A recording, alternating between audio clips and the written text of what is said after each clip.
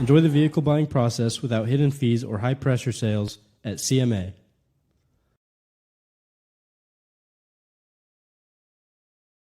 Where you're going and how you get there matters. Along the way, the right financial guidance can make all the difference. That's why there's Everence. Together, charting your path with a full range of caring financial services. For starting out, growing your future, caring for loved ones, and sharing with others. In a life of faith and impact, it's your financial journey. Let's go. Visit us at everence.com/burn.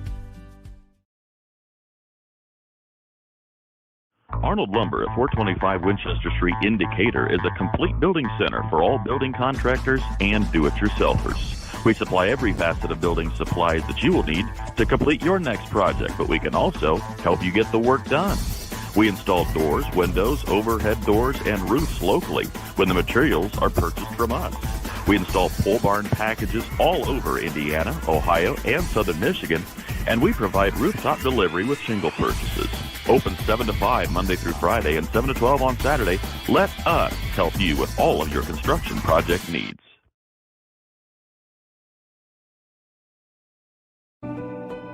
Farming is more than a livelihood. It's a legacy. Simplot was founded by a hardworking farmer like you over 90 years ago, and we've been growing America's farms for generations. With local crop advisors grounded in your success, Simplot Grower Solutions is in your fields and by your side. We dig in deep to pinpoint what you need, where you need it, when you need it, even when the forecast is unpredictable.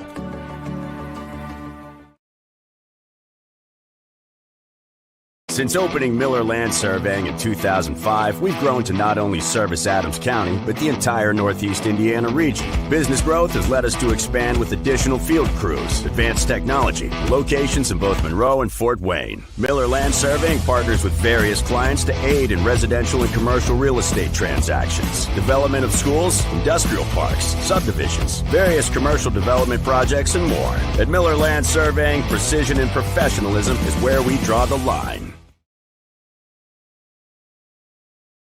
At FM Investment Services, we continue to serve and advise our clients with dedication and experience, and our team includes 2 registered investment professionals.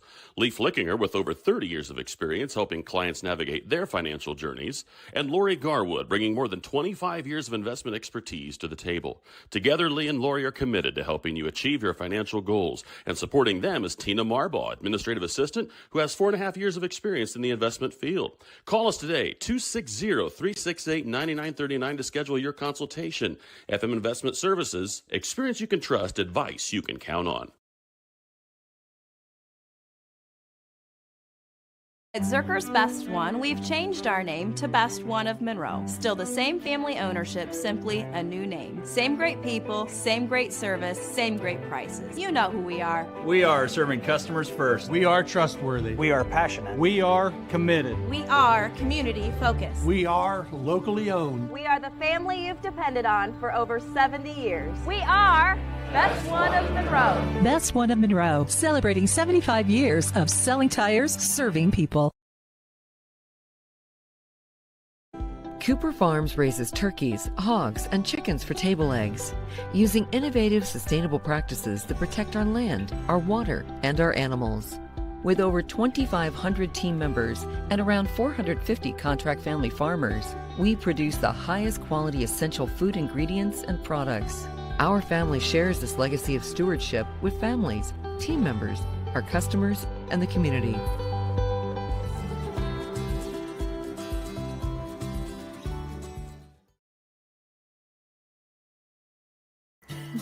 Here at the local Keystone Energy office in Monroe, our drivers, service technicians, administrative assistants, and sales staff are centered on you. We work hard to meet your energy needs with superior products and exceptional service. We are here to lead with purpose, serve with impact, grow responsibly with our local community, embrace our roots and humble beginnings. Keystone Cooperative Monroe team is centered on you.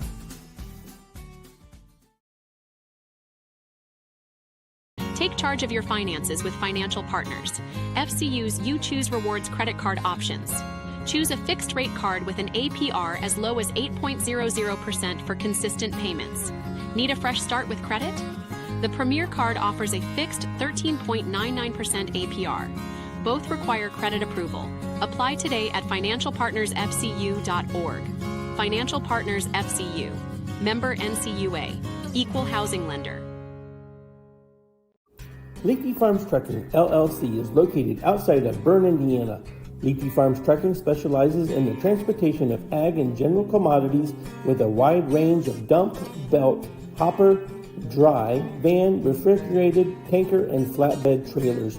We would like to wish good luck to all 4-H'ers in the fair this year. Give John or Ted a call for any of your upcoming transportation needs.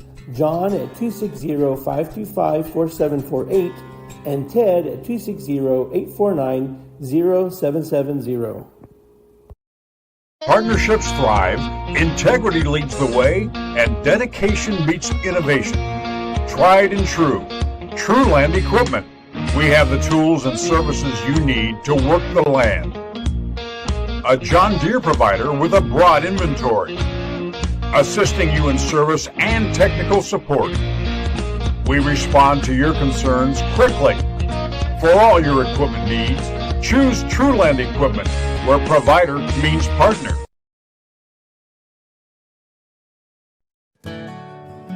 Ms. Lehman Realtors and Auctioneers have been serving this great community since 1960. We are here to help you through all stages of life. From commercial properties to auctions to farmland and equipment and owning your first home. We have the expertise and experience you can count on. Visit us in person or online at mslehman.com.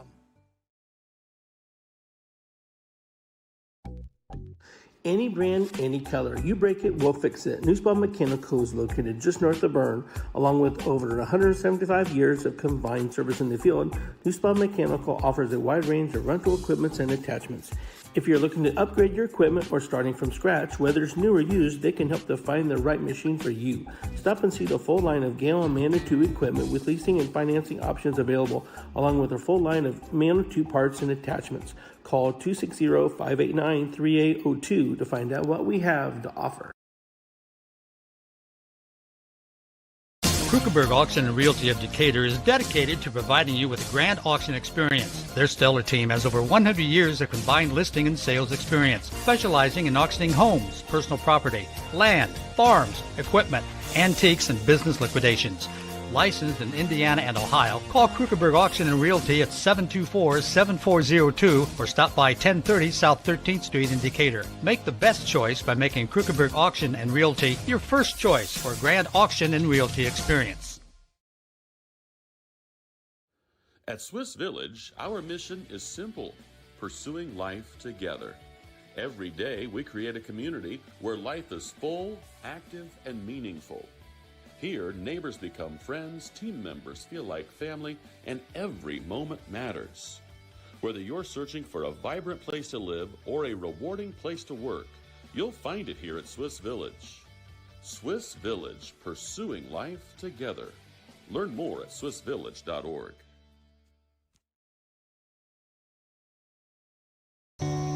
Passion. It's inside the barn at 5 a.m. It's dirty boots, calloused hands, and the energy to keep going. Passion is every step, again and again. Passion. It's giving it the best you've got. It's hard work that pays off. Show right. Feed your passion.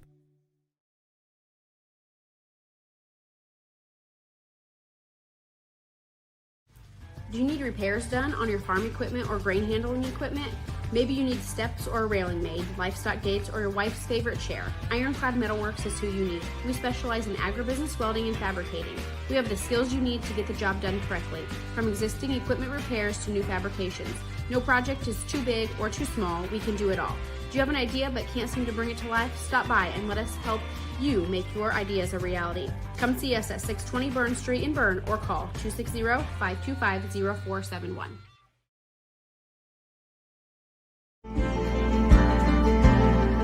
Sharing happiness, displaying confidence, and promoting health. Your smile does a lot for you.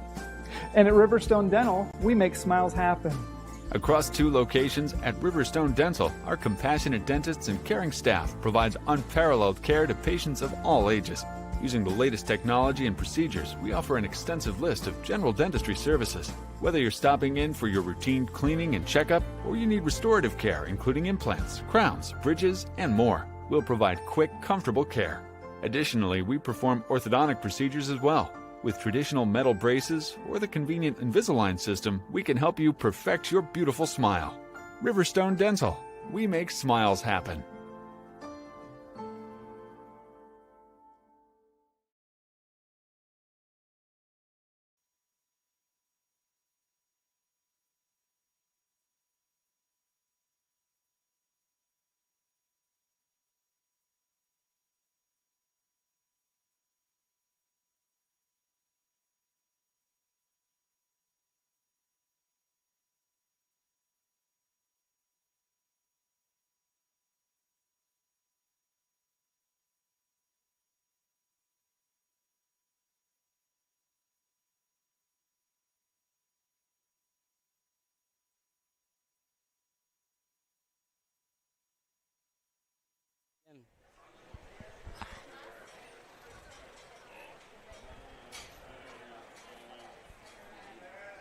We good? All right. Good morning, everybody.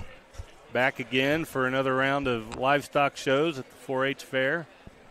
Got Denny Schwartz with us this morning. Mike and Mary kind of set the bar pretty high last night with our first show with commentary. But I almost didn't come today because of them two. Me too. I listened for a while, and I'm like, man alive, they're doing a really good job. I don't know if I want to follow that, but yeah. Hey, you know what? We're here. We're at the Adams County Fair. We're ready for the Swine Show. Have they made the first call? I've not heard a call. 5 minutes. So we're still a ways away. We've got some space to fill here, Denny. We do. One of the earliest starting shows of the fair at 8 o'clock, and I think they're getting ready to call the first class of mini 4-H'ers up.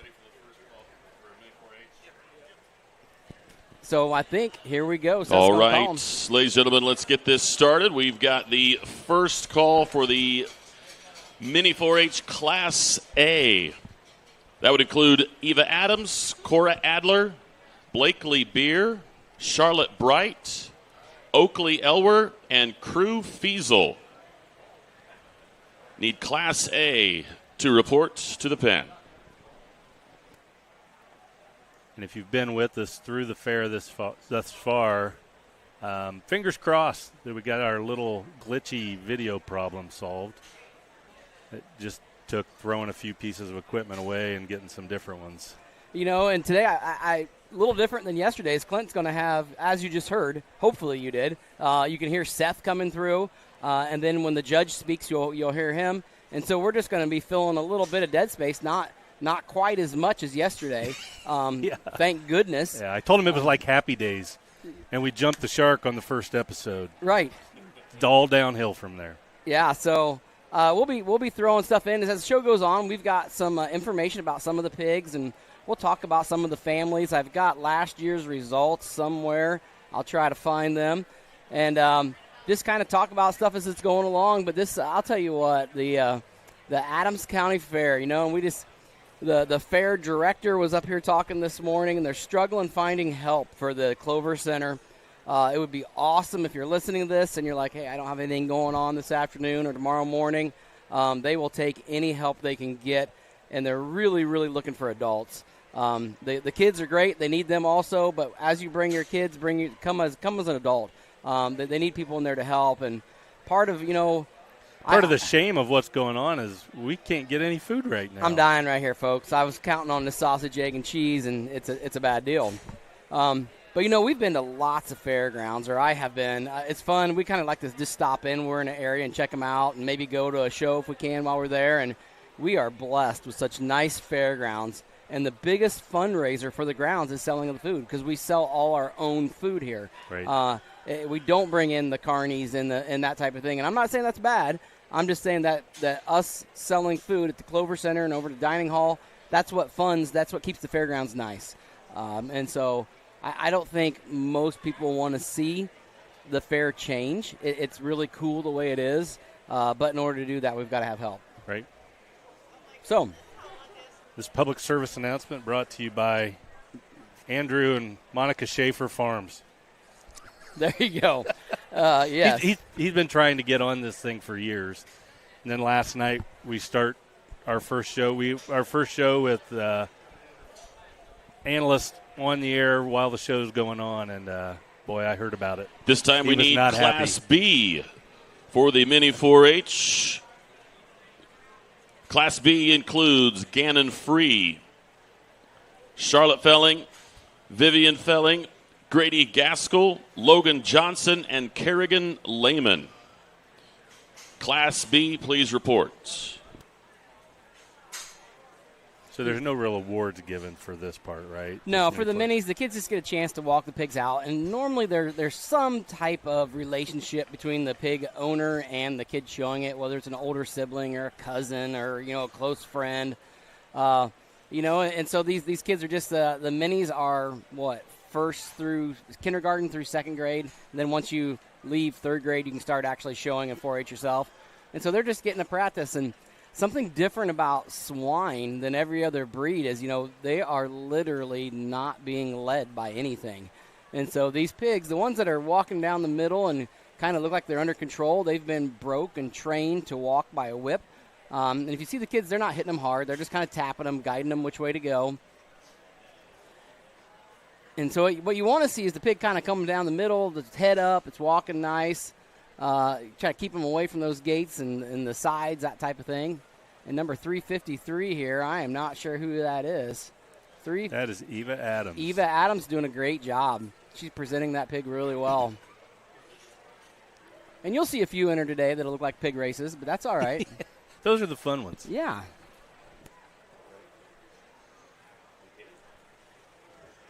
We got a photographer down there getting a chance to get up close and personal. Can't quite see her there on the screen. She's down below the gate. But this is the future of the swine program, and we have a huge swine show here at Adams County Fair. For our fair our size, the amount of pigs they have in is really, really good. And kind of what drives the interest is these young kids. Yeah, and as we look through the handout, 38 classes that we'll go through. I was hoping to count how many pigs total were here this year. I'll try to have somebody tell me. I'm sure they know the stats on that. It's a lot, and we'll talk about the Adams County show as the day goes on. I believe the judge is going to come on for the first time here. His name is Dylan Sheese. Well, good morning, and certainly excited to be here. I've been looking forward to it since I got the call, and really enjoy the opportunity. We got a good break in the weather. Looks like it's going to be an awesome day. Got a great group of mini 4-H'ers to kick things off. I think we've got 5 classes of them, and they are bright-eyed and bushy-tailed and ready to roll. And I got to speak to them all as they came out. They're doing a great kind of a job here to kick things off this morning. So it's going to be important on our first 5 classes. We got to have good crowd involvement, pump it up real loud for them as they exit. So go ahead and give these group a big round of applause. They did an awesome job. All right, first group gets a ribbon. They're going to be leaving the ring, and our next one's going to get called in. It's probably easy to get these things into the ring. Maybe a little bit tougher. Time now for Class B. And Class B will include Gannon Free, Charlotte Felling, Vivian Felling, Grady Gaskell, Logan Johnson, and Kerrigan Lehman. We also need Class C 2 reports. This would be Whitley Free, Mackenzie Keller, Deegan Kirchner, Charles Lehman, Marie Manley, and Laney Shearer. Please report to the pens.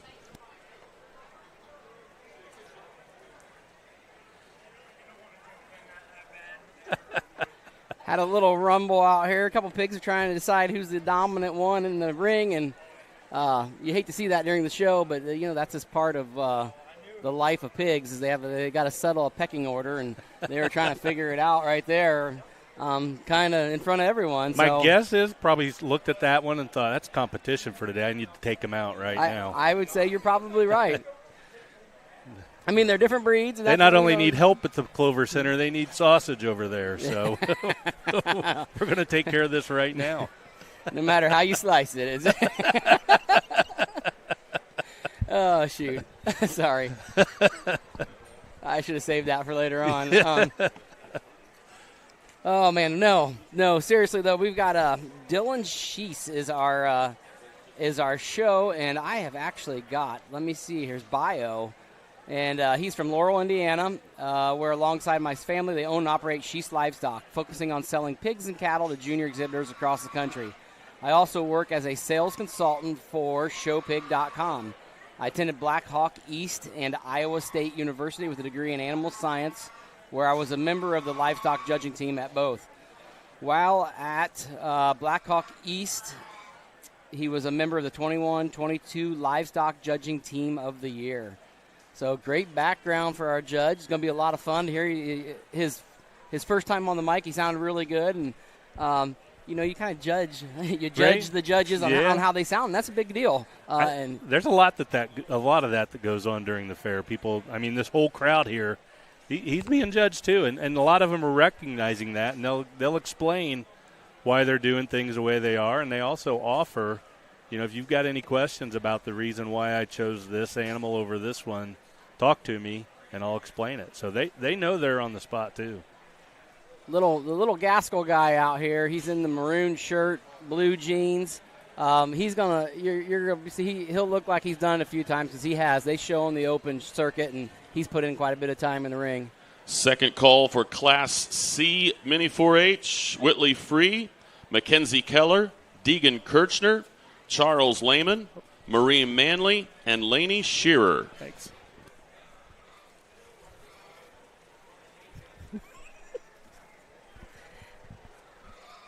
Clover Center's open. Clover Center's officially open. My sausage, egg, and cheese just showed up. I dropped mine on the ground, so I gave it to Seth. He doesn't care. He's eating it. Trust me. It's immunity. He's building up his immunity. He's not. What is that thing from the lettuce or something that's going around? Yeah, the Cyclosporus or something. Yeah, that sounds like a bad deal. I'll tell you what. Yeah. They get your attention when you read a headline and it says explosive diarrhea. For days. Yeah. Yeah, if it was like explosive for once, that's one thing. But for days, man, I don't know. Weight loss program, though, I'll tell you what. I mean, I considered it. Just started to eat lettuce till I found some. If we see Denny eating a lot of lettuce. You know why. It's not for the lettuce. It's for the side effects. Now, these kids are doing – this group's got some good ones in it. Got a little Johnson out here. They are doing a great job. Pigs are walking good, look nice. And you guys can tell this group here, the pigs are more going back and forth, middle of the ring. They're kind of staying off the gates and the walls. Are the pigs kind of like – we've seen a lot of steers and starter calves and everything else out here. Do they get a little we got another just as the day tremendous goes on? group here in our mini division. And again, all 6 of these kids I thought did a tremendous job in terms of control. Their maturity and just understanding for this age is very, very good. I'd expect they'd be awfully fun to watch and just study as they compete against each other as they get into their 4-H careers. Again, pump it up real loud for them. They did a great job in our second class. Good group there. Nice pigs. But do they get a little unruly as the day goes on, get tired of this? They do, and I think Seth's getting ready to talk here. Okay. We let, and I have experience with show pigs. My kids both were into it, and so were we good by any means? No. But. Final call now for Class C. Coming in is Whitley Free, Mackenzie Keller, Deegan Kirchner, Charles Lehman, Marie Manley, and Laney Shearer. And now first call for Class D. This would be Aiden Lehrman, Madison Manley, Isabel Neidlinger, Delaney Ogg, Hadley Shearer, and Declan Sharp. So there was, depending on the pig, sometimes we didn't want the pig to do the junior showman here, the little tykes, the mini 4-H. Because you got some pigs, especially if they got shown over the summer, they would either get better at showing from the experience, or they learn I don't really like to do that. Yeah. And you'd bring them into the ring, and they'd find where the gate was after they were in there a couple times, and they would you'd walk them in, they'd turn around and try to get to that gate right away. Right. And so sometimes the minis can be kind of a bad thing because the pigs are like, I know where I got to leave, and I'm going to head for that corner. But for the most part, it's a really good thing. It's good for the kids. But there's do people with that in mind bring an animal that, it's maybe not intended to win anything, but it's for the many 4-H'ers for. It could be, yeah. Okay. I mean, it'd be more, yes. A lot of times a person will bring an auction pig because if you bring 4, you can't show at the state fair the one you sell at the auction. Okay. Even though you take the pig home, you can't sell it. You can't show it. And so, the people that are confident that they're going to the state fair, they'll bring a pig that's kind of their auction pig, right? Because they know they're not going to take it to the state fair, right? But just like all the different animals here at the fair, it is a lot of time, a lot of money, a lot of effort.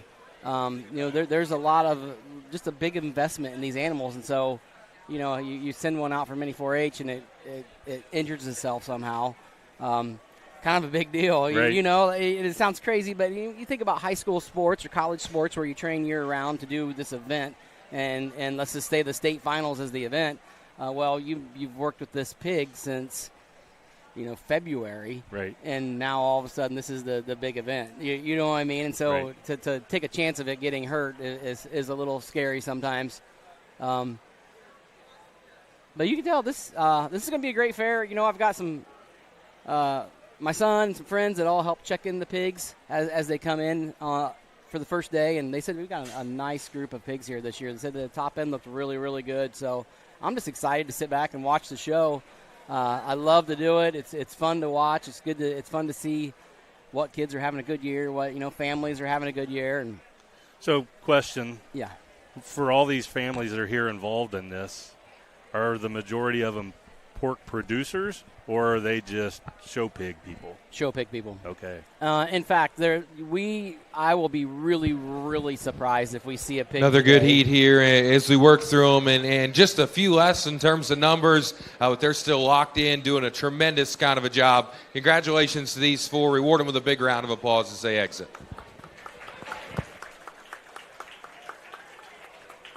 What were we talking about? Whether they're show pigs or pork producers. In fact, there's hardly, there's very, very few pork producers today. There's fewer, but they're larger. Right. And for us to see like a true production animal, they're almost a different animal. A show pig and a production pig do not even look anything alike. They're both swine, but in fact, they have a hard time getting typically at the end of the fair we have an auction. And the auction pigs would get shipped off to the packing plant. They won't take them because they're so different than a production pig. Time now for Class D. Class D will include Aiden Lehrman, Madison Manley, Isabel Neidlinger, Delaney Ogg, Hadley Shearer, and Declan Sharp. First call for Class E to report. This will be John Neidlinger, Walker Shearer, Eli Schultz, Dawson Sharp, Garrett Strom, Merrick Tonner, and Kixley Zog. So we've got 5 classes of minis, and then we get into the actual gilt show after that. That's interesting, though, that these aren't what you would consider your production. Yeah, no, not at all. They don't even look alike. I mean, in fact, for 20 years, we had a nursery and 2 fat hog buildings, and when we were completely full, 7,000 pigs, and we would move 4,000 of them every 8 weeks, whatever, and we would try to find one as we moved them that would make a good show pig, and it wouldn't happen. Yeah. They are different genetics. They're not the same, and so with that, the packing plants, the process they go through butchering them, they just don't cut right because they're built so differently from what they're looking for. And so they end up having to go to a small sale barn somewhere else that will basically they go to like Manly Meats type places, right. Custom butchering places. So just, I don't know. It's just an interesting thing. And the show pig industry continues to grow. There's lots of people making a living on breeding show pigs, selling semen products. It's just crazy. Yeah.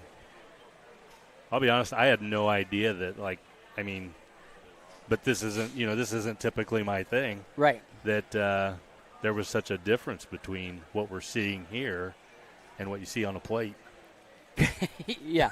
I love to. It sounds terrible, but to have a show pig butcher, they're great. They have a little more marbling to them. The pork chops are larger. They're definitely more muscle-bound pigs than what the production pigs are.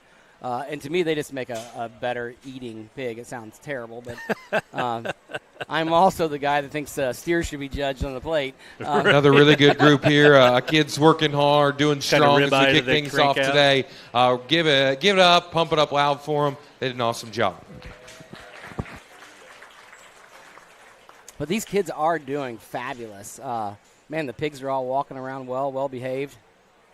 This guy wanted to show off just for you. He's got a sweet mullet going on. Yeah.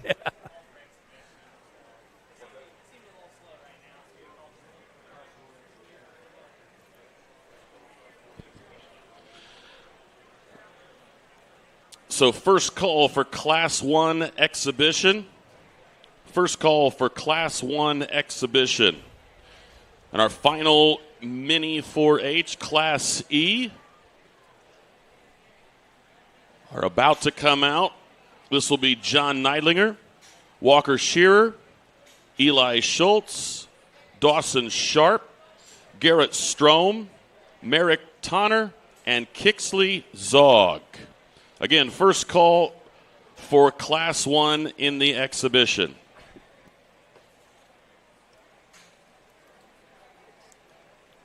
Is exhibition like an extension of mini? No. Exhibition would be the underweight pigs.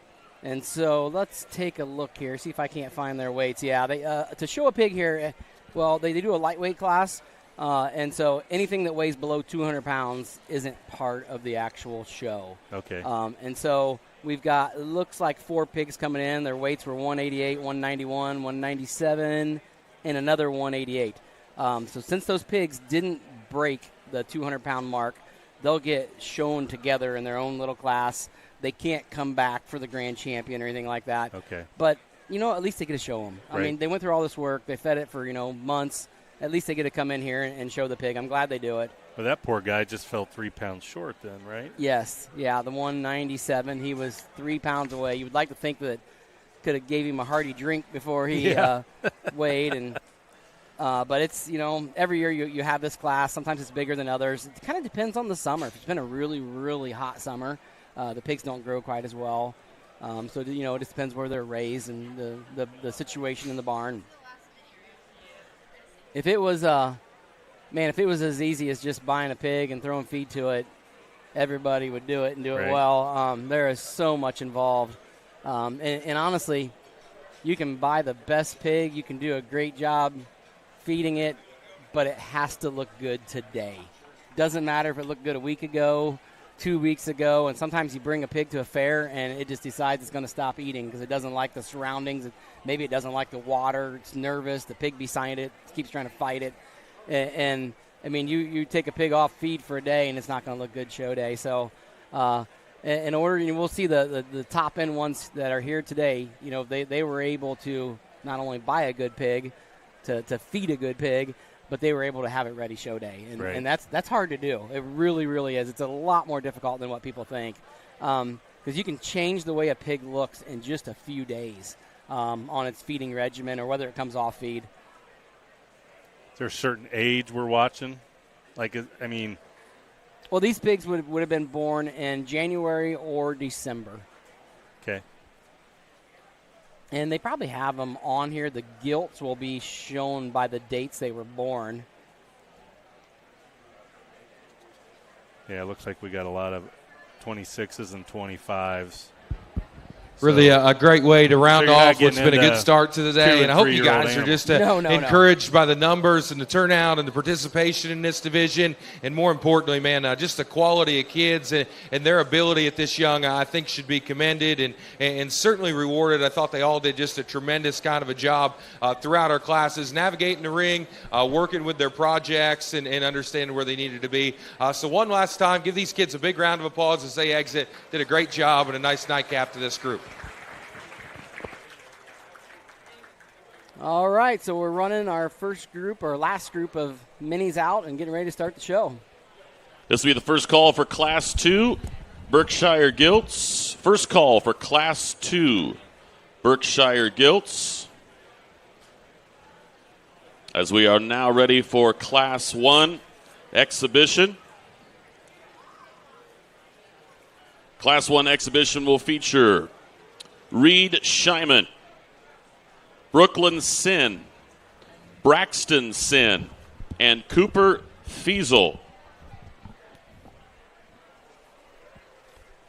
Okay, so our underweight pigs are coming in here for a show.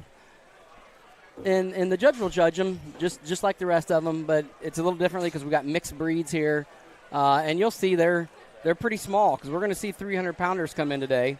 And so these pigs are under 200 pounds.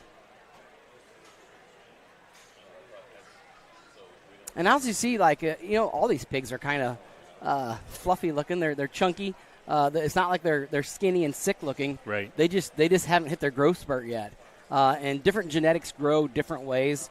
And in fact, honestly, the swine industry as a whole with show pigs, they're growing slower and slower. And so it's tougher and tougher to get a pig up to optimal weight, which is, 230 to 300 pounds for shows. But all these pigs out here look nice. The kids are doing a good job showing them. They're just not going to be part of the end result here today because of their weight. So ideally, if everything goes according to plan, there is no exhibition class. Yeah, exactly. Okay. Yeah, ideally, everybody wants all the pigs to make weight. We got ourselves a nice group of underweights here, I think, to kick things off. And we're not going to place them, but again, we'll talk them in no particular order and just kind of break them down, describe them, and that way they understand kind of where we're at. This young man right here in front of me is Poland Gilt, really stout, moderate, powerful, broad-backed, opened up, big hip. I like her shape. I like her spread. I like her just genuine muscle that she possessed. Thought he did a really good job of getting her presented. Kind of on the flip side of things, this young lady here in the pink has one that's really attractive, really good looking. I thought that gilt's build and balance and structure was very, very impressive in this particular drive. Maybe not as much power, I guess, comparatively when we're associating the breeds together there, but her build, her look, and her design, I thought was very, very good. Young man's York Gilt on the far side there, good looking, attractive, really sleek ahead of her blade. She's got a great shape up high. She's square and genuine down low. Maybe not just the chunkiest thing in the world, but has a really neat kind of a look, and I really appreciated that. And this guy here with his Berkshire Gilt, I thought from just a skin and hair perspective, he's done an awesome kind of a job this summer. Got a gilt that's big in her arm. She's square in terms of her hip. She's got a great turn and shape there to her rib cage, has some shape and some feature and some stoutness to the bottom side of her skeleton. So 4 really nice pigs. It's unfortunate that they weren't quite big enough there, but I thought a really nice class there to kick things off. Congratulations to those 4 as they exit.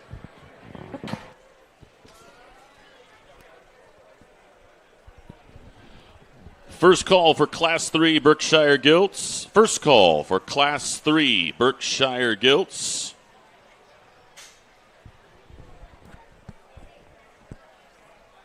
We're going to have 2 classes of Berkshire Gilts today.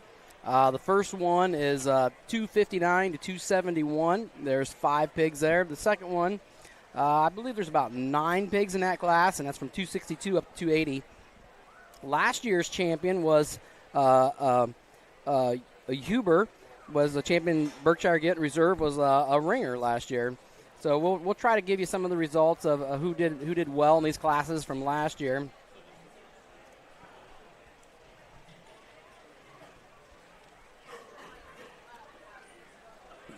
Braylon Reber enters the ring with we'll call that a healthy one. He's feeling good. Sprightly in the morning. Out for that morning jog.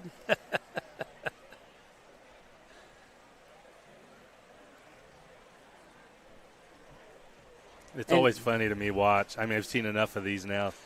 The way some kids react is different. Some of them just laugh when their pig takes off, and there's others you can tell they're not really happy. disappointed that Well, happened. they've done a lot of work with it, and if it runs, it kind of defeats the purpose. And so we're going to see here in this particular group, we've got a little bit of information on one of them. Let me see. Sage Schultz will be coming out. She's a number 3 on her back. Her mom raised the 4th overall Division II gilt at the Indy State Fair last year, bred by Jake and Lily Jackson. It's kind of like Johnson Show Pigs over there. We've got several good breeders here in Adams County. So kind of watching for her. She'd be number 93. And we've got 5 listed in them. Do we have? Yeah, we have 5 in there now. Was I looking at the wrong class? No. We're on class 2. Yeah. Sage Schultz, number 93. Yeah. There she is, right there. Yep. She's got the pinstripe pants on. Coming right toward the camera right now. There she goes, turning around. So it'll be interesting to see how the judge sorts, and it's fun to watch throughout the day to see if when they bring back the champions, if they all look alike. Yeah. And it sounds funny, but is he looking for the same thing consistently across the board? And he's going to let them walk. He's going to circle, and it's crazy, but like that, the first in a lot of things, kind of like an interview at a job. That first entrance into the ring, coming out of the gate, out of your pen, the first just few seconds is where, if you can catch a judge's eye right then, it's huge. Yeah. And you'll see him today. He'll catch a pig that comes out of the pen, and he'll be like, "Oh, I like that one." He'll continue to look back at it, but that first entrance may not seem like a big deal, but it really, really is. I've always found it interesting, too, and you see a lot of it in the showmanship stuff, but the way these kids are aware of the judge moving around the ring and how they try to keep their animal right there so he's got his eyes on them the whole time. Really a good way to kick things off here in our Berkshire division. I think, honestly, really a logical place to start. Certainly some differences, some things you can shake up as we work on down the line. But never a question, I thought, this young lady needed to go ahead and lead us off. And I think just a gilt that combines the positive attributes that we find there in 2 to 5. She's square. She's opened up. Incredibly fresh down the top side of her skeleton. Big in terms of her hip. I thought she was square and genuine there when she turns and leaves us.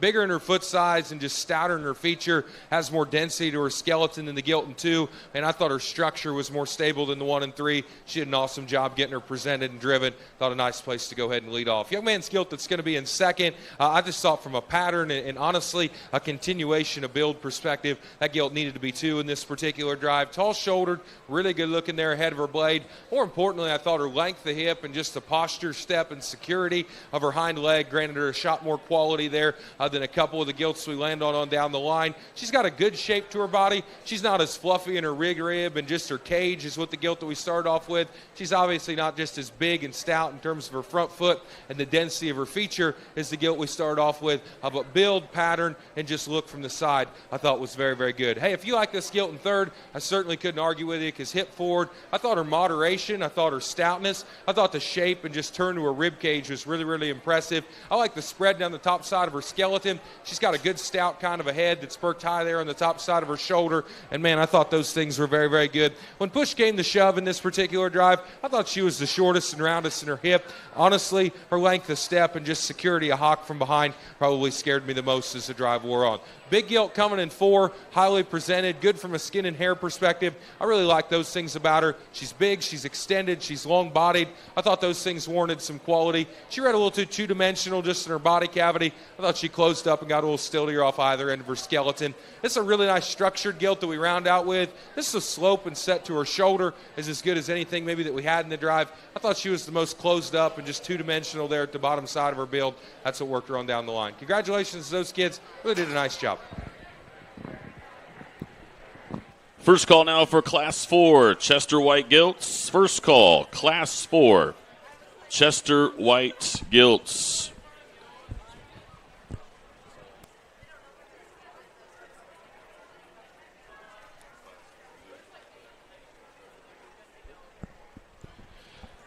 Your Class 2 placings go like this. The winner of that class, first place, shown by Sage Schultz. Second place, shown by Braylon Reber. Third place, Brianna Sin. Fourth, Corbin Hauk. And fifth, Cashton Zog. Okay, Clinton, I was talking about Judge. The pig comes out and Judge really studies it. Reagan Bright come busted out of the gate, and he's still looking back at that one as the next pig came out. So she's right there in the blue shirt. Yep. And I mean, he gave that, honestly, probably a 10-second look. He was really eyeing that pig up. And he may be looking at what's best. He may be looking for flaws. You don't know, but it caught his attention. It really did. So as a showman, you want him to recognize that right away, right? Yeah. Don't you? Yeah. You want him to see the pig. And this particular class is kind of stacked here. There's some really nice pigs. Here in Adams County, we got a breeder called Noah Bright Show Pigs. And his specialty, I'm not going to say it's his specialty, but he has a lot of Berks, a lot of spots.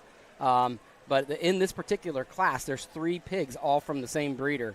And so Hayden Bloom, Reagan Bright, and Troy Ringer are all showing Bright Show Pigs, which is interesting. Little fact, Reagan Bright's was the 8th overall Berk at the IJSC circuit, which is the Indiana Junior Showmanship or Junior Show circuit, and so that pig's been out showing this summer. Mm-hmm. And Reagan's the one in the blue. So what's the likelihood that this judge has seen some of these before? Do these judges get around to the same shows that? I'm sure he has done circuit shows, but whether they've been at the same one when he was there, I don't know. That's a great question. Yeah. Definitely would know families, if that makes sense. But he's sorting out, and what he's doing, and every judge does it differently, he is kind of thinning the herd. So he's picking out the lower place pigs and throwing them over into pens. Well, it depends. He may be putting 5th and 4th over there and then going to kick some out completely. Yeah. It just depends. And sometimes it takes a couple classes before you figure out what the judge is actually doing. We'll see here, because this is the first group. There's more than 5. So what got you into this? Was this something you were involved with as a kid? And you know what? I showed as a kid, but it was so not competitive. We just showed up with pigs and they ran around. And then my son Connor got in. We had to do it, and he ended up really, really liking it. And we had some great help. And I'll tell you what, to do well in the show pig world, it takes help. And so we had the higher lease helped us a lot. Just lived down the road from us, and the new house, which is a breeder in Marion, really kind of took Connor under his wing and helped him a ton with how to feed pigs, how to just all aspects of the show pig world. Was super kind to us, and he ended up showing state fairs, the World Pork Expo, that kind of stuff, and had a lot of fun, a lot of success. And this is nothing. I mean, the Ringer family has been at the state fair, done very, very well at the highest level here in Indiana. The Brights have been down at the state fair and done well. And so we're down to 4 good ones here. 4 families that take it seriously: the Blooms, the Schaefers, the Ringers, and the Brights.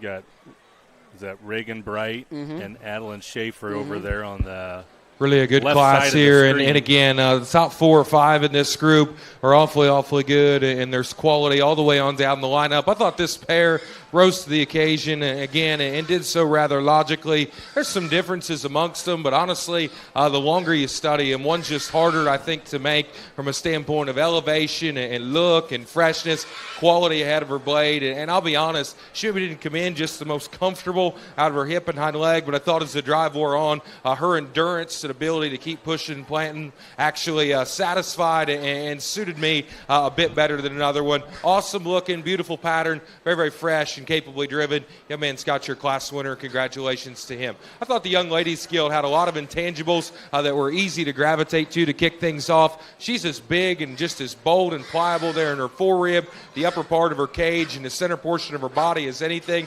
I like the slope and set to her shoulder. I thought she had spread, genuine power, and just sheer muscle and width. And man, that's not what gets her beat in this class. I thought when we got to study him, she's just a little more generic there ahead of her blade and the way her crest is assembled, how her cheek transitions on back into her shoulder. And then she didn't handle the drive just as comfortably, as stable, and just as strong in her rear foot and feature, I didn't think, is what our class winner did. 3 and 4, both good pigs, and getting a pair, or getting a class with a really nice pair up top. I thought this young lady's gilt in third had a really neat look out front. She's as tall as shouldered, as elevated, as etched out in her look, her shape, her pattern, and just her power as maybe anything that we've seen thus far. She's a little stiltier off either end of her skeleton. Honestly, she's just a little greener and harsher there in her flesh, condition, and shape to her body wall. I didn't think that allowed that gilt to balance quite as effectively as the two ahead of her. This gilt coming in 4 is kind of the opposite. Really soft, maternal bodied, really nice structured up front. I like those things about her. Just the density to her feature, her bone, and her head shape, I thought were as stout, as powerful, and just as true as anything in our drive. She starts to fling them a little east and west when she drives away from us there. I didn't think that gilt had the same kind of just sheer power, fresh shape, and genuineness down the top side of her skeleton. Again, the gilts in 5 and 6 I thought warranted some challenge, certainly some debate. This bigger gilt in 5, there's just more of her. She's opened up, she's square, she's got more muscle than her counterpart there in 6. I didn't think she was as neat looking. I didn't think she was as bold and just pliable in the upper part of her body as what a couple of those gilts that preceded her were. Man, this young guy's gilt that comes in 6 really wanted to be good, I think, because she's neat looking, she's tall shouldered, she's as good as any from the side in terms of feature, look, and just ceiling, if you will. I thought that gilt was too flat, too narrow, and just too two-dimensional, simply put there, to work up any higher. We got a nice pair we round out with. This gilt's got some shape, she's got some muscle, she's got some just performance and natural growth to her. I like those things about her. Got to be sounder out of her rear too. Gilt we round out with has some fresh shape, got a neat look out front. She's a little tighter bodied and just more restricted from behind. Congratulations to those kids. Did a great job in that class.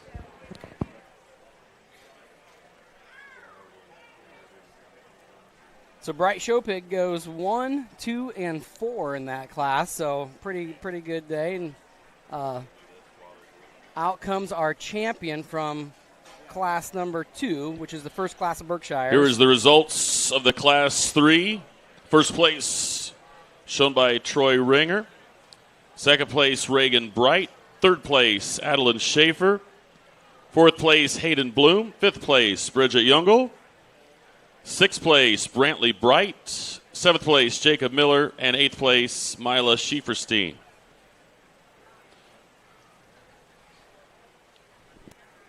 So they brought out the first and second place pigs from both classes to pick the champion Berkshire. And so our first class was Sage Schultz, young lady in the yellow pinstripe pants. And the champion from the second class is Ringer.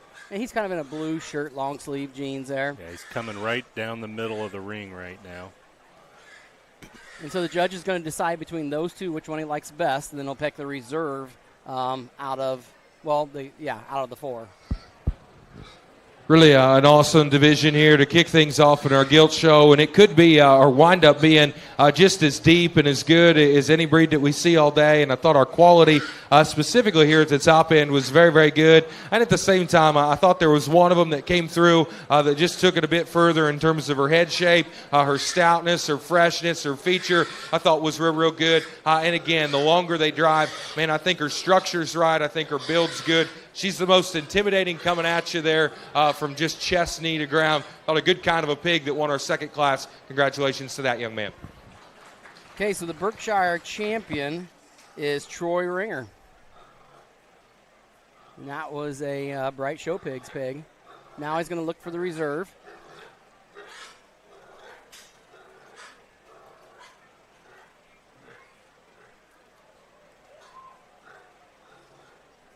Tell you, the battle for reserve probably just tightens up a little bit more, in my opinion, because honestly, these gilts are similar, just shoulder back and down in terms of what they do so well. I thought the spread to the center portion of their body was very, very impressive. They both look maternal. They got big shapes and big muscles, and they still handle it very, very well. At the same time, I thought there was another one, though, that's just build and range of motion early on. I thought was really, really good. She's probably just a nickel stouter in terms of her foot size, her bone work, and her feature, and again, just the width and spread to her chest, the stoutness there between her eyes was very, very good. I like the second out of our second class reserve. Congratulations to her. So reserve champion goes to Reagan Bright, and those pigs were litter mates. So siblings go first and second overall in the Berkshire breed. Sibling rivalry. So your champion Berkshire Gilt shown by Troy Ringer, and reserve champion Berkshire Gilt shown by Reagan Bright.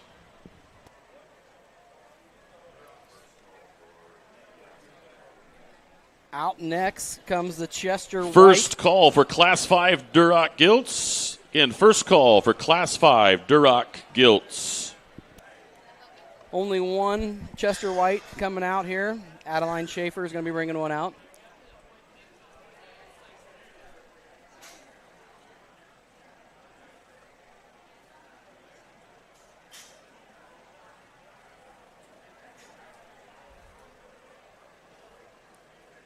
So you see some of these classes, you just got done with a class that had 8. Just a single entry here in our Chester division. But I thought a big gilt that's ready to go. And like has done a nice job getting her prepared for this particular endpoint. She's got a good look out front. She's got a beautiful pattern from the side. Thought for this particular breed, the strength through her front foot's good. Her length, the rump, the usage of her hind leg is very, very impressive. Does an awesome job getting her shown, getting her presented, and keeping her driving out here. Congratulations to her on her champion Chester.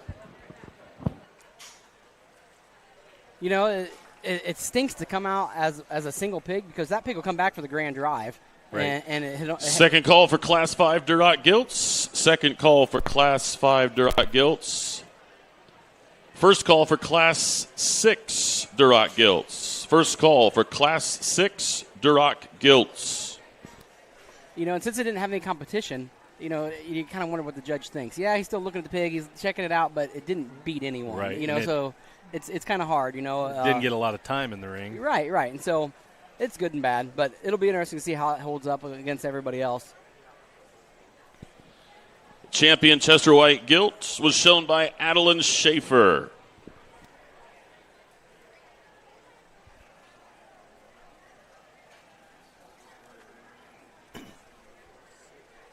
So now here comes a little more serious breed, the Duroc Gilts, meaning, and I say serious, there's more of them. There's about 12 here, I believe, 6 and 6, 2 classes of 6. First class is going to range anywhere from 237 to 263, and the second class is 242 to 334, and they're actually going by birth dates here. No, I lied to you. Reverse birth date. Yes, there you go. Yeah, I was like, so this first class, younger pigs. They were born January 12th through January 4th, and the second class is January 3rd through 11, November the 20th.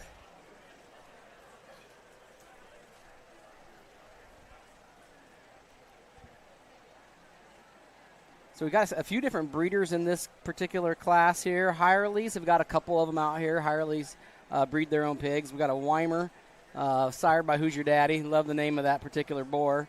And then Reagan Bullenbacher is showing one that came from Schum. Second call for Class 6 Duroc Gilts. Second call, Class 6 Duroc Gilts. Nice group of pigs, nice group of kids showing them out in this. They got them walking, looking well.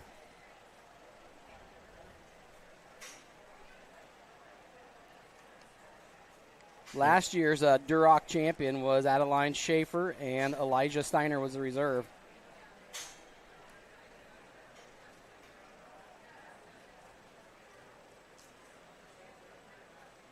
And as you watch the kids going around the ring, some of them have already started their showmanship.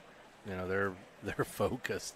It's great that you say that because the judges do watch all day long. They keep track of kids and how they're doing, and a lot of times people will be like, oh, the kid that won got grand champion showmanship too. It shouldn't be that way. Well, they might have won because they were a good showman too. Right. But not always does showmanship, like the true competition showmanship, in my eyes, may not be the best showman, because the best showman showing a pig for the pig to win, your job is to hide flaws and show the best part of the pig. Right. And so that wouldn't work very well at the end of the day when they do the showmanship competition. So they're two different things, really. In some the kids that are really good, they'll showcase what the pig has that's really good. and they'll do a good job of Really a good drive here to kick things off in our Duroc ring, and we've got quite a few of these at home, and honestly, 1 and 2 here are a really good comparison of just where we're at in the breed, and man, the differences you can find, and I still think that's just a great kind of a thing, and we've got variety. You got to just kind of side with the one, I guess, amongst this particular pair that suits you better, that fits more your speed and your kind, because where both of them are good, I think they're very, very impressive, but both of them need tweaked in an area or two, so that's kind of what it comes down to. Man, there's one of them, though, that's just look or pattern, her build quality or structure off of both ends of her skeleton suits me better. She hits the surface more comfortably out of just her range of motion, her hip and hind leg. And I thought just the natural, true shape there to the center portion of her body was very, very good. That's the young man here in the blue. He's got your class winner. Congratulations to him. I thought a good-looking kind of a gilt. Her head shape and just the way it reads up front hits me just a shot more ladylike than the gilt that we have in 2. She's got a smooth set and just build there to her shoulder. She's opened up in her body cavity. She's square there when she leaves us. She's not overwhelming just in terms of the stoutness to her head, her shape, and her power like the gilt we have in 2 there. And if those are things you prefer, I'll man this one in second. I think can certainly light a fire under a guy because she's very, very unique. She's obviously big in terms of her foot size, really stout there in terms of her skull. She's probably just as short a back kind of a Duroc female as you'll find anywhere from a standpoint of just length of back, big in terms of her shape, big in terms of her hip. I just can't read her structure, just comfortable enough in my opinion. She's too upright and straight about her shoulder, specifically on her right rear there. She doesn't use it quite good enough. And then for a big stout one, man, I didn't think just the column to her rear bone when we climbed in behind him matched her head shape, her tail set, and her extra power up high. Really a good gilt that works in the 3rd, and honestly, just does so from a build, a balance, a quality of a look perspective that the young man does here. She's a tall-shouldered kind of a gilt. She's loose and level out of her hip and hind leg. Beautiful there just about her pattern and the way she's assembled. Got to have more to her from just a power, feature, and stoutness perspective, in my opinion, to climb the ladder any higher in this particular class. A little higher performing gilt comes next. Got a little more shape on the top side of her skeleton, a little bigger out of her hip, and I appreciate those things. I didn't think she was just put together quite as neat from the side, specifically in her length, the rump, her elevation, and just her look out front. We continue to drop these out. This young lady's in 5th, is stout. She's broad in her arms. She's big in her chest, has shape and muscle. A little weaker there in her top line, a little flatter and drier through the center portion of her body. Round out with a good kind of a gilt that's got some stoutness there to her head, has some shape and power in the upper part of her skeleton. I read her probably just the stiltiest, the most concerning from a structure standpoint off either end of her build. Congratulations to those kids. Really did a nice job in a competitive drive.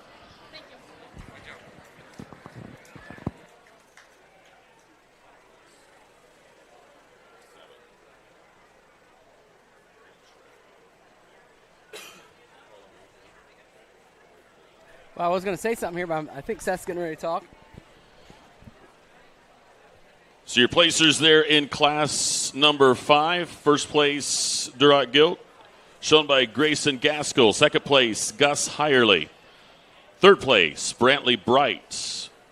Fourth place, Lauren Hauk. Fifth place, Reagan Bolenbacher. And sixth place, Colson Hauk. First call now for class 7 Hampshire Gilts. First call, Class 7 Hampshire Gilts. Clint, little fascinating fact here. And some of these facts I'm going to give you, it's pretty cool. Brandon Gaskell rounded up some information for me, and I was able to find a little bit more. But the young lady in the red and white pinstripes, Lila Ringer, she is showing a pig that's from Tres Amigos, which is a breeder to sell pigs. It's litter mate, so a brother to the pig that is in the ring right now, sold for $330,000. Holy cow. Yeah, so it's a boar, and it'll be used for breeding. But literally she's got number 104 on her hip. The pig that she is showing, its brother sold for $330,000. That's insane. Yeah, that's a load. It's pretty cool to have a sibling here, a litter mate, here showing in Adams County. Expensive bacon. That is expensive bacon. Another great group, though. Man, we're showing up with some awesome-looking Durocs. They're being shown well. They look good. I love the breeder's name, Tres Amigos. We got a first out here. For this year, anyways, we got a young man showing with 2 whips. Number 102. That is Beckett Aug. And it's something you're kind of starting to see a little more different places, but they'll use 2, sometimes 1 on each side of its head. It's up to you what type of whip you use, whether you use 1 or 2.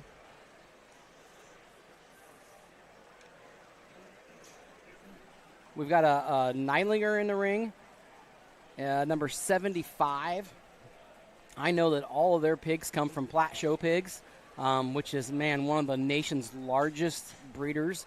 And we're just fortunate that we have him here in Indiana. He's over around Huntington area. I believe her dad and Mr. Platt himself were friends when they were younger, and so he gets all his pigs from him. A little bit bigger range of birth dates on this class than what we had. The last one was like 8 days separation. This one you got maybe a month and a half from the oldest to the youngest. Yeah, yep, it is. And obviously the older they are, a little more size you're going to be able to get to them. But again, you don't want them to get too big and too old because they start to kind of look flat at that point. Stale, I guess, is the term.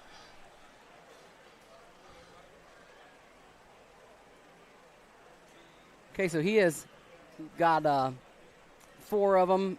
He's left just 2 in the ring, I believe. Really a good class here, and honestly, I think 6 of them that line up just as logically, in my opinion, as maybe anything that we've drove thus far. And again, our class winner wins and needs to do so rather quickly, in my opinion. I think shoulder back, both of these gilts are impressive, just in terms of shape and spread and just their utility to their hip and hind leg. I thought our class winner, neater looking, tidier headed. She's squared her chest, she's broader at her knee. She's just better coming at you. Big Gilton, too, is extra out there in terms of her head shape. I like her foot size. I like her feature. I like her hard shape and just spread to her back line a bit better than the gilt that we have in 3. Obviously, there when we step in front of them, she closes in and just caves in there at her knee. I didn't think her maturity pattern allowed for her to stay just as fresh, as square, and as youthful, to be honest, there when she drives right at you. This gilt in 3rd is awesome built, really good looking, and honestly kind of a shame that she wants to be a knothead because when she takes a pass, she's beautiful in terms of her build,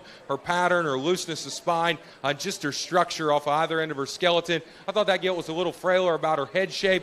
I told the story just about her bone work, her spread, and her genuine power. She's honestly just a little too fragile in this judge's opinion. Gilt in 4 is really stout there in terms of her foot size, her feature, big in her arm, got a great spread and just squareness down the top side of her skeleton. I like those things about her. I read her just a little too upright and vertical there off either end of her skeleton. This young lady that comes out next has a gilt that's good looking, nice from the side, obviously gives up a little bit in terms of performance. That didn't bother me at all. I didn't think she just utilized her hip and hind leg quite effectively enough. She too is a little flatter and drier there in the center portion of her body. Round out with a gilt that's probably just a tick sounder, a shot better built down at the lower part of her skeleton, and the one that we just discussed, just too closed up, too narrow, runs out of just genuine shape on the upper part of her skeleton. Really a good class there. Congratulations to those kids who did a nice job. Second call for Class 7, Hampshire Gilts. Second call, Class 7, Hampshire Gilts. First call for Class 8, Hereford Gilts. First call, Class 8. So we've got Grayson Gaskell back out in the ring with his champion, Class 5 Duroc, and Lila Ringer with the other champion in the second class of Durocs.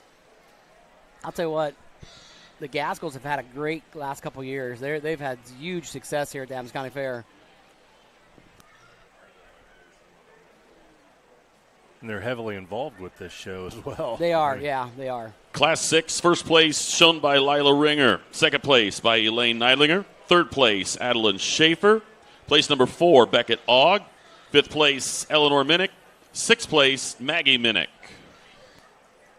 You know, and you got to give both of these. You watch these two pigs walk. Their heads are up. They're walking nice and smooth.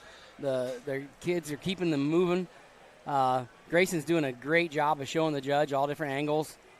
He's turning the pig, trying to keep the pig in front of him. We'll see which one he's going to go with. Really a good pair here, I think, that represented a nice set of classes in our Duroc division. And these two particular gilts, I thought, won and did so for different reasons out of their drives. But honestly, when we get them back out here, they check a lot of similar boxes. And there's some differences and certainly some variations amongst them. Again, I think one of them probably just a little bolder in her body, a little truer in her rear foot there, and her feature leaves me square, comes at me good. I don't know if she's just as neat and tidy about her look there, if she's as etched out about her shape, and just as square and elevated about where her tail sits on the upper portion of her hip. And there's another one that's broader pinned. She's wider from behind. She's got a beautiful look out front, great big and square down the top side of her skeleton. She's probably naturally just not as fluffy about her body wall, and honestly, she could soften up just a little bit in her rear pastern and be intensified in just her rear foot size and ankle. But again, really a good pair. I think both of them need to be considered, I guess, for different reasons. One that's easiest for me to advocate to, though, just in terms of being ready to grow, high-headed, neat tying, good-looking, incredibly fresh. I like the young lady out of the second class. Congratulations to her. Something that'll be interesting to see here, Glenn, is the judge raises Durocs. That is kind of one of their specialties.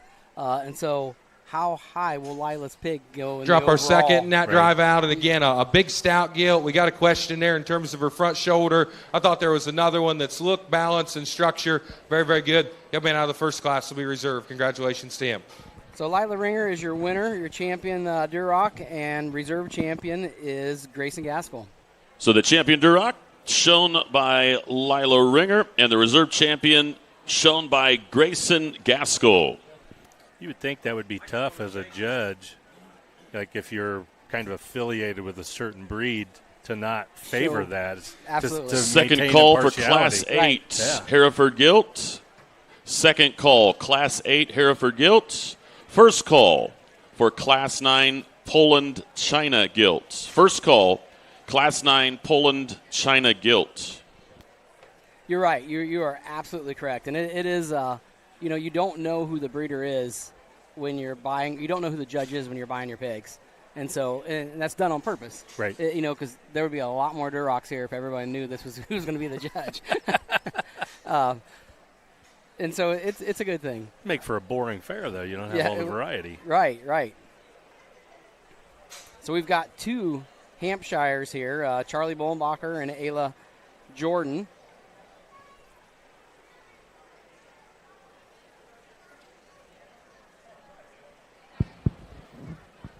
Really a good pair here in our Hampshire division. And again, obviously kind of just there on opposite ends of their maturity. I thought there was a gilt, though, that's look and balance and freshness, specifically for her size, was good. This young lady's bigger gilt is going to be her champion. Congratulations to her. I thought really good looking from the side. I thought she hinged up just a little square and fresher there in her top line. I like the shape to her body, her spread down low, real nice. I thought a good place to go ahead and lead off with. A really muscular gilt, and two that's going to be reserved here, really big in her hip, really square there when she turns and leaves you. I thought those things were very, very impressive. Gilt's got shape, she's got muscle, she's got power. She's not maybe just put together quite as smooth and comfortable there in terms of her hip and hind leg structure. I didn't think she just balanced and offered the same kind of look there from the side as what our class winner did. Really a good pair of them, though. Congratulations to both of those kids. Did a nice job. So your champion Hampshire Gilt shown by Ayla Jordan, and reserve champion shown by Charlie Bollenbacher. Second call for Class 9, Poland China Gilt. First call for Class 10, Spot Gilt. First call for Class 10, Spot Gilt.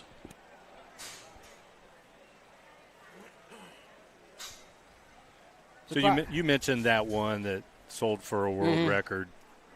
Like, I don't think that was a world record. That was just a number. Okay.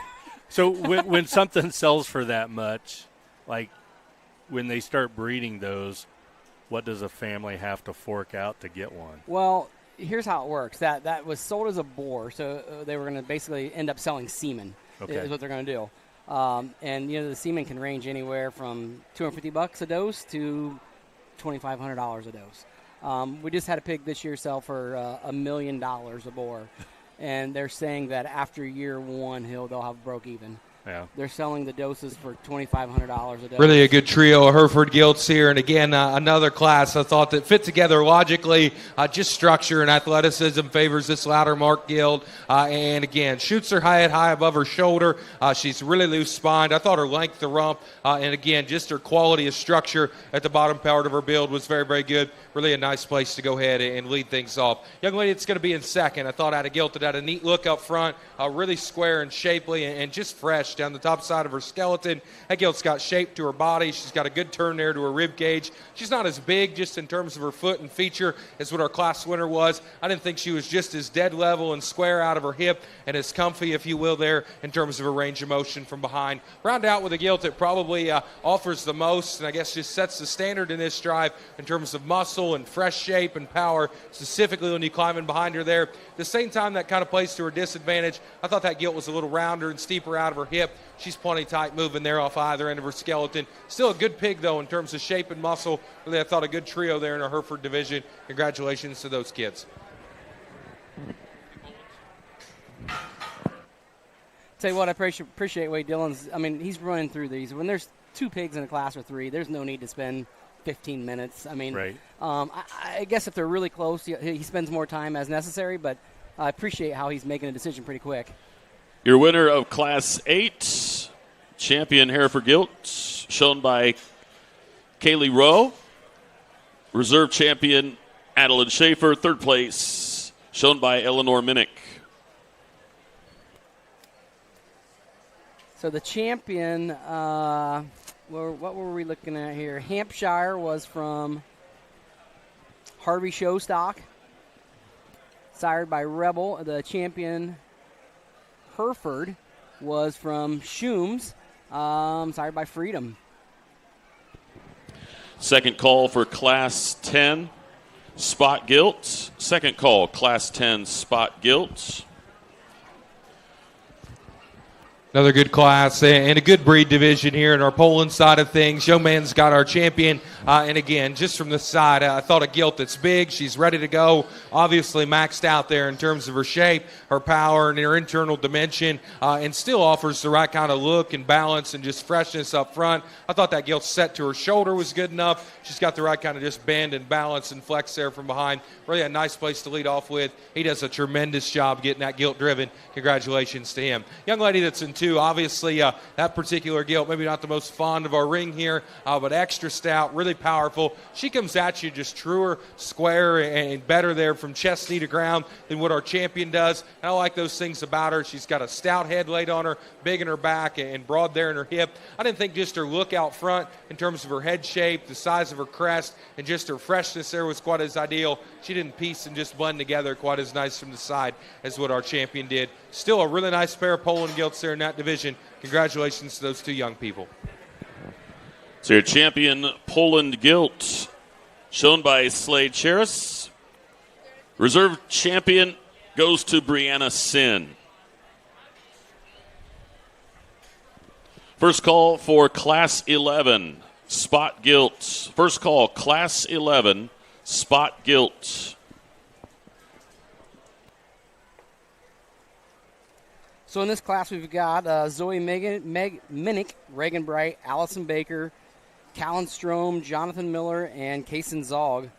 They will be coming out. See if we've got any information on these pigs. Zoe Minnick. Let's see.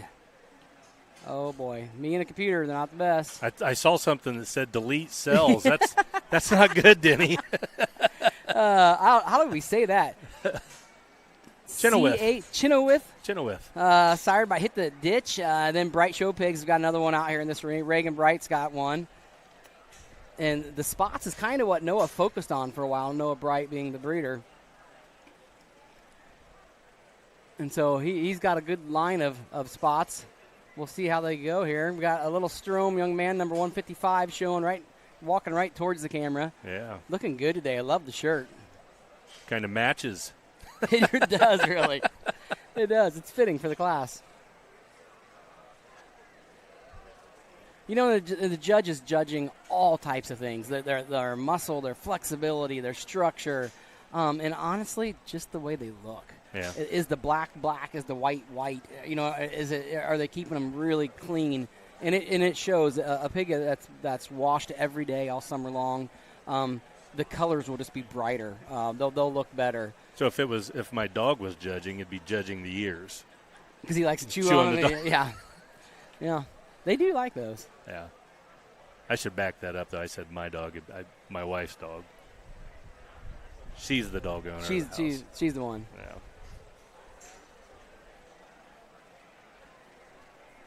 Dog wants nothing to do with me.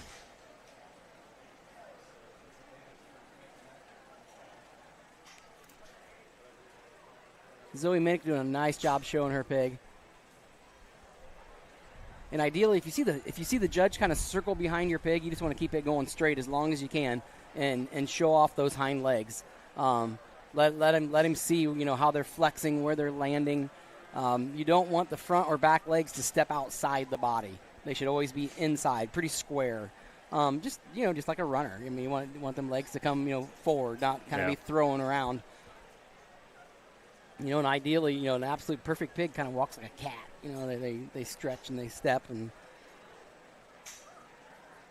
so you want them strutting around, yeah. Head high. Yep. Want their head high, their shoulder a little bit higher than their hips. Running downhill just a smidgen. And spots are notorious for not having much of a neck. Mm-hmm. It just kind of like goes shoulders, head.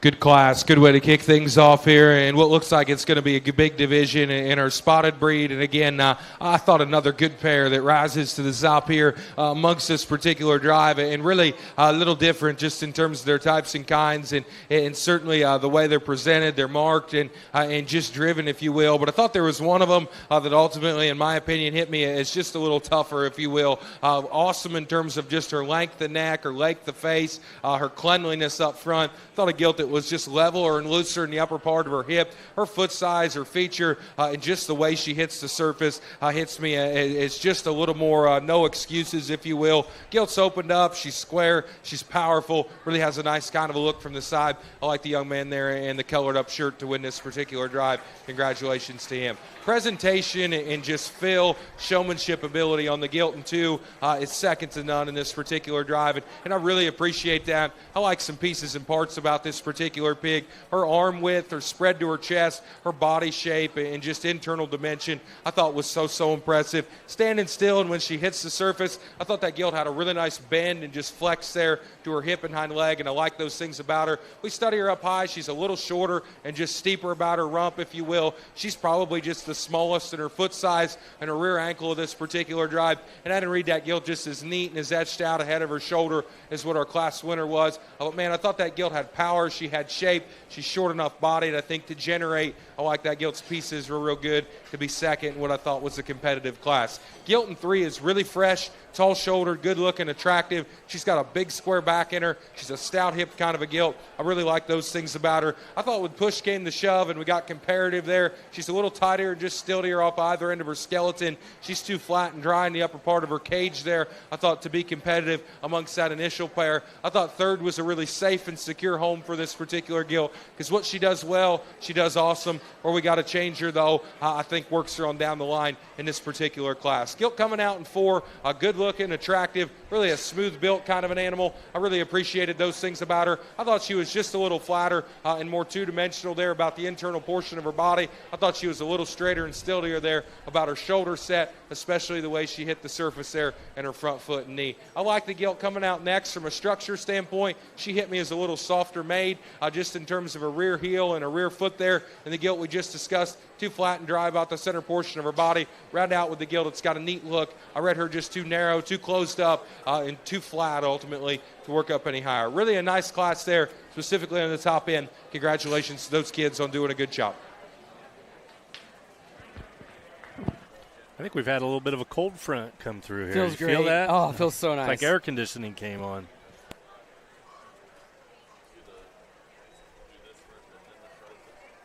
Nothing wrong with that. So we're going to be bringing out the champions, I believe. We got that was just the first 11. class. Yeah, Okay. class 11. First place out of Class 10 goes to Kaylin Strom. Second place, Reagan Bright. Third place, Zoe Minnick. Fourth place, Jonathan Miller. Fifth place, Kaysen Zog. And sixth place, Allison Baker.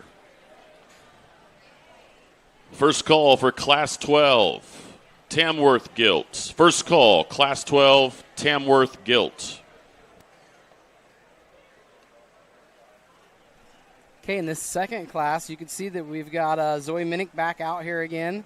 Mila Schieferstein, Josie Miller, Cole Baker, Bridget. How do I say this last name here, Clint? Yingle? I think that's what Seth said. Seth? Youngle. Youngle.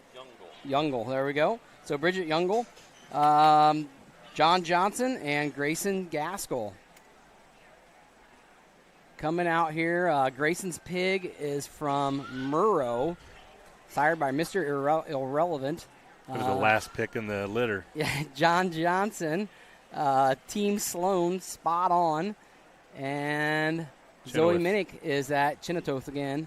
And this one was the reserve spot at the Charlotte FFA Elite in Michigan. And if you're wondering, Zoe is number 62. She's got the purple long sleeve shirt on. And so she's had some success with that pig, showing in an FFA show. Again, if you're watching this and you're wondering, commentators all of a sudden, and all this other, you got the names on the screen. These are all suggestions that have come to me this week. He's ran with it. People volunteering to jump in here and do things, and it's first time for everything. Apologies to the sheep and the goats and the maybe next year. Beef, yeah. I'm all ears like these pigs. That's right. And you know what? I will screw up names today. I guarantee it. I apologize. And I am not an expert in this show pig thing at all.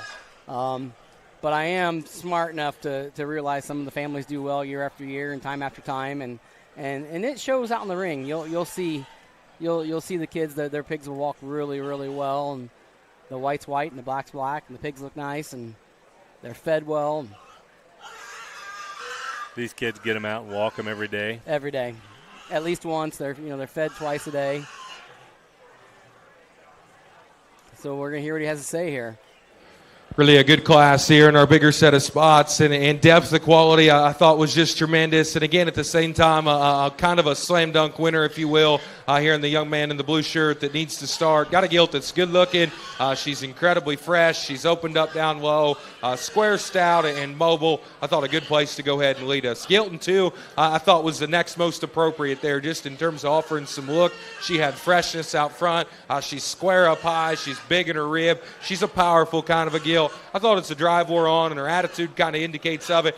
She's not as comfortable there just in terms of her hip and her hind leg as what our class winner was. I didn't read her as etched out and just as attractive or fresh there ahead of her shoulder as what our class winner was. I still thought a good kind of a big gilt to be second in what I thought was really a competitive class. This young guy here made an early entry in our first drive, and I liked his gilt then. I still like her now because she's big in terms of her size, really loose in terms of her skeleton. I'd challenge to construct one just much more comfortably there in terms of her hip and hind leg than what that gilt is in relation to our breed and our class. I didn't think she was as opened up just in the center portion of her body. She's obviously not as powerful or as stout up high as those two gilts ahead of her, and I didn't think her look maybe matched it with the same kind of elite freshness there. I still thought a good kind of a gilt. She's really square. She's really comfy. Looks like a beautiful kind of a brood sow prospect. I didn't read her just broad, bold, and powerful enough to climb up any higher in this particular class. Next gilt coming out is those things. She's big in terms of her arms. She's square in her back. She's a wide constructed kind of a gilt there when we get in behind her.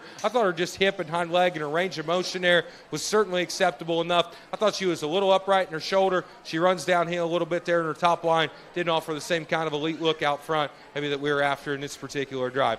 Stout kind of a gilt coming next in terms of foot feature and head shape. Too flat and just two-dimensional in the upper part of her skeleton.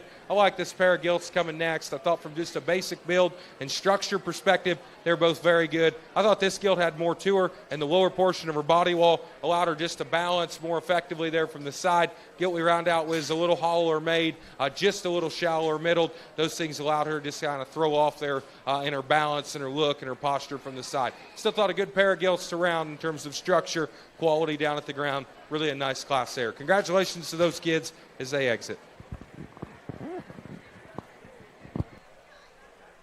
Okay, we're going to be bringing out first and second from the two-spot classes.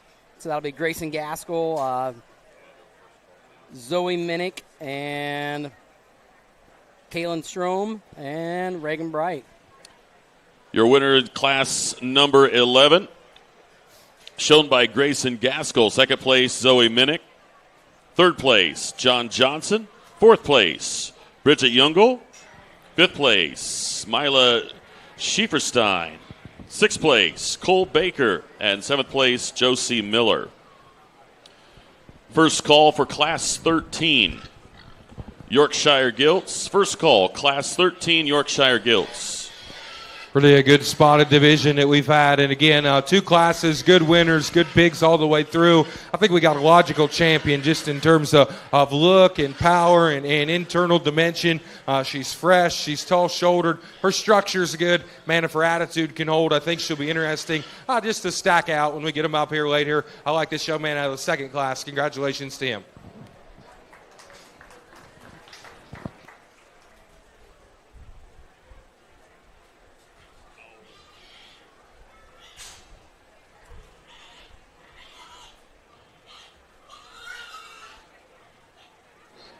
Battle probably gets just a little closer there for reserve, but again, I thought there was another one that followed suit. Very, very good in terms of her look, in terms of her toughness to her build. I thought her structure and the way she handled herself off either end of her skeleton hit me as very, very good and very, very functional. I like this guy out of the first class to be reserved. Congratulations.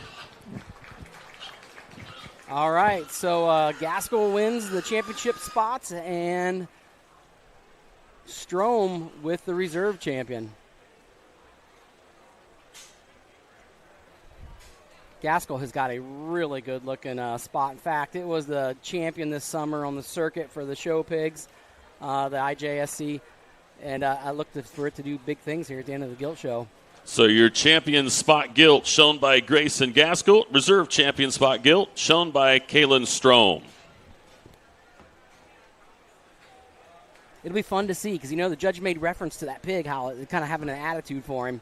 If they can get it calmed down and to walk nice in the grand drive, it'll be interesting to see how high it can rise. Second call, Class 13, Yorkshire Gilts. Second call, Class 13, Yorkshire Gilts. Just a singular kind of a Tamworth Guild here in this particular breed. And honestly, maybe as small of a Tamworth show as what I've seen in quite some time. This breed's gaining traction and rolling. And this young lady, I think, has just an awesome representation of what they become in terms of look and freshness. Quality from the side I thought was really, really good. Got a good structured kind of a gilt. Fit and fed and filled there very, very well. I like that pig a good deal. Congratulations to her. Interesting to see how she stacks up as we drive them all back here later. Your champion Tamworth Gilt shown by Presley Gaskell. I haven't been sharing last year's champion spot was Gus Hirely, and the reserve champion was Addison Gilbert. Callie Rowe last year had his champion Tamworth. Next up is Yorkshires. First call for Class 14, light crossbred gilt. First call, Class 14, light crossbred gilt. We got these headsets on and we can't hear outside very well, but just ran over there. I had a sawdust attack and still a little rumbles of thunder. Yeah, I haven't heard them, yeah. Yeah. It feels great in here. Okay, we're bringing in the Yorkshires, and when you talk about the different purebreds, the Durocs, the Yorkshires, the Berkshires rise to the top as far as the little more dominant breeds, and you'll see some of them go top 5 at the end of the day. And the York is one that's really interesting to me. They used to be just phenomenal. I kind of felt like the whole breed as a whole went down for a while. Now they're on their way back up, and we've got some good-looking ones in the ring here for this particular class. And we've got Maya Steele, Connor Lehman, Carson Lehman, Gavin Gaskell, Callie Rowe, and Brianna Sin.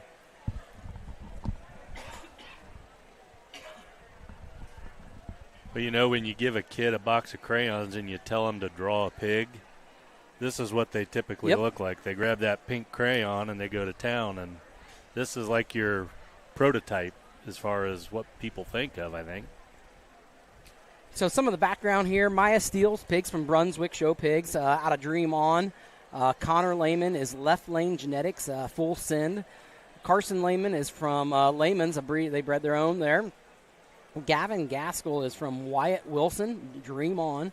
And Callie Rowe is from Shoom Show Pigs out of No Doubt. And this is a good-looking bunch of pigs. The kids are doing a nice job. We don't see any of the pigs running around. They're not at the gate. They're not against the wall fighting them. All these pigs are making nice passes, giving the judge a good show. They all carry that brush around, but it doesn't seem like anybody ever uses it. Usually it's just to get poop off of them if something happens. And a lot of times it's more somebody else's pig, like turns. Brushes up. Yeah.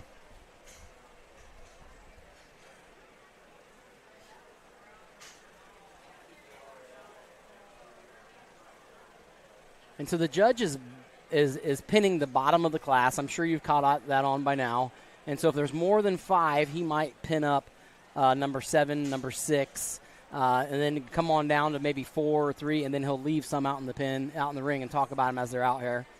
And so, at the state fair, you always want to catch a gate. That means that they're using you. They're going to bring you back out. Well, Here's kind of the opposite. You catch the gate, you're like, I've got it. It's like going to jail. Kind of, yeah. You don't really want to do it. Man. It's not a highlight.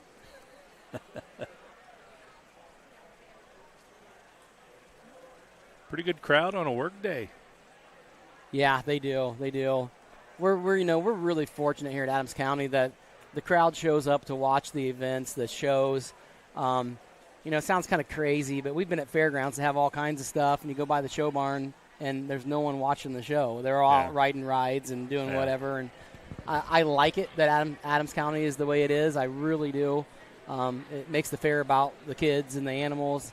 It's a good thing, and I'll tell you what, this swine show, I'm not going to say it's the best in Indiana, but I'm telling you what, if you do well, you pull top 5 or you can win this show, Guild or Barrowside, you'll do just really a fine. good class here in our Yorkshire division, and certainly some differences. But again, I would say 1 through 6, I thought quality here was very, very good all the way through. And again, this top pair, I thought surfaced and did so because they're square, they're opened up, they're genuine.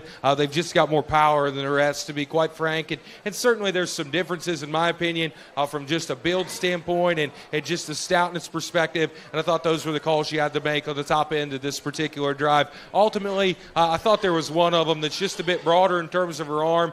She's stouter there between her eyes and her ocular width. She's a bigger hipped kind of a gilt, and she measures just a little truer and stouter there, I thought, in terms of her foot size, her feature, and the density of her skeleton. I like this young guy here in the blue shirt to be her class winner. I thought that gilt represented power and stoutness. Density, I thought, to a very good degree in this particular drive. She obviously doesn't come without flaw.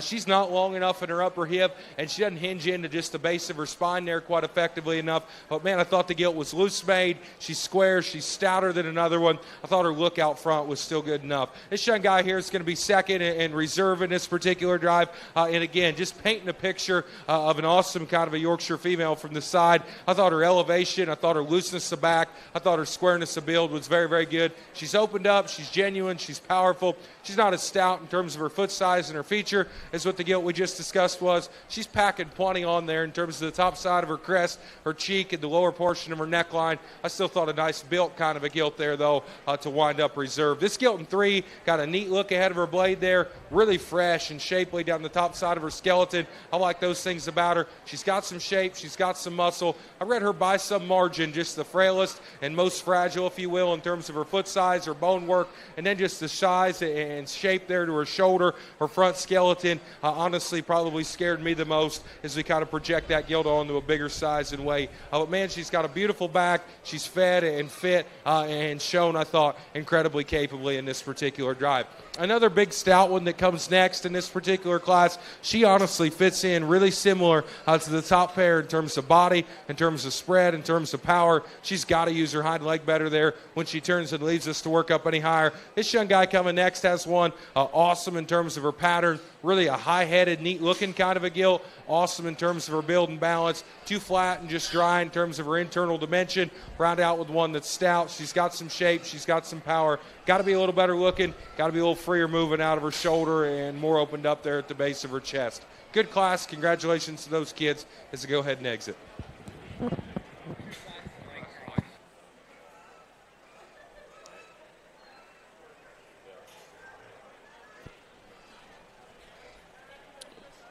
First call for Class 15. light crossbred gilt. First call, light crossbred gilt, class 15. Class 13 Yorkshire gilts. Your champion Yorkshire shown by Gavin Gaskell.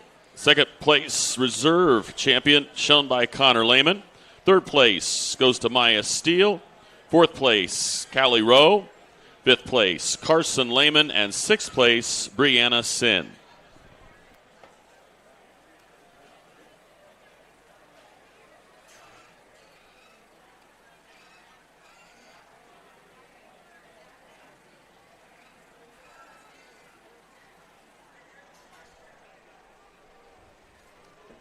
I should have asked. They haven't had the light crossbred division very long, and I know what it is, but I wish I knew the definition to share with you. It's a certain percentage of your body has to be colored differently, and they consider white a light color, and then also like the grays or silvers, and so that is like the black portion that has white hair. Does that kind of make sense? Yeah.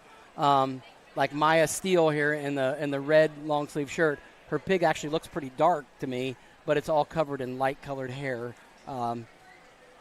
putting it in the light cross division, and it's a percentage, and I'm not sure what that percentage is. I wish I knew better to share with you. I'll find out before. What are the breeds that they use to make a light crossbred? You know what?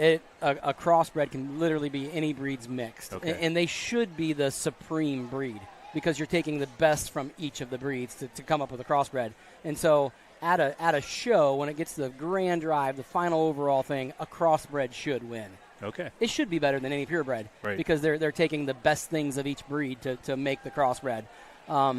To whereas, like you take a Tamworth, notorious for having skinny legs, and you would like to get sturdier looking legs on it, thicker, bigger legs, and maybe you could breed it to a Duroc to get that. Well, then it's not a Tamworth anymore. Right. You get what I'm saying. So Right. the crossbreds, they take the best genetics from everything to build one, so they should be the best. But then the light crossbred, it's still a mix of pigs, but they're just their markings and their colorings, and I'll find out what it is. It's like, I don't know. I want to say 20%. To be in the class, it has to be more or less. Then I don't remember. But you can tell these pigs, like the one here, the little Gaskell girl in the purple, hers is white, or what I would call, like some people call it chrome or silver or gray or whatever. Really a good class here. Yeah, A nice pair, I thought, to lead off with, and certainly different in the way they're assembled. But I thought they were the quality pair of pigs in this particular drive. One of them's just sure about her step, in my opinion, where she wants to plant her foot, and off of either end of her skeleton, really, her ability to drive, her athleticism, and just her squareness of build, I thought was a shot better. This young lady in the purple's got your class winner, and congratulations to her. Tall-shouldered, good-looking. I thought a gilt that's square up high. She's level from behind, and like we talked about, when we step in behind them, she's truer about her hock, and she just has a better idea of where she wants to plant her foot when she hits the surface. She's a little longer backed, if you will, and that can throw off her balance from the side, and man, that's certainly where this neat colored blue one here is very, very impressive. Her proportions and just her ability to balance, I thought underline up were so impressive. Great big in her cage, square in her arm, got a good kind of a head on her. She's a fresh back, stout hip kind of a gilt. She's a little shorter about her rump again there, and then she never utilized just her hip and hind leg, I thought, quite effectively enough to go ahead and work up and win this particular class. I still thought a good pair on the top end of this particular drive that had some challenge, certainly came with some differences. Really a nice kind of a big gilt that works into three here and doesn't do anything to get you in the ditch in terms of the fact she's square, she's genuine, she's fresh in her shape, she's got a good look out front, a little rounder about her hip, a little wider for me than what I would team ideal there where she sets her hock, but I still thought a gilt that had power, she had genuine shape, she was driven, fit, and taken care of, I thought, very, very capably this summer. Young man that comes out in fourth got one that's neat, good looking out front. She is a little square and just truer there in terms of where her elbow sits in relation to her shoulder. I like the set and just slope to her front skeleton. Again, for a skinnier bodied, flatter made gilt, she too's a little wider there. I thought from stifle to stifle, plants them plenty wide on the bottom side of her build. We got a moderate, powerful gilt we round out with, too wide from behind and just a little shorter there about her cannon bone than maybe what I would deem ideal. But she's got shape, she's got power, she's got the right kind of dimension, I think, to be competitive. Just got to square up and make her a shot more functional from behind. Congratulations to those kids. Did an awesome job in that particular drive.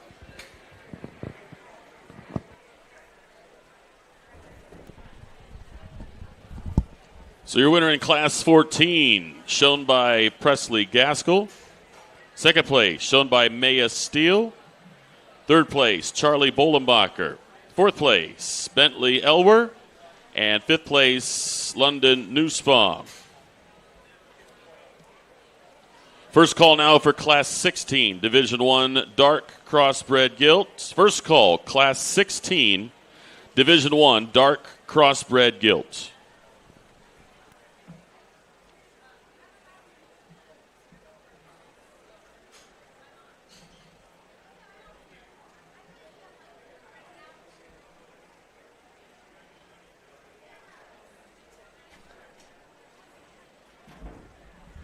I'm guessing guessing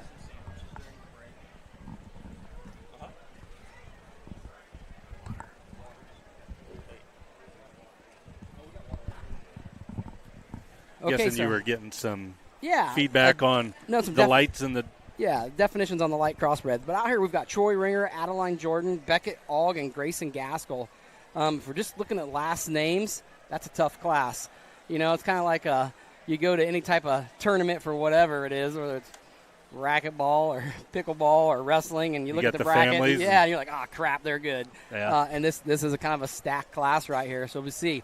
But we did find out here to be considered a light crossbred, it can have no black or no red on the pig, and so the color, I guess, it's considered. Sometimes they call it chrome or whatever, but it's a blue butt is what a lot of times they'll call them. So these pigs will be considered having blue on them. Which is kind of the darker skin with the white hair on it there a little bit. But not a lot. It just depends. You know, the last group of them had a lot, but they can have no black or red. I thought maybe it was a percentage. He said it's 0%.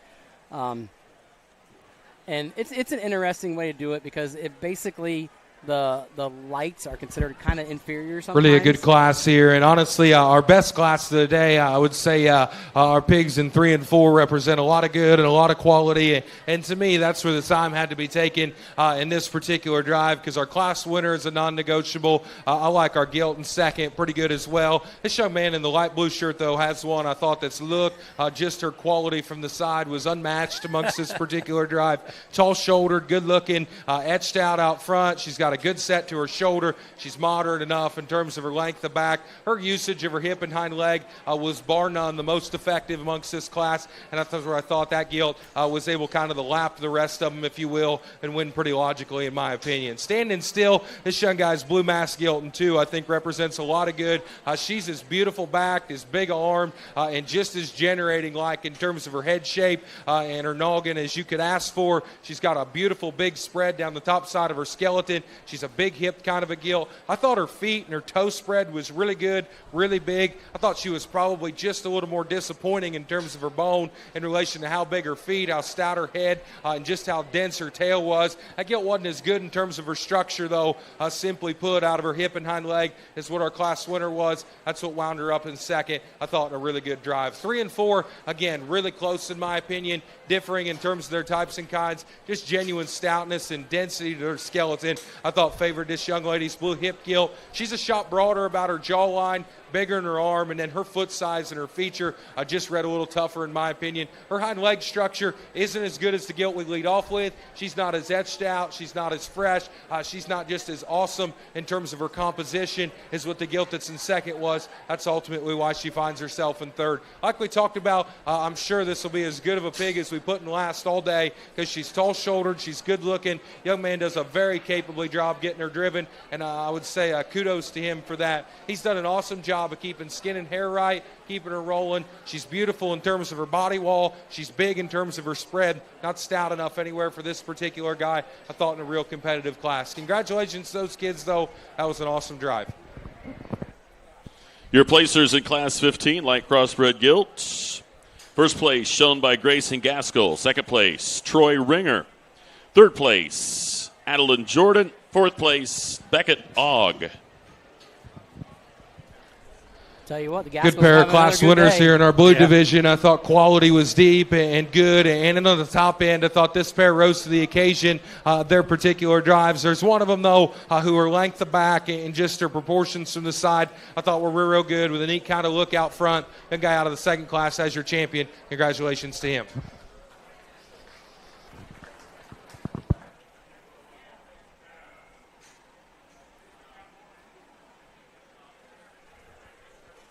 brother sister were out there showing against each other. Thought that was really a good and a competitive class that we just chatted about, and we dropped that second in. I like that, Gil. I thought her freshness of shape and specifically just the shape and design of her head amongst this particular pair suited me a bit better. She's obviously not the most comfortable, but man, where she's good. I thought she was very, very impressive. I like her second best. Congratulations to him.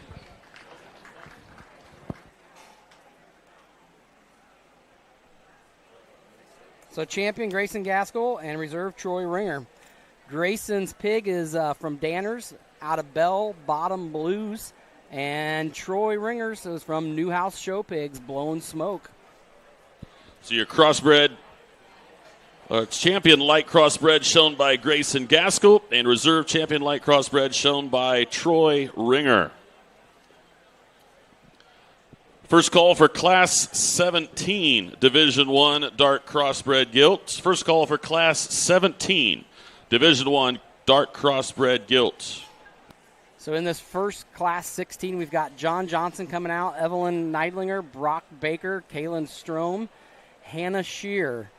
So that is our first group of dark crossbred gilts.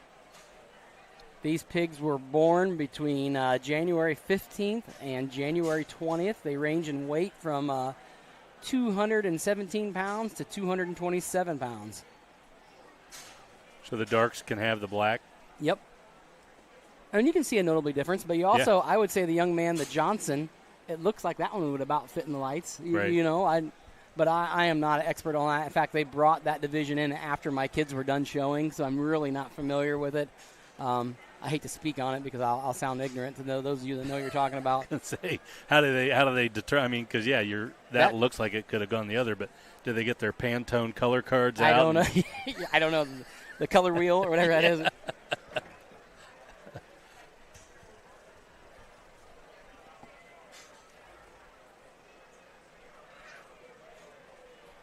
One of the things I've noticed watching this judge is he's talking when he's going to pick his class winners, he's tricky. Eyeing one, and He's it's tricky. not the one he's talking about. He pulls the old switcheroo. Yeah. I mean, the pig I think he's going to choose, and the poor kids they're looking at him, and he's looking at them, and they're thinking I won, and then he goes the other direction. Yeah, it's not very nice. I think he's doing a really good job, though. Right. He's not messing around. I love his reasoning. He talks all the way down why he picks one, why he doesn't. Does a nice job. He spends adequate time on it, but not excessive. Right. Good way to kick things off here in our dark division, and a logical kind of a class winner I thought that the young lady had. And again, I guess just knee and up and back. I thought that Gil was very, very impressive amongst this drive. Tall-shouldered, good looking, big in terms of her body cavity. She's got a great shape down the top side of her skeleton, long, loose, and level out of her hip and hind leg. And I thought her structure, the security to her build while still having some power was bar none the most impressive amongst this particular class. Young guy in 2 has one that's neat looking. She's really etched out in terms of her shape, just the shape of her head, the way she's assembled there ahead of her blade. She's a broad back kind of a gilt, big in her hip and extra stout in her features. I like those things about her. At the same time, I didn't read her just as loose and as level out of her hip and hind leg as what our class winner was. I didn't read her just as big, bold, and perfect about the shape to her forerib and her mid-body. She is stronger in her front foot. She's shorter there in terms of her front toes. I like those things about her. I didn't read her just to blend and piece together quite as smoothly and comfortably as what our class winner did. This gilt in 3 has some really unique pieces, and again, tall-shouldered, great big arm. She's got a square kind of a back in her, stout hip kind of a gilt. She moves and utilizes her front skeleton. I thought, well, she's playing some plenty wide there from behind. I didn't think she was as comfortable enough there in terms of a range of motion when we stepped in behind the stock to allow her to work up any higher in a competitive kind of a class. This young guy's kind of tan-colored gilt that comes next, moderated in terms of her size, big in her back, square, fresh, and shapely. Got to be just better looking and better moving out front. Round out with a gilt that's got the right kind of look and balance, too flat and dry about the center portion of her body. Good class there. Congratulations to those kids.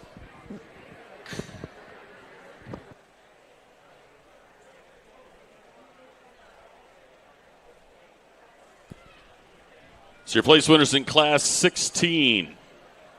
First place goes to Hannah Shear. Second place, Kaylin Strom. Third place, Evelyn Neidlinger. Fourth place, John Johnson. And fifth place, Brock Baker.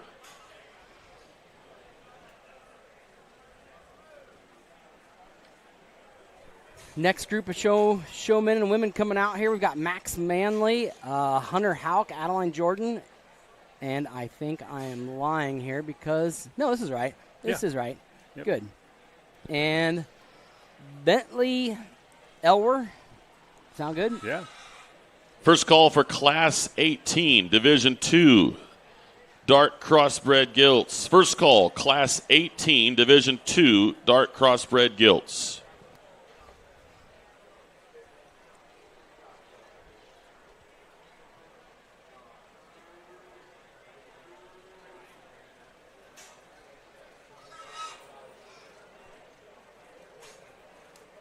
So there's divisions in this based on weight?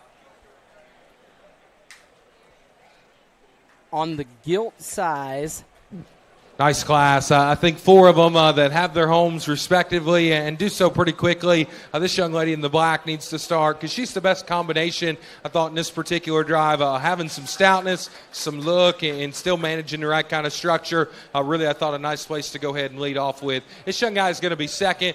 He's got a gilt that's overwhelming there just in terms of the shape to her body, big in terms of the center portion of her rib. I thought had a really productive kind of a look. She's a shot smoother about her build and just looser about her skeleton there from the side than what the gilt that we have in 3 is. Why she can't win, I thought when we climbed in behind him, she rolled her hock too far on the outside of her body wall. She wasn't as square and just as secure in the way she hinged right out of the backside of her shoulder. This young guy here in the big belted gilt is going to be 3. I thought a gilt that had a really nice look, a pattern. Man, I thought she was square from behind in the gilt that we just discussed and probably just a little more conservative there in terms of her width of skeleton. I read her a little flatter and just drier and harsher through the center portion of her body. And while she's more secure in terms of her width of hock, I thought she was just a little stilty and upright off either end of her skeleton. She is sounder and more functional, though, than this solid black gilt that comes in 4. This gilt is wild looking, got a great ditch and a big shape down the top side of her skeleton. I thought those things were impressive. Never took a long enough and just comfortable enough step, if you will, out here for this guy to work up any higher. Congratulations to those kids, though. It's a nice set of 4 as we work through our darts. So your Class 17 placers. First place goes to Adeline Jordan. Second place, Max Manley. Third place, Bentley Elwer. And fourth place, Hunter Hauk.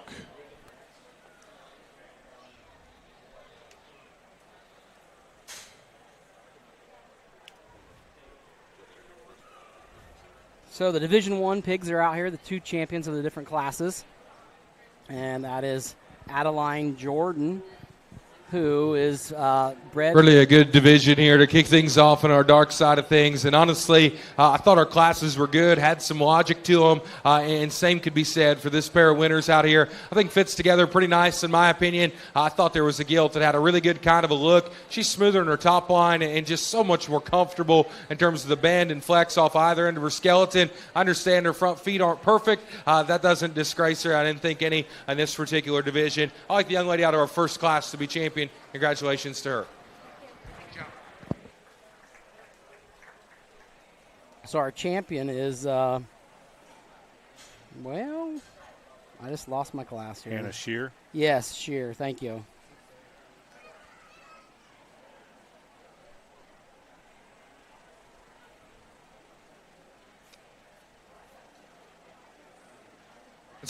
Probably gets just a little closer for reserve, but yet at the same time, I thought a lot of quality could be said about another one, just in terms of look, elevation, squareness of build. She's shorter back than another. She's looser and just truer about her hip and hind leg. Probably not just perfect in the way she's assembled there in her hip loin, and just not as smooth, I guess, as our champion, but stout where she needs to be, really square, really genuine down low. I like the young lady's second class winner to be reserved. Congrats to her. So your champion, Division 1 Dark Crossbred Gilt, shown by Hannah Shearer. And reserve champion shown by Adeline Jordan. First call for Class 19, Division 2 Dark Crossbred Gilts. First call, Class 19, Division 2 Dark Crossbred Gilts. I believe our champion, Hannah Shearer, the pig is from, I think it's Left Lane Genetics. If you're listening to this and you're like, Schwartz, you have no idea what you're talking about, shoot me a text, give me the right thing. And Addie's, that is a homebred pig there. The Jordans raised that one themselves. It was sired by Pay to Play. We are now ready for our Division II dark crossbred gilts. We have got Grant Houck coming out, Gus Hirely, Andrew Houck, and John Johnson.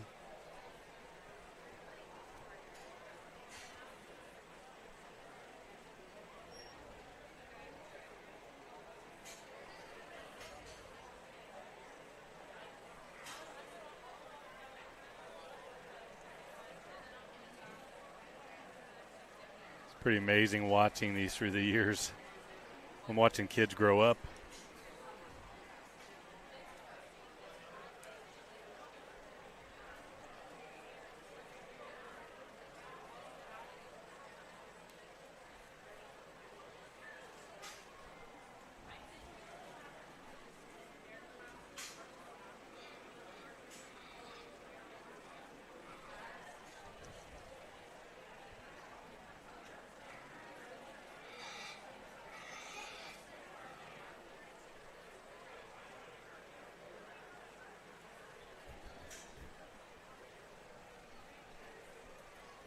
These kids are doing a nice job out here. Showing the pigs around. Judge is really checking them out.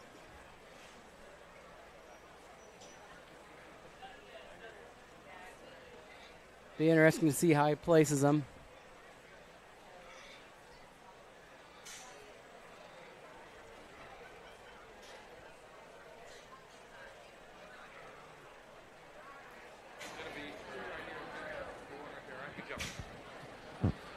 Another good class here, and maybe just a little more challenge, and certainly some differences, I thought, amongst all four of them that warranted some discussion. Again, at the same time, though, I thought the young man's gilt that needed to win did so because she's just the best blend, if you will, of the gilts in 2 through 4. I thought one that was tall-shouldered.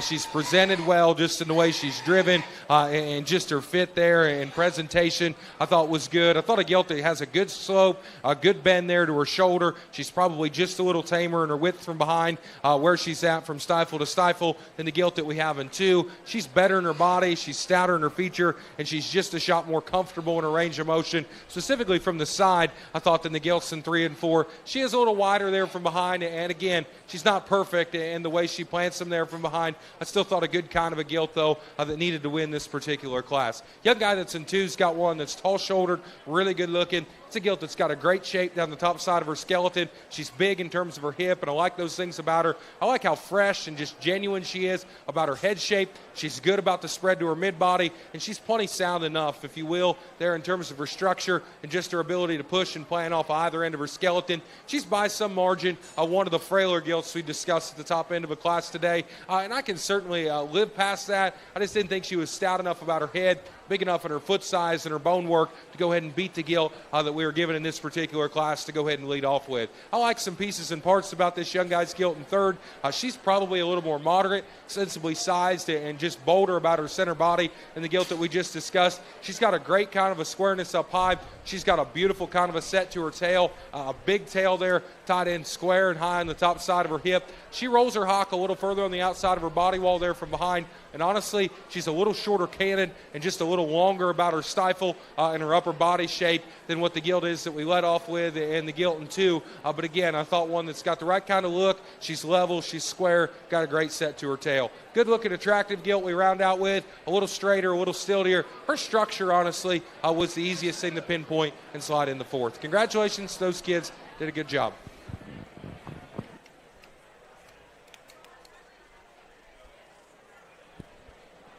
So your placers there in Class 18. First place shown by Gus Hirely. Second place shown by Andrew Houck. Third place, John Johnson. And fourth place, Grant Houck.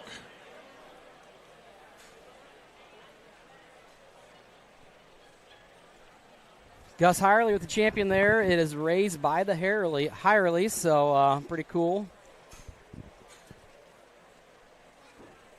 Coming out here for Class 19 is Ayla Jordan, Lila Ringer, Zoe Minnick, Sage Schultz, and Kennedy Bollenbacher. Another tough class.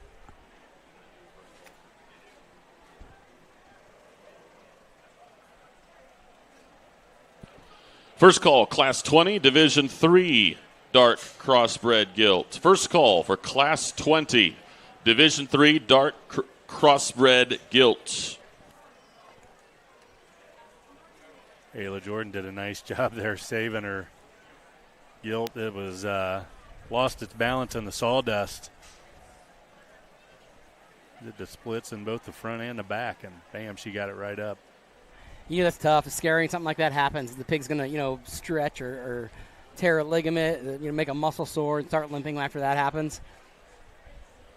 You'll see kids back in the show barn when they're walking their pig to and from the wash racks. If the concrete doesn't have a lot of shavings on a nice surface, they'll be holding them by their tail so that they can't do the splits with their back legs, trying to keep them from slipping on the concrete. So when the kids practice this, will they do it on a surface like this, or they do it out in the barnyard in the dirt and the grass? Most kids are practicing in grass.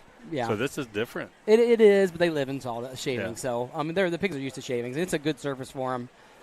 And the depth of the shavings and the type of the shavings sometimes will hide some features. If a pig's got a foot that basically they're coming down, at their hock, that they'll the shavings will kind of hide it. If it's deep, it'll change. I've seen a few come out look like they're walking uphill. Really, another good class here in terms of depth of quality and pigs that represent good all the way down the line. I thought this class was loaded up and full of them. A logical kind of a class winner, in my opinion, just in terms of structure and quality to her skeleton. And the young lady's broken belted gilt here. She's taller shouldered. She's more elevated. She's just better looking. And the gilt that's in 2. I like her structure off either end of her skeleton. I thought her form, her function, her freshness is what allowed her to go ahead and start. This black gilt is by some margin the stoutest in this particular class. I thought from just a shape, a muscularity, and a freshness perspective, she would get the nod in my mind because she's big in her arm, great big in terms of her back line, got a beautiful just roll and turn there to her cage, and honestly, her structure is more than functional enough off of either end of her build. I read her just a little plainer about her look out front in terms of the shape to her neck there and just her look and freshness and elevation.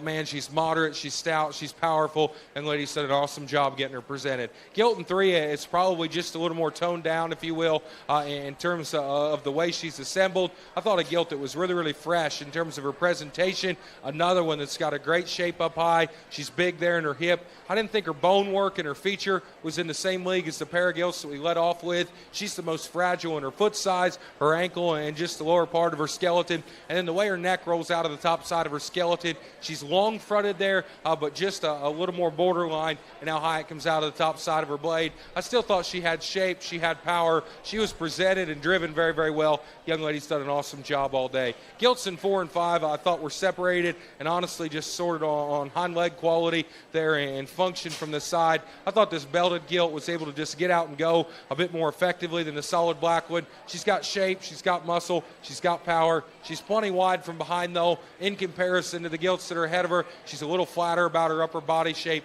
not as fresh as what a couple of those other ones are out front. This gilt we round out with is highly presented, great big back, really big hip, got a neat look out front. Man, standing still, she warrants a lot of good and represents a lot of quality. Her structure just isn't there for this particular guy in this class today. I still thought a good kind of a pig, though, to wind up and round out what I thought was a nice class. Congratulations to those kids. Did a good job and a nice drive.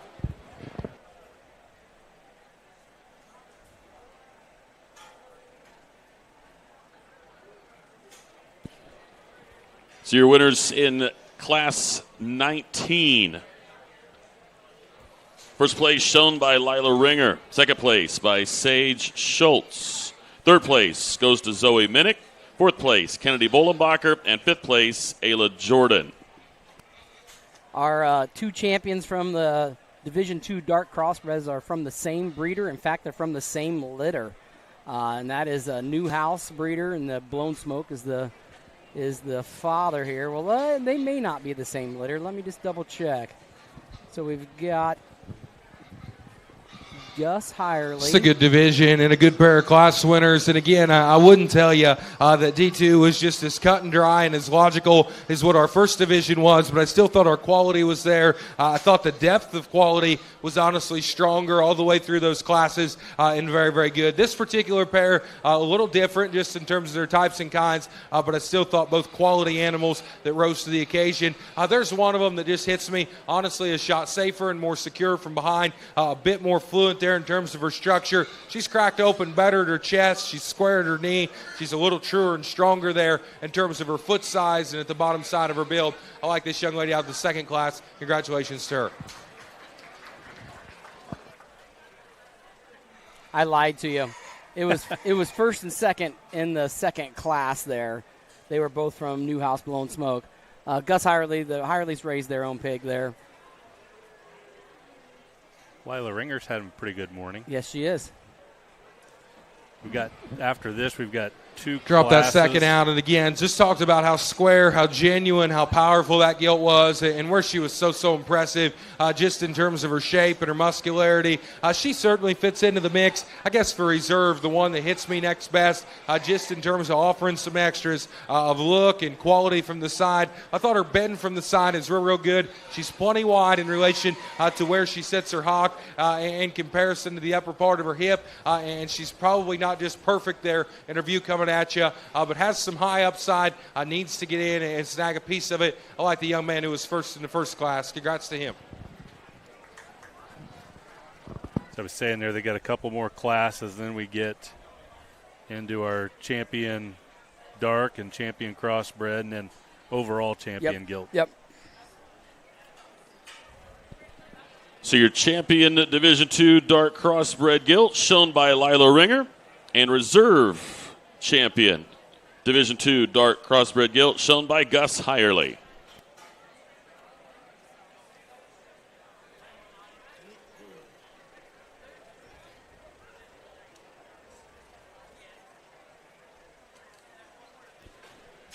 First call for Class 21, Division 4 dark crossbred gilt. First call, Division 4 dark crossbred gilt. That is Class 21.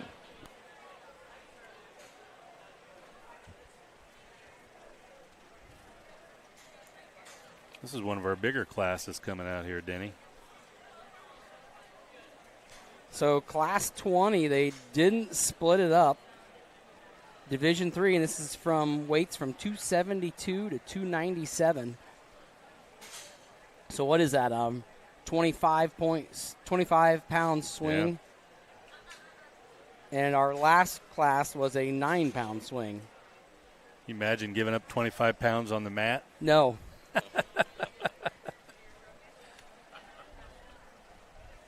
So Class 20, we've got Hayden Bloom, Easton Aug, Reagan Bright, Sage Schultz, Gus Hirely, Elena Carr, Carson Lehman, and Callie Rowe. I would imagine this would be tough because you got so many. You know, I would assume he'll pretty quickly kick out the bottom Yeah. and get it a little easier for him to judge. I mean, I wouldn't even know where to look. And I think the larger the class is, the more showmanship prevails because you're Right. keeping that pig in front of the judge, giving him a chance to look at it while everyone else is in there. You know, we kind of live by the theory of let the judge find it, especially with my daughter. We just have her make long passes right down the middle of the ring, and if the pig's good enough, pig's good enough, he'll notice it. Yeah. You know, and you hear so many sayings, but, you know, a great one that's said is cream rises, in meaning that the judge is going to find the best pigs. Yeah. He's going to find them. They're going to rise as everything kind of moves around for a while. He'll pick, and you know you could bring in a different judge and they'll have different opinions. But again, cream rises. Right. The best ones will end up at the top. They may switch them a little bit, but the top few will be the right ones. It's more likely that the cream would rise at the dairy show, though, right? You're right, yeah. This would be like the lard, whatever you want to call it.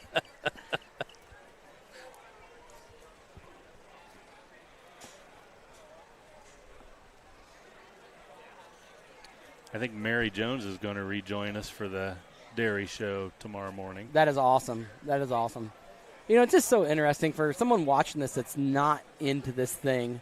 I mean, these kids and families are investing so much time and effort and money, and there's so many steps that come into getting a good pig here show day.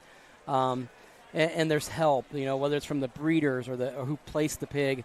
You know, we've got a gentleman that goes to all different types of fairs, but Jeremy Jones is his name, and he buys pigs from all over the country and then sells them to people. Yeah. Doesn't raise them himself. And there's several Jeremy Jones pigs here, families that have said, hey, would you just get us 5 pigs? And this is how much we have to spend. And he goes and finds them, brings them to them, and then helps them with the feeding ratio, helps them learn how to show them. And you need that if you're getting into it. I mean, if a family said, hey, they had a kid this all of a sudden said, I wanted to show pigs, you can find one to show. You know, buying it's the easy part. Picking a good one's really hard. But and a guy can make a living doing that? No, he still has a normal job. Okay, so he's just a hobby. A big hobby. Yeah. And he's very good at it. He's very good at it. And the breeders are great help, and you need it. You wouldn't have a chance at figuring out how to get a pig to look the way they do show day without some help, somebody helping you along the way. Yeah, I'll be honest with you, Denny. There not a lot of good, I think, came out of the whole COVID thing, but it opened my eyes to the passion that people have for their livestock and what they do up here. I've had not been exposed to it my entire life. But when I was asked to come up here and help out when the fair was pretty much closed down to spectators, I got really my a good eyes class open. here, and I guess this is our sole representation of Division III. And again, depth of quality I think needs to be commended here in this particular drive. In 2 through 4, in my opinion, there's a lot of sort and a lot of differences in, and you got to make a decision. Obviously, our class winner isn't probably just feeling 100. She's gimping just a hair there from behind. She looks like she's at 80, 85%, if you will, but she is by some margin, in my opinion, the highest quality animal in this particular class. So you got to ask yourself, man, if you could tolerate just a little aesthetic difference there, if you can go ahead and use her. And I just thought her quality was undeniable in this particular class in terms of look and freshness, foot size, and feature. She's the best built there from the side in terms of the slope to her shoulder. She's got a great spread up high. She's a square hipped, big motored kind of a gilt in the center portion of her skeleton. She's got foot, she's got bone, she's got feature. A beautiful set to her hind leg, and man, it depends on what side you see her in. She's getting a little ouchier as the drive wears on there, but man, I thought one that's quality was undeniable, needed to go ahead and start and win this particular class. I like our big Gilton too, and she's extra powerful. I thought shoulder back, she did things as good as any in this particular class. Big in her shoulder, big in her arm, great good there in terms of her forerib, her body cavity, and the shape in the upper part of her skeleton. She wasn't in the same league of just freshness, look, and quality there ahead of her blade as what our class winner was, and I didn't think her foot size, her feature, and just the density to the lower part of her skeleton was quite as impressive as that gilt either, but she's awesome in terms of her structure. She's so secure in terms of her rear leg. She's a big, powerful gilt that points her feet and toes in the right direction. I thought a good place there to wind up a second in reserve in what has been an awesome kind of a division. The ladder mark gilt that comes in 3, I thought from a feed and just feel presentation standpoint was so good. She has more foot, she's got more bone, she has more feature than the gilt that we just discussed. I like her head shape, I like her look, I like her freshness out front just a bit better than the gilt we discussed. I thought it's a drive we're on. She was a little tighter moving, specifically out of her hip. She wasn't as comfortable as the gilts on either side of her. This traditionally belted gilt is big in her shape, big in her muscles. She is awesome just in terms of her freshness. Got big feet, has extra bone, a little piecier, and just a little more assembled by committee, if you will, from the side. I read her a little flatter and drier about her rib cage. She's a little bigger there in terms of her hock joint, but I still thought a stout kind of a gilt that's dense about her head carriage. Work this next one now. Really smooth made, awesome in terms of her body wall. Looks like just a productive kind of a brood sow. A little frailer about her feature. Then at the same time, I didn't think she was just as exotic enough in the areas that she needed to be to go ahead and work up any higher in this particular class. This young guy coming next has one that's tall-shouldered, big in her muscle pattern in terms of her back. The stoutness to her hip I thought was real good. She's obviously battling a little bit of a gland issue there. I didn't think she utilized her hind leg just quite effectively enough. We got a big shaped one that comes next, broad up high, stout in terms of her hip, not good enough moving off either end of her skeleton, and round out with a gilt that's a little sounder structured. Got to have more internal dimension to be a fighting kind of a competitor in this particular drive. Really a good class. Some interesting things you got to decide on at the top end. Congratulations to those kids.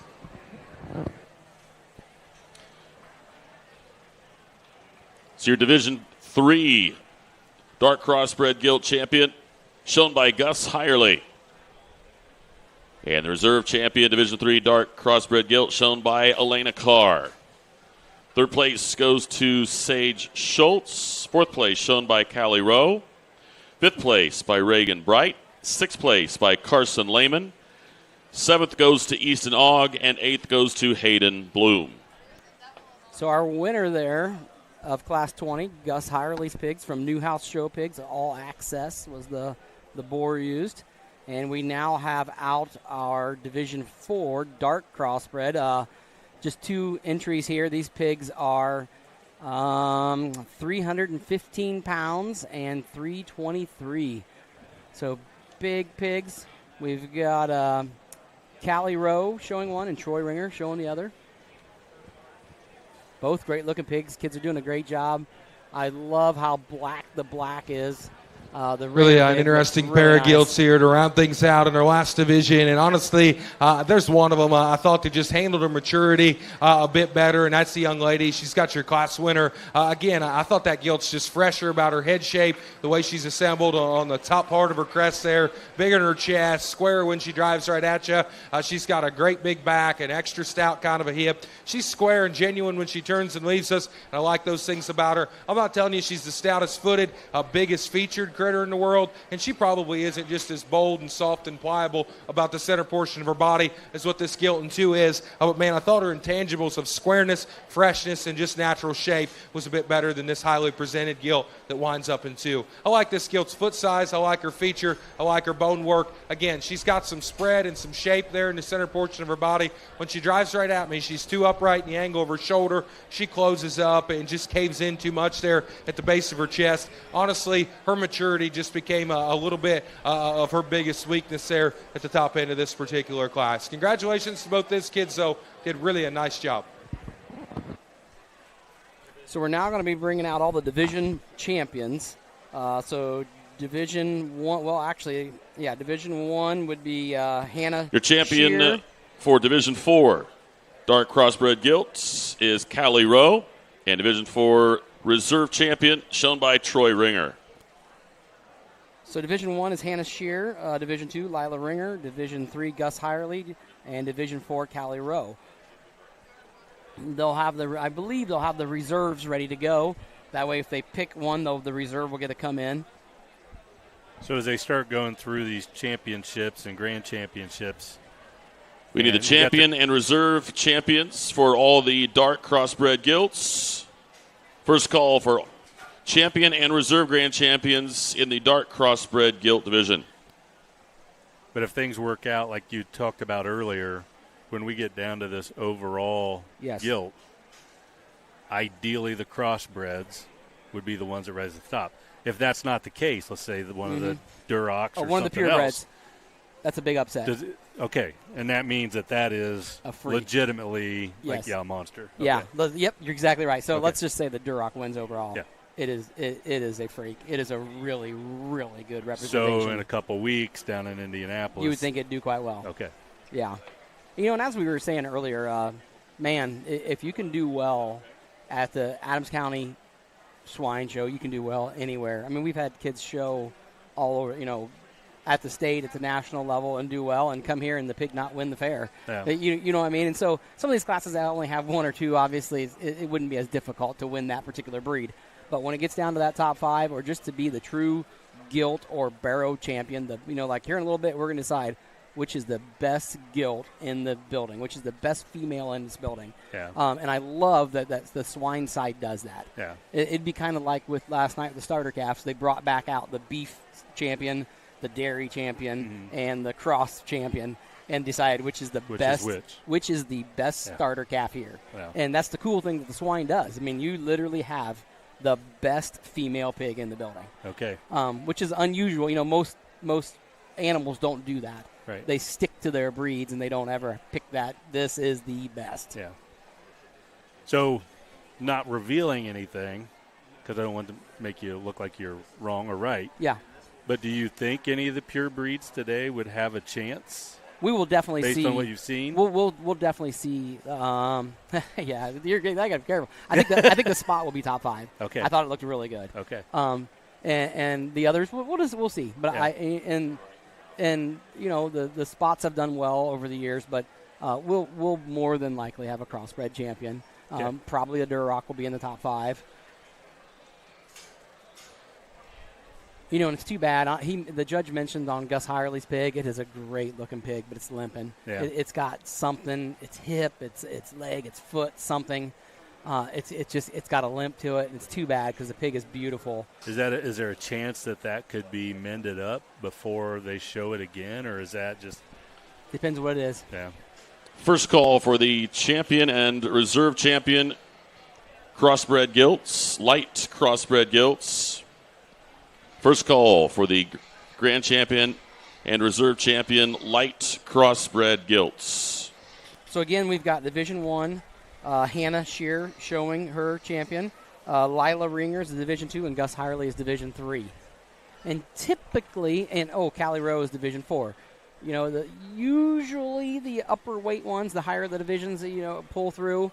But you just don't know. I mean, we've seen pigs weigh 230 pounds win this show. I mean, so you don't know. I mean, and they all look really, really nice out here. He's done a good job sorting them. The pigs look great. The kids are doing a good job showing them. It's nice when they get them right down there in front of the camera so everybody gets a good look at them. Yeah, it's awesome. We should put an X out there in the sawdust.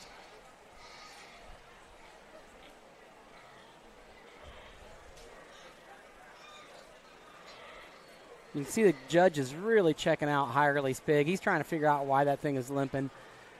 It doesn't have a swollen hock.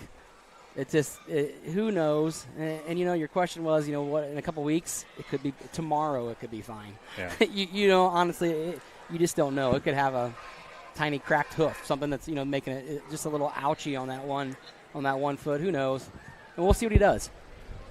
Well, the darks have been good and certainly an interesting division and lots of differences amongst them. But yet at the same time, I was really, really happy as I was waiting on these things to come back out because I thought what we did in each of those divisions needed to be done. It was logical and they fit together very, very well. Yet at the same time, I don't know if there's been just maybe a tougher decision to be made than what we've got them out here. And honestly, I'll go through some things with you guys. And if an area or two was just tweaked on them, man, I think there was some things that would just be easier calls. Our D1 Guild I thought was so good, just front feet up and back because she's impressive in terms of her feel. Her usage of her hind leg is good. She's got a neat look. She's moderate. She's stout. She's square. Really, really mobile. Obviously, her front feet aren't good enough. It doesn't affect her, but just looking at her, you wish some things could be shortened up and just strengthened a bit more. Our D2 Guild does nothing to offend a guy. Man, she's good structured. She's really nice made. She's got a stout generating kind of a head on her. She's got some shape. She's got some power. Is she just exotic enough in 2026 to be a champion dark crossbred? Those are the questions you got to ask yourself. Our D3 came out, and again, I told you there was a call that had to be made in that particular class, in that division, and when you did and when you were comfortable with that, she won easy. And I'm telling you, from a quality standpoint, man, that gilt's as impressive as anything, and nothing is in the same league of that one in terms of painting the right picture, the the right freshness and the right stoutness. We can all see it. She's battling a little bit of an injury. If you see her white leg, you're probably pretty fond of her. If you see this black one, you probably think a guy's crazy for having her out here. It just depends on what you're willing to tolerate on that particular gilt and just how sore she is. Our D4 is big and stout. She's broad. She's powerful. I like those things about her. Again, same could be said for another one. Is she exotic enough? Does she have the extras that it takes to win in this current state of the world? Man, there's some different things you can talk about. There's some different things you can think about. There's an animal, though, that to me is bar none the highest quality, and she is by some margin. I thought just one that's got the right kind of look, the right kind of balance, the right kind of structure. You can crucify a guy for using one that's just a little sore, but man, I don't know how you just work past her quality. I like this young guy out of the 3rd division to be champion. Congrats to him. Interesting call. Yeah. And you know, he had to address it. Right. And you love it that he did. Hey, you know what? The pig's limping. I see it, but it's the best. Right. And you know, I think he's saying it's the best with a limp. Right. And I mean, that says something. Like if you can put up with that, right, and still drop our reserve of that division in, and again, that's another one that fits right in the mix in terms of being broad and burly and stout and powerful, and I like those things about her. There was another one, though, that hit me real good in terms of being a gilt that's moderated in her kind, really good in terms of her structure, stout, beautiful body, broad back, got the right kind of head on her. Again, one issue that we wish we could change. Oh, man, I thought her extras deemed a little more ideal in my line. I like this young lady's Division I to be reserved. Congratulations to her.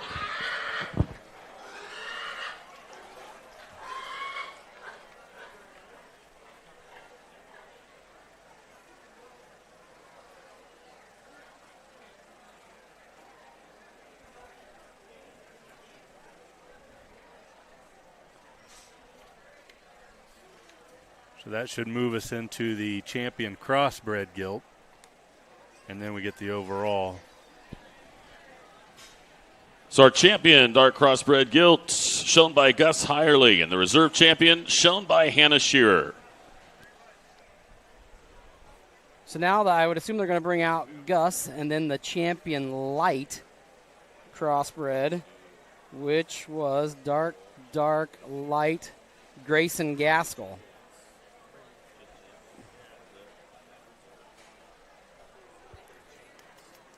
Got a little bit of sun peeking out. And Grayson had a really nice looking pig.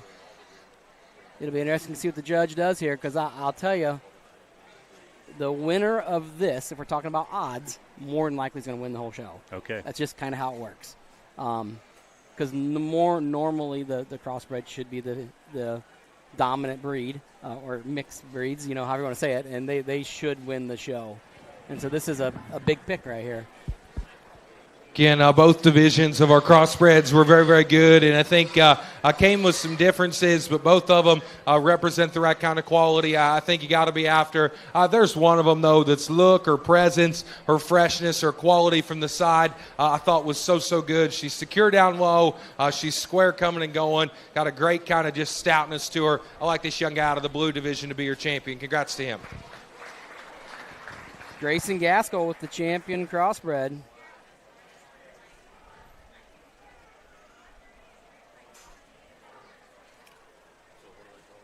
So that drops in Troy Ringer. First call, all breed champions. First call, all breed champions. Please report.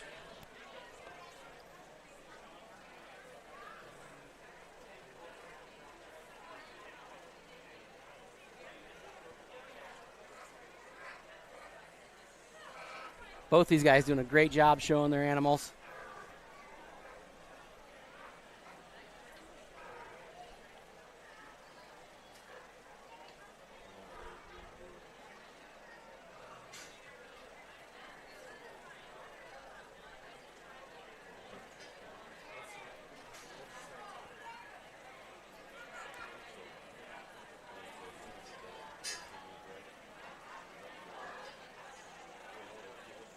Tell you, it's different watching this show compared to the beef show when you got little kids walking a Pair of Blues were very, very good. They came out of the same class. They got through division. And, again, we drop our reserve back out here. And, again, I like that Gil. So stout, so square, incredibly, incredibly genuine up high. You got to ask yourself, is she just good enough moving off either end of her skeleton? And that's become where things just become a little bit closer, in my opinion. We talk to Dark and just what she does so well. And, again, if she's 100% to me, it's non-negotiable on where you go. But, man, you got to start factoring that in at some point. And I think this becomes her biggest challenge to this point. It's a good pair.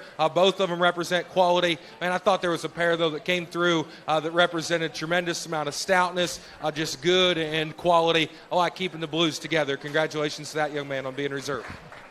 So your reserve is Troy Ringer. So that's where the limp finally caught up. Yep, it did. So your grand champion light crossbred gilt shown by Grayson Gaskell, and your reserve grand champion shown by Troy Ringer. Okay, so now we're going to be bringing out all the champions, the different Again, all breeds. breed champions. Please report. All breed champions, please report. Last year's crossbred champion, Presley Gaskell. Seems to sound a little familiar here. Right. I believe that is a sister to Grayson Gaskell. And it was it a crossbred? And the reserve crossbred was Michaela Ringer. Yeah. So we have siblings for both the champion and the reserve from last year. Grayson's sister Presley won last year, the crossbreds. Troy's sister Michaela won last year. So you can see how the families kind of are consistently up there. And last year's overall champion was Presley. So it was a cross. It was a cross. The reserve was Michaela, which was reserve. And then it went Spot, Chester. So it's interesting to see, what does it this year. So we're going to be bringing back, if you're curious, it'll be the Berkshire champion, the Duroc champion, the Hampshire, the Hereford, the Poland, the Spot, and the York. Those will all be out here, and then the crossbred champion. All reserve champion breeds, you are on standby. All reserve champion breeds, you are on standby.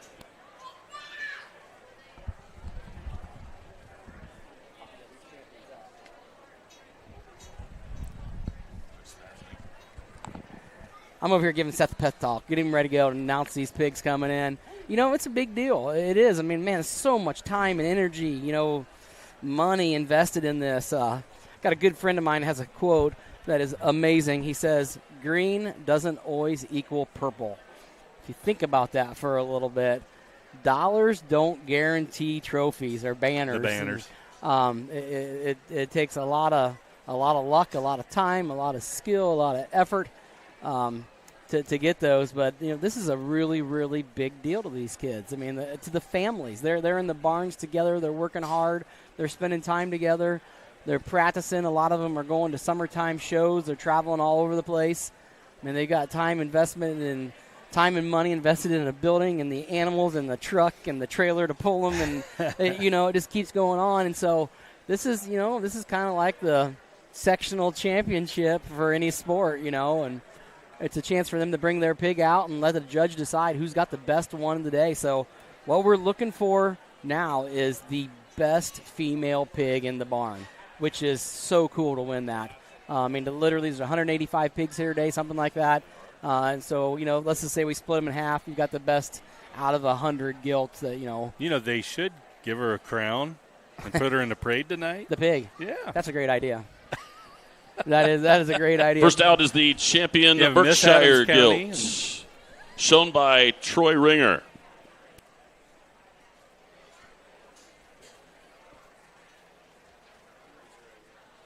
So this is where we're going to give away one of these nice wooden trophies, right? Yeah, they're really cool. Yeah. Next is the champion Chester White gilt, shown by Adeline Schaefer. Do you have one of those in your house? I believe it's traveling. Oh, you don't get to keep it. I'm going to look at the other side of it here. Next up is the champion Duroc Gilt, shown by Lila Ringer. Yeah, looks like it. Yep. You notice what kind of pig it is on top. Right. It's a crossbred. But crossbreds do not always win. Next is the champion Hampshire Gilt, shown by Ayla Jordan.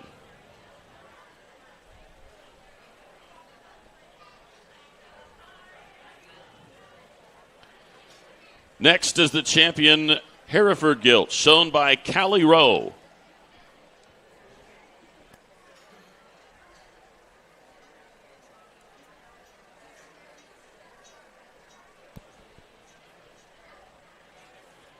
Next is the champion Poland China Gilt, shown by Slade Cheris. If you notice Lila Ringer's on the far side, kind of giving her pig a break. There's no need to push it here while they're announcing each one. Next is the out. champion Spot Gilt, shown by Grayson Gaskell. The last thing you want to do is push a pig hard here in this beginning and have it break down when the judge is really looking at him to make his decision. Yeah. And so she's wisely just kind of giving her pig a little break, letting it sit there, relax. And I'm sure the judge notices that. Yeah, he knows, and it's kind of a sign of a show. Next, the champion Tamworth Gilt, shown by Presley Gaskell. It shows a little experience. The kids have been here, done that before. Yeah, looks like he got another. Is it the Ringer boy down there with his? Yep. And now the champion Yorkshire Gilt, shown by Gavin Gaskell. Going to have 3 Gaskells out here in this final drive. That is impressive. Siblings and cousins. And finally, the grand champion Crossbred Gilt, shown by Grayson Gaskell.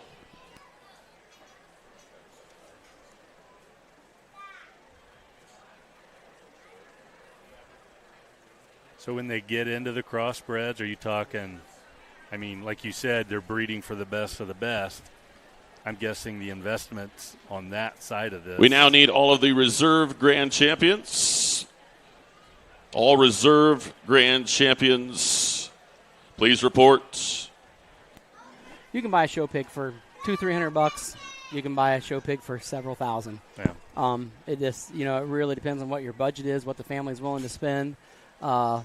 On the gilt side, it makes some more sense. Really, it's been just a tremendous kind of a gilt show as we work through things this morning. And again, I've touched on it a couple of times, and I thought our depth of quality throughout breeds and amongst classes was so good and so impressive. And again, our top end is very, very good as well. There was some variations and certainly some differences amongst today. But man, if you won your class, if you found yourself at the top half of your class, I'd be proud and continue to work on these things because there's some life left in them yet in the summer. And man, I thought the kids did just a tremendous kind of a job. We dropped back out here, and there's a couple that would have played back into my mind and into contention for this kind of top end once we got them back. There's one of them, though, that's just look and balance and quality to her skeleton I thought was unmatched in this particular drive. Thought did a real good kind of a job, came out of a tremendous kind of a class, an awesome division, and a great kind of a breed. I like the young man, his blue-eyed gilt, to be your champion. Congratulations to him. So Grayson Gaskell wins the overall gilt with his crossbred.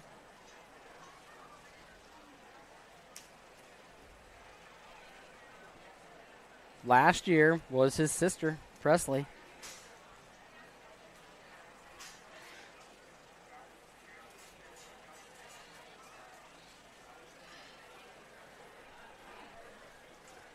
They're going to get a target on their back here, Denny. Well, Grayson makes a switch. He's now on the spot, the champion spot. And so he could, you never know. He could go Grand Reserve. Well, those were your other breeds that were in the running last year in the top 5, weren't they? Yeah, the spots were used, 2 of them, and then a Chester, which is very unusual. Normally you would think of a Duroc squeezing in there, maybe a York, maybe a Berkshire.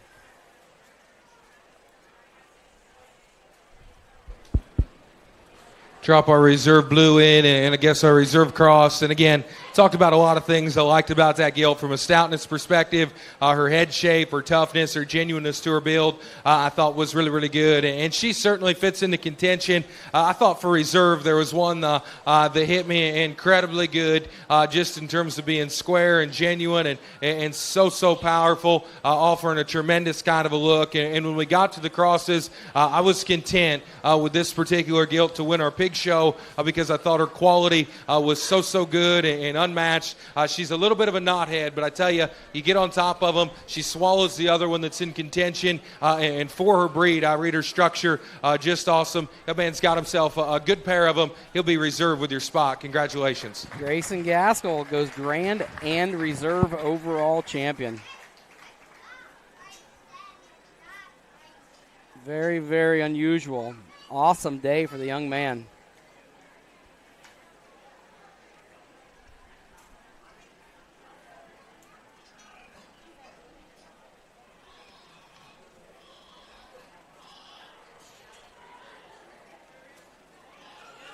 Great day for the Gaskell family. They're not done. They still have a drop a reserve spot out. I thought that was a good breed, a good division. Third's another one I like in terms of stoutness. Her head shape is tremendous, square and genuine. Again, not the most mobile. She's not as powerful as what her reserve was, and probably not as sound as what our champion was. Thought a good kind of a pig, though. Reserve cross is next. Congrats to them. So the reserve cross is Troy Ringer. He goes third overall. Gus Hirely's on the pig, I believe, if you're watching. Yep. It'd be hard to lead two of them around at once. It would be impressive. Thought for fourth out, we had another gilt that came through, had an awesome kind of a look. Her freshness, I thought, for this breed and this size was very, very good. Not maybe just chunky enough to roll up the lineup, but again, had a really neat look. I thought her structure was good. Red will be fourth out. Congrats to her. All right, so the Duroc goes fourth. Lila Ringer.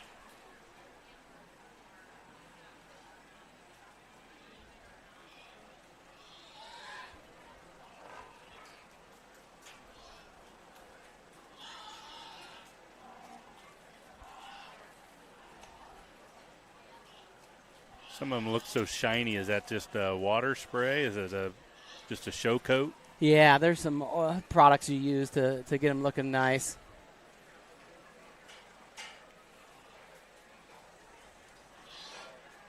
Kind of like a skin conditioner. You know, they make show products, yeah.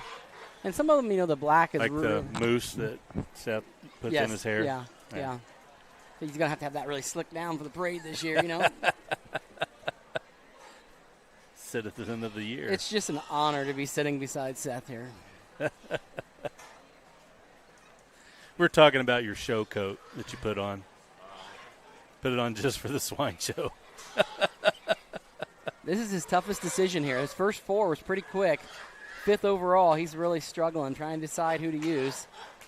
There's a lot of good choices.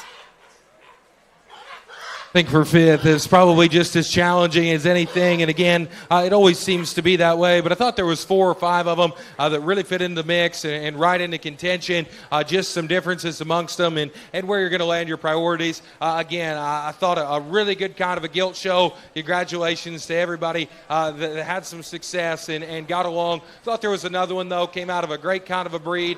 She's stout. She's square. She's a little more mobile than another gilt that's in contention out of her rear end. She's better in her front skeleton than another gilt that's in contention. I like this reserve red, fifth out. Congrats to her. All right, so Presley Gaskell. So the Gaskell family puts 3 in the top 5, grand, reserve, and 5th overall. And it goes cross, spot, cross, Duroc. That is your top 5. Great gilt show. Ran smoothly. The ring help was phenomenal. Did an awesome job. Kept things moving. Judge did a great job.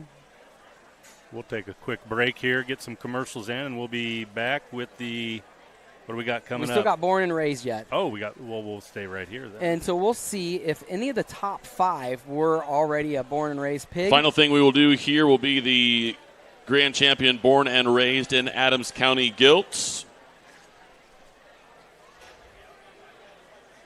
know, we'll have a grand champion and reserve grand champion there. After the gilt show is completed, we will take a 15-minute break between the gilt show and the barrow show.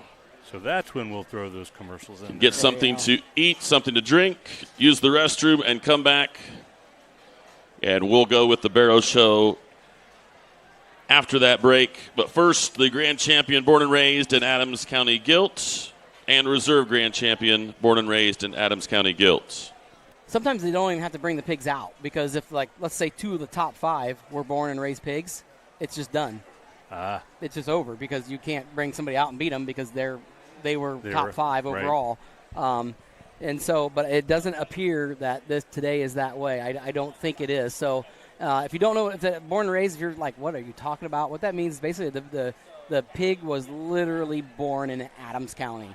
And so more than likely it was bred, born here in Adams County, which is really cool. To win the grand champion born and raised is sometimes, you know, it carries a lot of clout because a lot of times they're breeders. So let's just say it's Bright Show Pigs, and, you know, he has the best pig, you know, from Adams County. That's a huge compliment to him. Right. You know, like, hey, you know, I had the best one. And so it'll be interesting to see what comes out here in Adams County. We've got, like, the Johnsons, the Jacksons, the Jordans, the Hireleys raise pigs, the obviously the Bright Show Pigs. And so it'll be fun to see which ones come out and who can win. And so this will just be a mix of whatever. It could be crossbreds. It could be purebreds. It doesn't matter.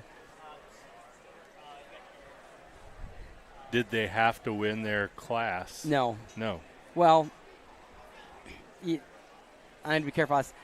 We had some confusion one year. We had a pig that won the purebreds that lost to a different. you get what I like. It was a mixed match. Like, so, in the overall, it played one that didn't win plays higher than the one that won, and so they judged them differently at 2 different times. Interesting. Yeah, and so it can get a little confusing here at times because, you know, like if there was 2 of them in the same class, only one of them should come out. Right.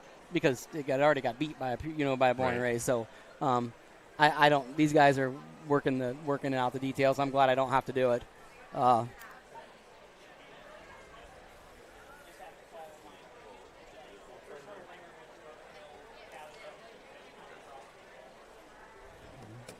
So they're working. So for born and raised in Adams County, we need Troy Ringer and your champion Berkshire gilt.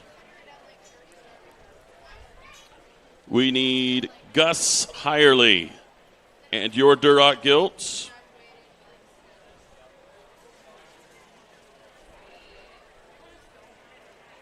that's what's so interesting about this. I think a lot of Reagan times, Bright in your spot gilt. What's that?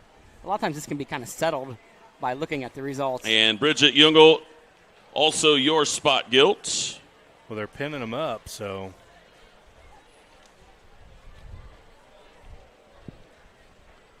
Connor Lehman in your Yorkshire gilt. Adeline Jordan in your light crossbred gilt.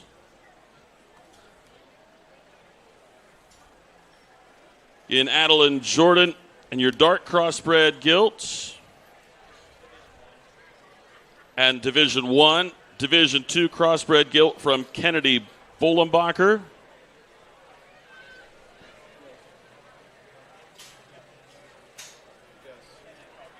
And also here, Gus Hireley in the dark crossbred gilt. This isn't as cut and dried as everything else has been. No, and they must have not had any of them that were top 5. In the Division 3 dark crossbred gilt, Callie Rowe. And in the, actually both for Callie Rowe, the 2, you had Division 3 and Division 4. We need both of them. Could end up being 20 pigs out here. Yeah. And so, you know, we've got to assume that none of these pigs were top 5, and there's not 2 of them that were in the same class because one of them would have already beat the other one or the same breed.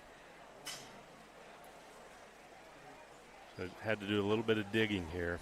Right, because, you know, even a pig that placed 3rd in one class of, let's say, Durox could actually be better than one that plays second in the other class of Durox because it just had a weaker class. Right. And so they have to bring them both out, even if that makes sense. This will be – it's going to take a little bit to round them all up and be interesting to see. It's a fun class. I'm glad they do it.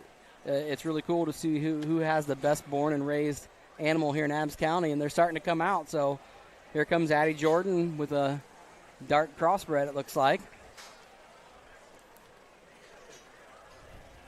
Looks just like the trophy. Another Jordan. And it does look just like the trophy. It really does. Reagan Bright is out there. We have a Carr, number 213, with a light crossbred. Gus Hirely is out with a crossbred.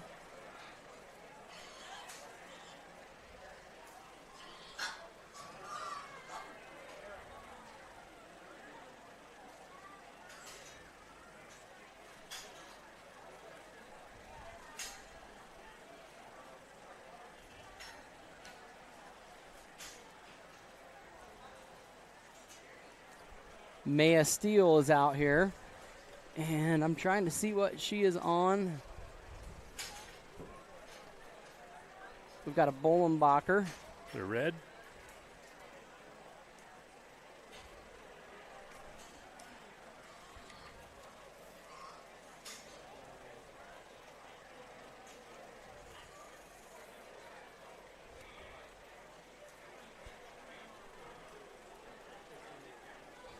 We've got a Lehman, a Rowe, a Ringer. Kind of the who's who of the Adams County Show. Pig World is out here. Really fun to see who he selects. As the judge, he's sitting there thinking, my goodness, I hope I didn't put one of these two in front of the other one earlier today. And the guys putting the stuff together do a good job. This is always just an awesome division, and again, it's something I think is always unique and very, very important. And what's neater about it is a lot of these pigs that are in the ring were very competitive in the show, whether it be in their breeds, in their divisions, or just in their classes. Several of these things were very, very close and did just an awesome kind of a job. I thought we'd get them all back out here, and there's 3 or 4 of them that really fit into the mix. They're right in there in terms of contention, in terms of what they do well. There was one I thought that offered just a memorable kind of a pig in terms of stoutness and density and power and look. And again, I think the critics can get a little more critical on her kind, but where she's good, she's very, very impressive. I thought came out of an awesome breed. This young lady in her Duroc will be your champion county bred. Congrats to her. There you go. Maya Steele, the champion, born and bred. Let me fly back up here, see if I can't see who the breeder is. Duroc. Again, I think for reserve, it stays tight in there, and a lot of quality all the way through. There's a couple of these crossbred gilts that came out of their divisions that were very, very competitive. Several of these purebred gilts had the right kind of look. There was another one, though, that's look or balance, just her height, the shoulder, and her quality from the side, I thought was really, really impressive. Again, if we can relax her in her shoulder just a little bit, I think offers a tremendous kind of a look from the side. Shaganis Berkshire will be reserved. Congrats to him.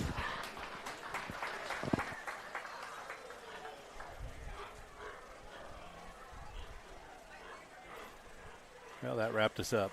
Whose pig was Maya Steele on, Seth? Do we know? So your grand champion, born and raised in Adams County, Gilt, raised by Maya Steele. And your reserve grand champion, born and raised in Adams County, shown by Troy Ringer. Wraps up the Gilt show for this morning. We'll be back for the Barrows show at 5 minutes after 12. A 15-minute break. We'll see you back here in 15 minutes.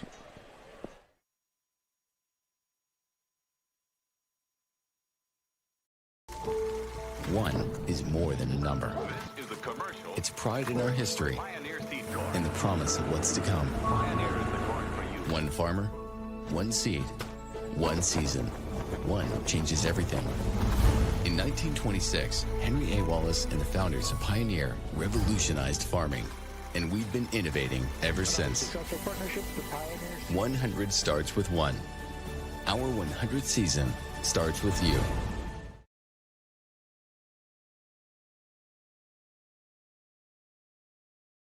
Are you in the market for a used vehicle, or are you looking for a rental van or trailer? CMA Truck and Auto provides a variety of vehicles in a variety of price ranges, and Swiss City Vans offers rental services for a range of equipment. We invite you to visit us in person at the south edge of Berne on US 27, or to visit us online at cmatruckandauto.com, where you can sort our inventory by price range. You can also visit our Facebook page, where we keep in touch with our customers and promote giveaways. Enjoy the vehicle buying process without hidden fees or high-pressure sales at CMA.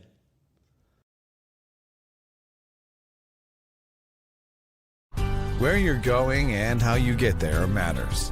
Along the way, the right financial guidance can make all the difference. That's why there's Everence. Together, charting your path with a full range of caring financial services. We're starting out, growing your future, caring for loved ones, and sharing with others. In a life of faith and impact, it's your financial journey. Let's go. Visit us at everence.com/burn. Arnold Lumber at 425 Winchester Street in Decatur is a complete building center for all building contractors and do-it-yourselfers. We supply every facet of building supplies that you will need to complete your next project, but we can also help you get the work done. We install doors, windows, overhead doors, and roofs locally when the materials are purchased from us. We install pole barn packages all over Indiana, Ohio, and southern Michigan, and we provide rooftop delivery with shingle purchases. Open 7 to 5 Monday through Friday and 7 to 12 on Saturday. Let us help you with all of your construction project needs.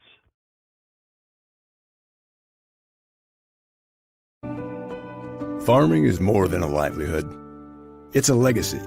Simplot was founded by a hardworking farmer like you over 90 years ago, and we've been growing America's farms for generations. With local crop advisors grounded in your success, Simplot Grower Solutions is in your fields and by your side. We dig in deep to pinpoint what you need, where you need it, when you need it, even when the forecast is unpredictable.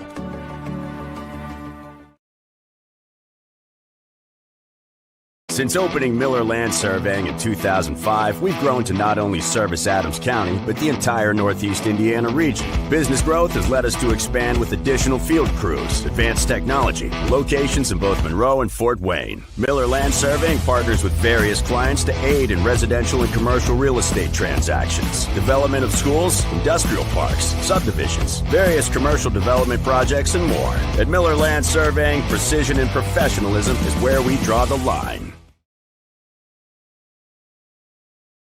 At FM Investment Services, we continue to serve and advise our clients with dedication and experience, and our team includes 2 registered investment professionals. Lee Flickinger, with over 30 years of experience helping clients navigate their financial journeys, and Lori Garwood, bringing more than 25 years of investment expertise to the table. Together, Lee and Lori are committed to helping you achieve your financial goals, and supporting them is Tina Marbaugh, administrative assistant, who has 4.5 years of experience in the investment field. Call us today, 260-368-9939 to schedule your consultation. FM Investment Services, experience you can trust, advice you can count on. At Zerker's Best One, we've changed our name to Best One of Monroe. Still the same family ownership, simply a new name. Same great people, same great service, same great prices. You know who we are. We are serving customers first. We are trustworthy. We are passionate. We are committed. We are community focused. We are locally owned. We are the family you've depended on for over 70 years. We are Best One of Monroe. Best One of Monroe, celebrating 75 years of selling tires, serving people. Cooper Farms raises turkeys, hogs, and chickens for table eggs, using innovative, sustainable practices that protect our land, our water, and our animals. With over 2,500 team members and around 450 contract family farmers, we produce the highest quality essential food ingredients and products. Our family shares this legacy of stewardship with families, team members, our customers, and the community.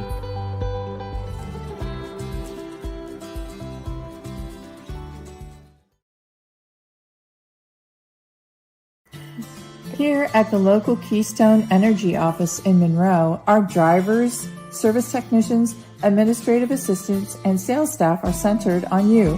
We work hard to meet your energy needs with superior products and exceptional service.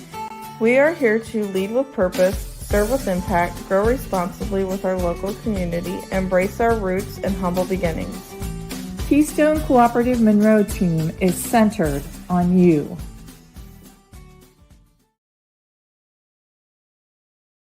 Take charge of your finances with Financial Partners. FCU's You Choose Rewards credit card options. Choose a fixed rate card with an APR as low as 8.00% for consistent payments. Need a fresh start with credit? The Premier Card offers a fixed 13.99% APR. Both require credit approval. Apply today at financialpartnersfcu.org. Financial Partners FCU. Member NCUA. Equal housing lender. Leaky Farms Trucking, LLC is located outside of Berne, Indiana. Leaky Farms Trucking specializes in the transportation of ag and general commodities with a wide range of dump, belt, hopper, dry, van, refrigerated, tanker, and flatbed trailers. We would like to wish good luck to all 4-H'ers in the fair this year. Give John or Ted a call for any of your upcoming transportation needs. John at 260-525-4748 and Ted at 260-849-0770. Partnerships thrive, integrity leads the way, and dedication meets innovation. Tried and true. Trueland Equipment. We have the tools and services you need to work the land. A John Deere provider with a broad inventory, assisting you in service and technical support. We respond to your concerns quickly. For all your equipment needs, choose Trueland Equipment, where provider means partner.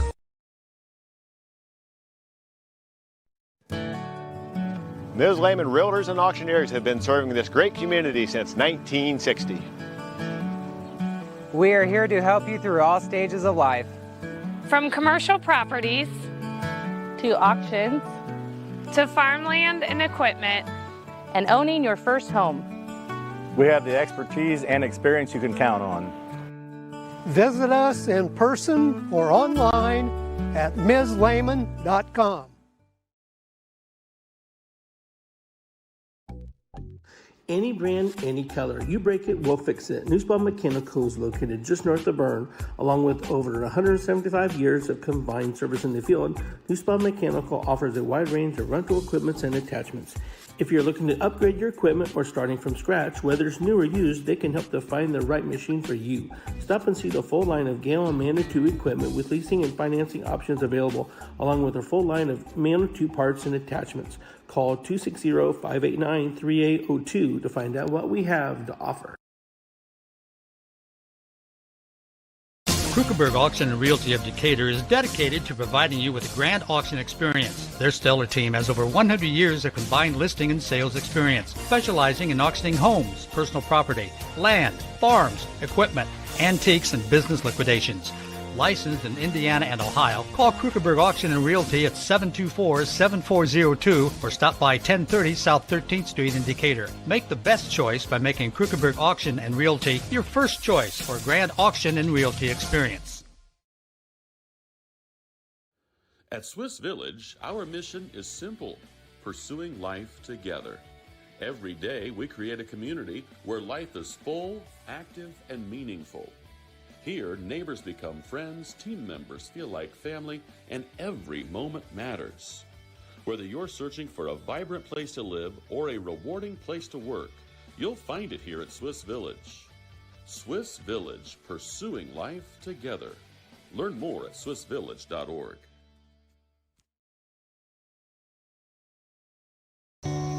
Passion. It's inside the barn at 5 a.m. It's dirty boots, calloused hands, and the energy to keep going. Passion is every step, again and again. Passion. It's giving it the best you've got. It's hard work that pays off. Show right. Feed your passion.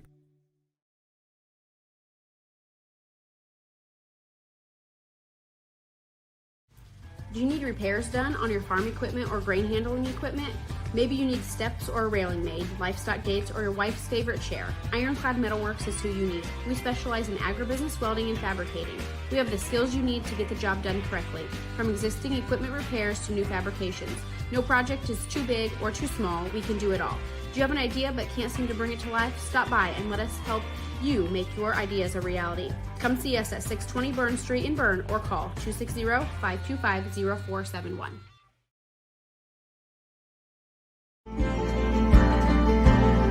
Sharing happiness, displaying confidence, and promoting health. Your smile does a lot for you. And at Riverstone Dental, we make smiles happen. Across 2 locations at Riverstone Dental, our compassionate dentists and caring staff provides unparalleled care to patients of all ages. Using the latest technology and procedures, we offer an extensive list of general dentistry services. Whether you're stopping in for your routine cleaning and checkup, or you need restorative care, including implants, crowns, bridges, and more, we'll provide quick, comfortable care. Additionally, we perform orthodontic procedures as well. With traditional metal braces or the convenient Invisalign system, we can help you perfect your beautiful smile. Riverstone Dental. We make smiles happen.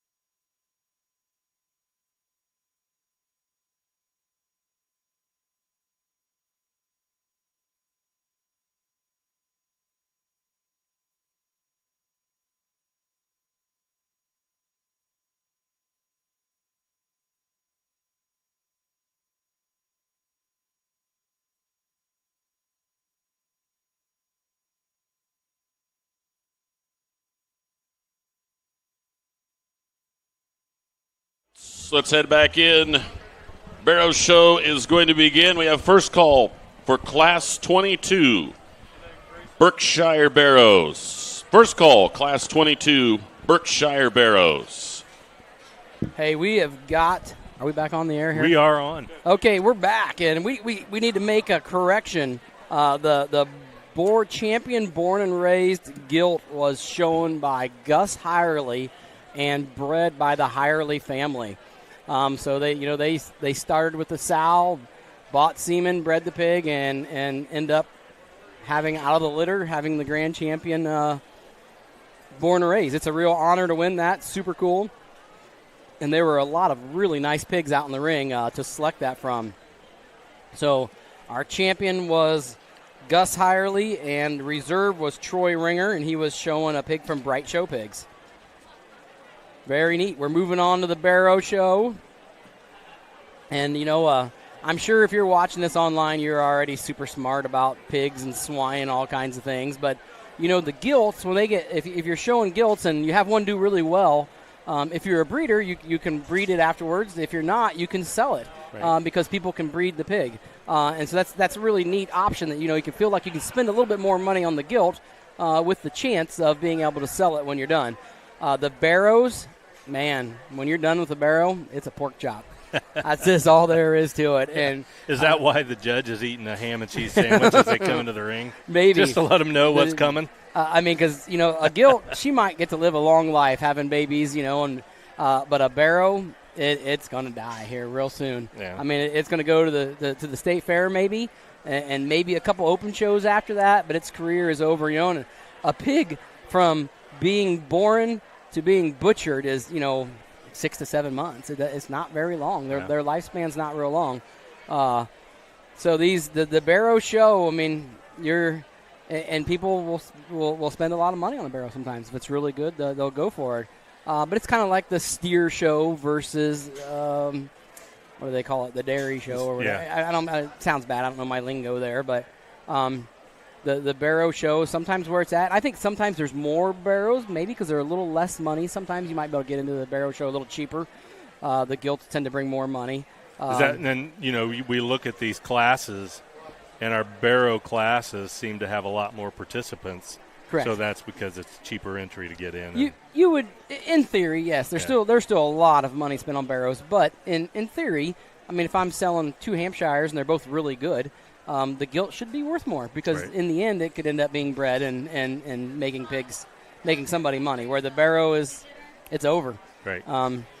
But so it'll be really fun to see last year's Barrow Grand Champion. Kind of fun to take a look ahead. I printed this out yesterday. The Grand Champion Barrow last year was Addison Gilbert, and it was the crossbred. Grayson Gaskell, name sounds a little familiar, was the reserve champion last year. Maya Steele was 3rd overall with a spot. Addison Gilbert, holy cow. Addison Gilbert had 3 of the top 5 Barrows last year. She had the champion with a cross. She had a 4th overall with a Duroc, and she had a 5th overall with the reserve spot. And then she graduated. Yep. First call for Class 23, Berkshire Barrows. First call, Class 23, Berkshire Barrows. So the Barrow Show has begun, and we have got Berkshires out here. In Class 22, we've got Lila Ringer, Brogan Bloom, Cooper Fiesel, Lauren Hauk, Maya Steele, and Mason Freakty. So this is our first class of Barrows, purebred Berkshires.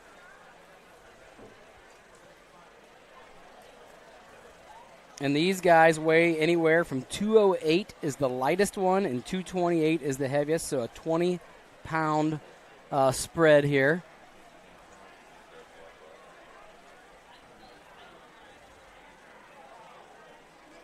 And let me see on my computer if I can get us to the Barrows.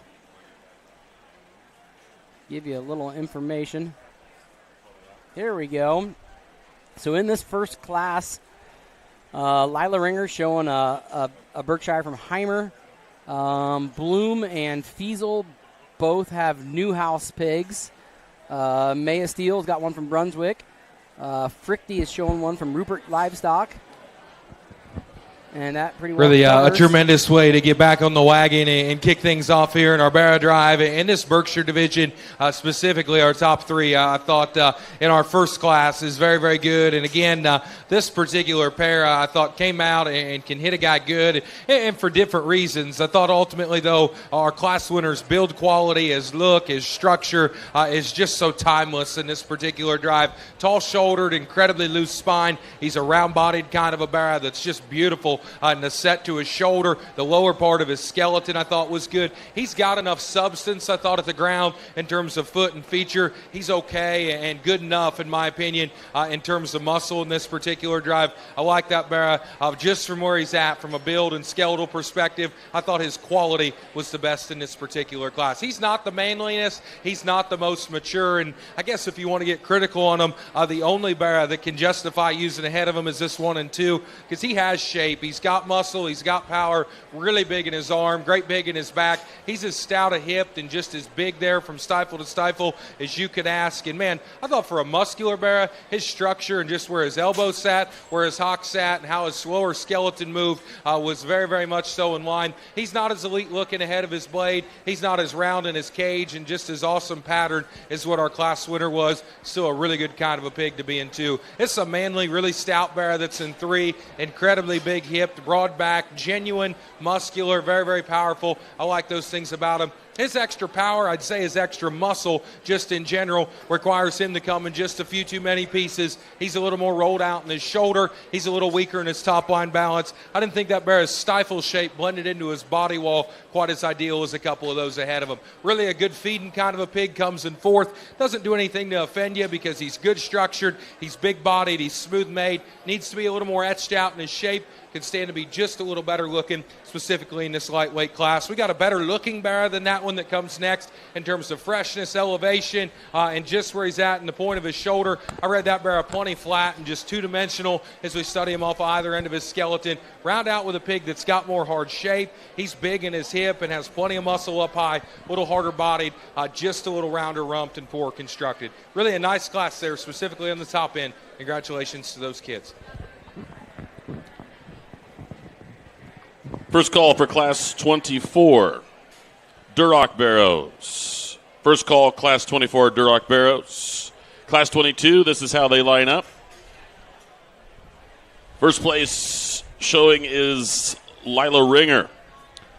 Second place, Maya Steele. Third, Mason Freakty. Fourth place, Cooper Fiesel. Fifth place, Brogan Bloom. And sixth place goes to Lauren Hauk. Our second class of Berkshire Barrows, we've got Adeline Jordan, Kason Zog, Gentry Schaefer, Cretan Zog, Reagan Bright, and Braylon Reber. Braylon, I believe, had a second in his class in the Berkshire Gilts. There's another one where you got the Jordan Schaefer and the Reber one there where look at the weight difference. Yeah. Over 35 pounds different, 36 pounds difference between those two. Yeah, we go from a 281, Braylon's pig, to a 245 in Adeline Jordan's. Born about 2 weeks apart.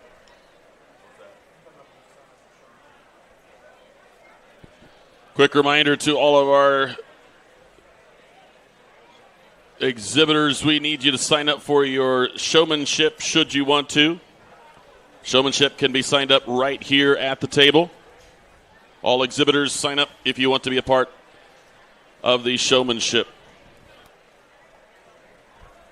I think our judge is about ready to make his decision. He's got narrowed down to 2, Jordan and Bright. Reagan's going to be another second. good class here, and honestly, really similar to our first class, just a little heavier weight and more mature kind of Barras, if you will. But I think, honestly, really the same sort amongst our initial pair. Quality look from the side and just construction of skeleton favors the young lady in the black Barra. And again, really tall-shouldered, awesome looking. He's loose enough spined and good enough structured. I thought that Barra was just a shot fresher there in terms of the turn to his shape and just the stoutness that he possessed than our Barra that we had having two. Liked his look, liked his quality, highly presented and very capably driven. Berne 2 is another one. Great big in terms of his cage. He's a powerful, practical kind of a bear, if you will. He's opened up. He's square. He's genuine. He probably comes at you just a bit stronger at his knee, right there at the base of his chest, and just as natural power than what the bear that started off with does. He's not as loose and just as pushed down in his back and in his spine. I didn't think that bear was just as comfortable off either end of his skeleton. He didn't maintain the same kind of elite look out front. We got a good kind of a bear in 3, and honestly, of the remaining contemporary group, I thought he was the best blend of having some muscle while managing his structure. He was better built than a couple of the bears on down the line. He has more shape and just freshness than this one. Wasn't stout enough legged, wasn't wild enough looking to sneak into that top pair. This young man does a good job with his bear coming forth. I thought just construction of skeleton, quality of build, and safeness, if you will, was very, very good. I liked where he was at from a body cavity, a spread, and just muscularity perspective, better than this young man's bear that's in 5. He wasn't as neat looking either up front. He wasn't as stout and just as manly as the bear that we had in 3. This one's awesome built, really practical about his structure, too flat and just closed up and narrow for this particular guy. We round out with one that's extra stout, very, very powerful. That bear is ginormous backed and really big hip. His structure and just his movement is probably the most concerning for me. Congratulations to all 6 of those. Did a great job in our Berkshire division. All right, Denny, question for you here. When he says freshness, he talks about the freshness of the what is he referring to? What is that?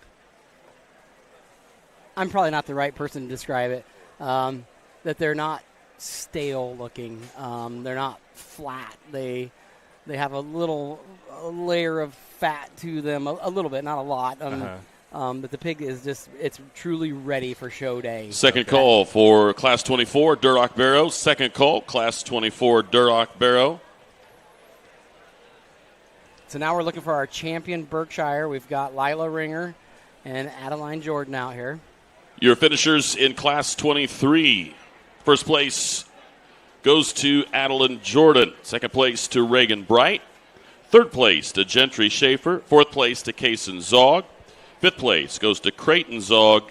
And sixth place goes to Braylon Reber. Pretty cool. Both these pigs out here are born and raised really in a good County. pair, and awesome way to kick things off. A lot like our Guild Show. I thought our Berkshire Bears are challenging. They're competitive. They're very, very good here on the top end. And this particular pair just maxed out in terms of presentation, the way their skin and hair is laid on their body. I thought as capably driven of a drive as what we've had all day. And my kudos to both those young ladies on doing an awesome job. I'd encourage you to get in front of them. In my opinion, one of them's just better in his arm. He's square in his chest. He's truer at his knee. He's got a little more intimidating look coming at you. He's so square. He's dead level. He's genuine. I know we're at a county fair setting, and he's a little jackpot looking in terms of size. But, man, I thought his quality was good. His squareness, his trueness, his genuineness, his skeleton's a little better. Young ladies lightweight's your champion. Congratulations to her.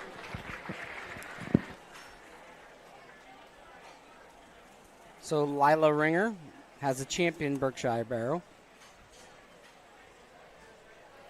which brings in Maya Steele.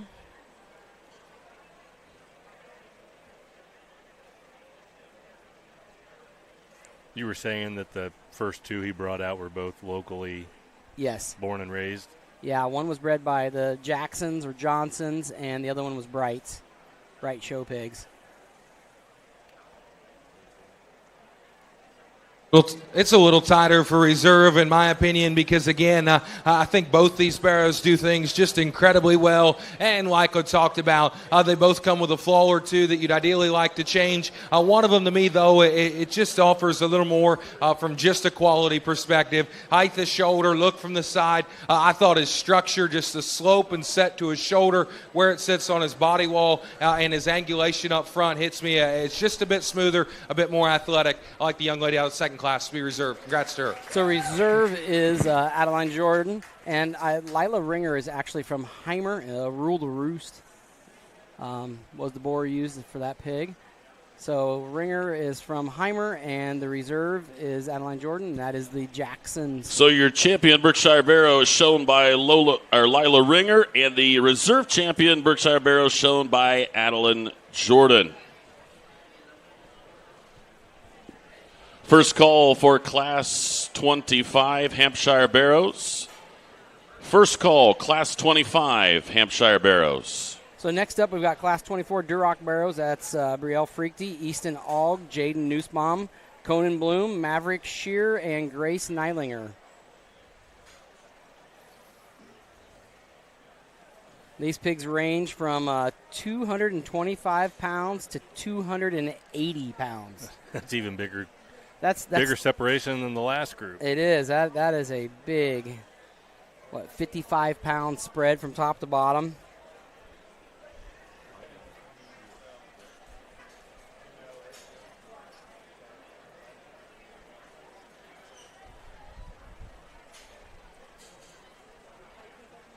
And we have got Easton Aug using the 2 whips, doing a nice job. Are there breeds that are maybe tougher to work with than others? There are. Sometimes the spots can be pretty temperamental. Yeah. So it seems like sometimes the really good spots are a real pain in the butt. Kind of in our guilt. The spot was it the reserve or was it third? It was reserve. Yeah. And then they were struggling with that pig. They were. It was being a little stubborn for them, and they make amazing pets. But they're really cool pigs to raise, but sometimes they can be pretty stubborn. So what would be the tamest? That's totally up to the pig and the family raising it, and some of them are just crazy. Durocs always seem to have pretty good temperaments. I don't know if it's the weather this year or what, and maybe I'm speaking too soon, but typically it's a little bit louder in the ring. Yeah, more screaming going on, and Yeah. that's the temperature. Yeah. Sometimes we have this show and it's 90+ degrees, and pigs can't sweat. Yeah. And they get hot. They really, really do. And they get them oiled up for show day, and they'll just get really, really hot. And sometimes getting to the top end of the show, the top 5, it's how you manage the pig show day. Mm-hmm. Can you get it out of the ring and get it cooled back down quick enough to bring it back out to that its temperament's good, that it walks nice? Because if you're back out in the final drive and the pig's mouth's hanging open and it's squawking and squealing, or if it's in a corner, a lot of times the judge just won't use it. They can't. Right. How can they? It may be the best pig out there, but they can't see it walk. How can they say it? And so. Right. There's just so much that goes into preparing for show day and then managing show day. Well, I wondered if maybe the cooler weather was keeping these things a little bit It's calmer. helping. Oh, Yeah. for sure. It is definitely helping. It looks like we're down to 4 here. Got a Frichty and an Aug. A Nussbaum. Her back's to me. I can't tell for sure. Yeah, Jaden. And Maverick Shear.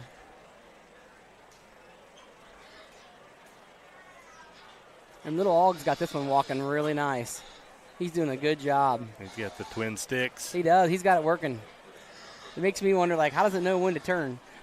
'Cause normally the whip's on one side to go to the other. He's got it figured out, though. He's just making great passes down and back. Dylan, our judge, is talking to himself here. He's finally had to make a tough decision. Usually he's pretty quick, but 3, 2, and I think Aug's going to go 1 maybe. I think it's down between that and, is it Nussbaum? Oh, yeah, there we go. So we got down to 2. So it was 4-3.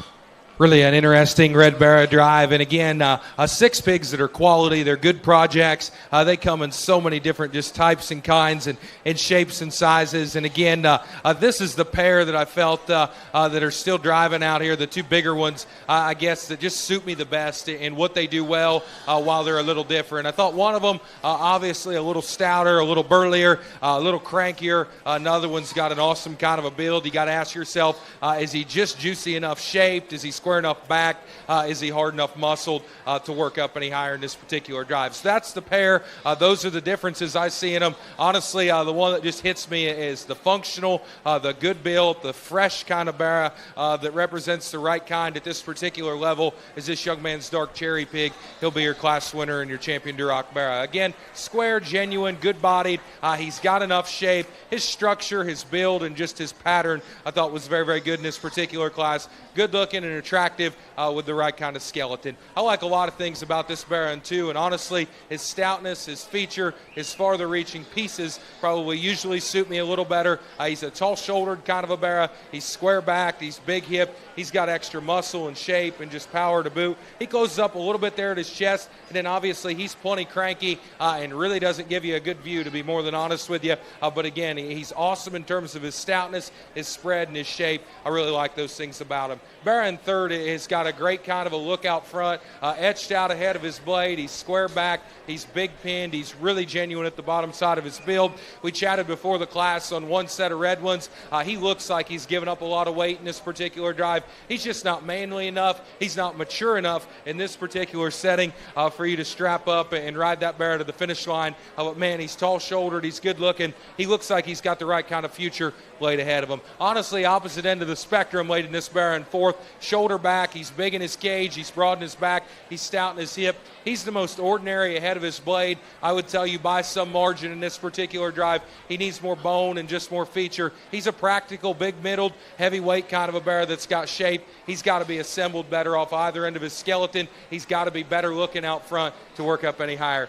This young lady's bear must have known he was fifth and made an early entrance here. He's stout, he's square, he's genuine, he's powerful, too tight structured off either end of his skeleton. But man, that's a good kind of a pig in this setting. I'd certainly be proud of that project if I'd brushed and worked and rinsed on him this summer. Got a bear that's in sixth, got a nice look, has some bone, has some feature, too flat, hard, and dry in the center portion of his body. Really a good class, 6 dang nice projects. Congratulations to those kids.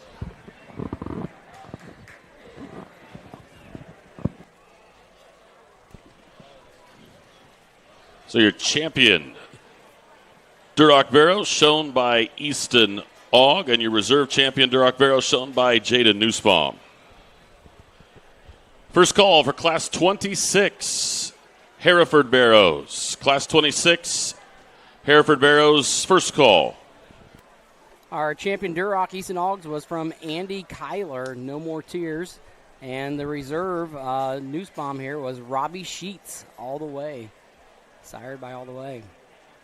We're now on to the Hampshire Barrows. And we've got Elise Rumschlag out here, Evelyn Neidlinger, Grant Hauk, Elise Huber, Mason Freakty, Connor Lehman, and Elena Carr.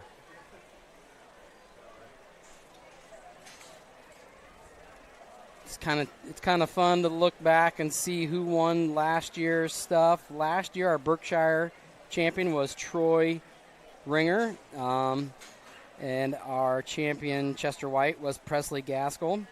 Our champion Duroc last year was Evan Selking. Reserve was Mason Freakty. I just lied to you. I'm going to do that once in a while. I tell my classes, I'm going to lie to you at some point. I'm just telling you right now. You may know when it happens, you may not. Last year's Duroc champion was Addison Gilbert. There we go. So you tell your freshmen that, and if they're sophomores next year, that you didn't lie to them. Right. Right.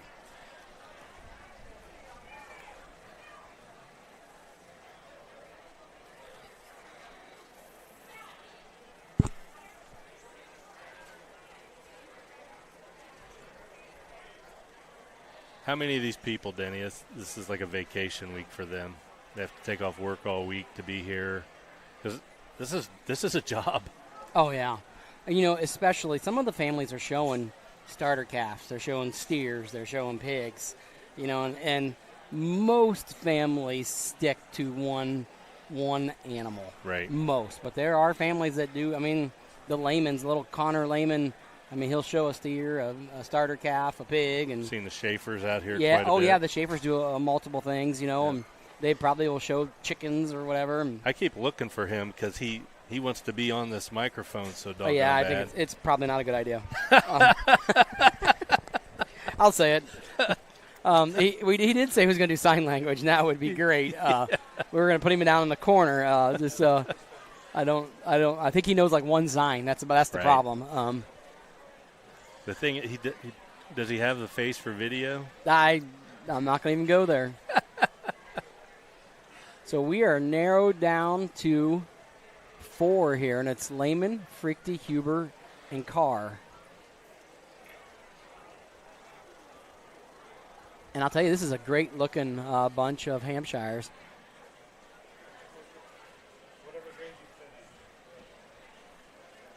Got all the kids lining up behind us to do showmanship.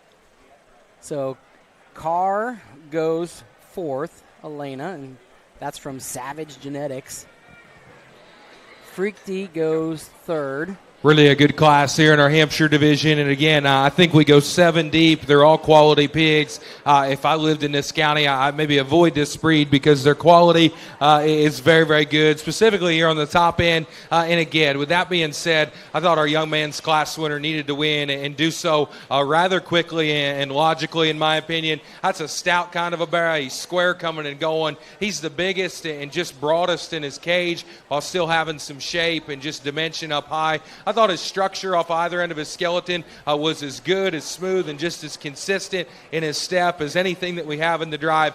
He's just softer middled. He's better bodied. He's more pliable than the bear that we have in 2. He's safer in terms of his build than the bear that we have in 3. I really thought a nice place to land on. Man, I thought this bear in 2 does some things incredibly, incredibly well. He's big-footed. He's heavy-boned. He's got a beautiful fed back in him. He's a big-hipped kind of a bear. He's stouter in his head, specifically his jawline, than I would say the typical Hampshire population, and I like those things about him. He brings his feet in and just prays a little more up front than what I would deem ideal, and at the same time, he's a little skinnier bodied. He's a little more erect there about his shoulder, but I like that bear's power. I liked his stoutness. I thought he was highly presented and very capably driven. Pig in 3, I thought shoulder back and underline up. You will not find a bear in the pig show today that's any fresher back, bigger caged, and stouter hipped, specifically for this particular breed. I thought that was awfully, awfully impressive. He's big in his arm. He's beautiful in his shape, his spread. He's got a big kind of a hip laid in him. He's not stout enough headed, specifically in his jawline, to match his extra power up high. His feet need to be bigger. But, man, for a big, powerful, stout bear, I thought his structure was in line. He's got all the intangibles, I thought, to be very, very competitive. It's a smooth build, awesome made one from the side that comes in 4th. I like this build. I like his look. He looks like a great kind of a Hampshire breeding pig. And, honestly, that didn't warrant maybe as much quality or consistency in this class as what I thought it would, because he's great stepping, he's good built. He's too flat, he's too narrow, he's too upright about his shoulder, he's a little skinnier about his noggin than what I would deem ideal. We got a stouter, more moderated bear that comes next. If he never takes a step, his chunk, his center body, his spread, his width, and just consistency of muscle up high, I thought was very, very good. He's got the right kind of head shape on him to be a big-time kind of a Hampshire bear. He doesn't utilize his hip and hind leg good enough. We can intensify him in his muscle pattern back there. In 6 and 7, I thought this bear was just more practical. I thought he was bigger legged. I thought he was broader bodied. Round out with a bear that's good in his shape. He's good in his structure. And he's done a nice job getting his skin and hair right, and I appreciated those things. A little upright and a little stilty off either end. Just ran out of extras in a class that required them all the way through. Congratulations to those kids. It's a great class of Hampshire bears. Interesting to see if he uses one of them in the top 5. He's pretty fond of that breed. Yeah. Really spoke highly of him. First call for Class 27, Landrace Barrows. Class 27, Landrace Barrows, first call. Hampshire Barrow contest. The champion was shown by Connor Lehman, reserve champion. Shown by Elise Huber. Third place goes to Mason Frichte. Fourth place to Elena Carr. Fifth place to Evelyn Neidlinger. Sixth place goes to Grant Hout. And seventh place belongs to Elise Rumschlag. We've got Class 26 Hereford Barrows out here. 3 Minix, Eleanor, Maggie, and Zoe are showing along with Hallie Schaefer. And, going back to that Hampshire class, he didn't speak just glowingly about a few of them. He talked about the whole group. Right, yeah. It was a good-looking group of pigs. They looked really nice out there. Kids did a good job with them. Our champion, Connor Lehman's, his pig was from Let's see here. Brewbakers and Hubers came from Truly Show Pigs.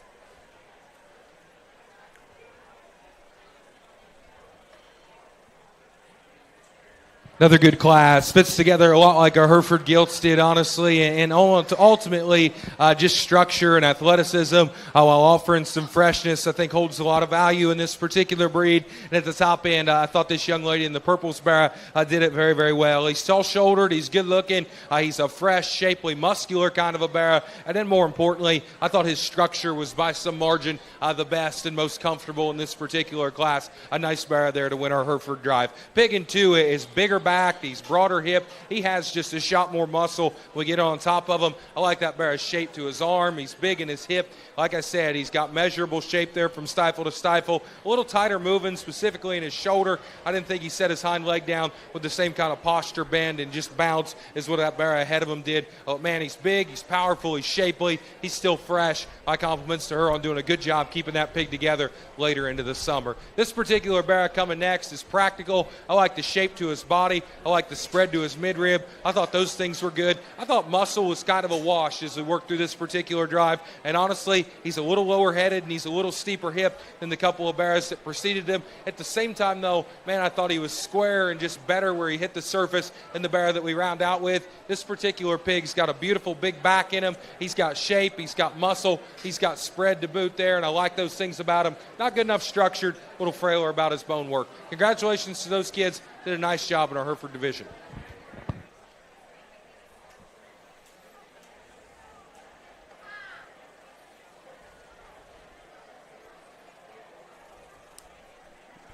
Okay, so on to our first call for Class 28 Spot Barrow. First call, Class 28 Spot Barrow.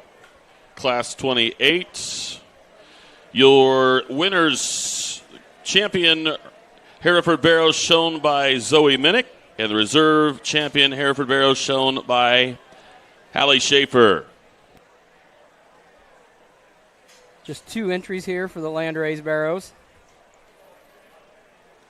Now, where do they get the name Landrace? I don't know. Do they like to run? I have no idea. I bet these are the fastest pigs in the show.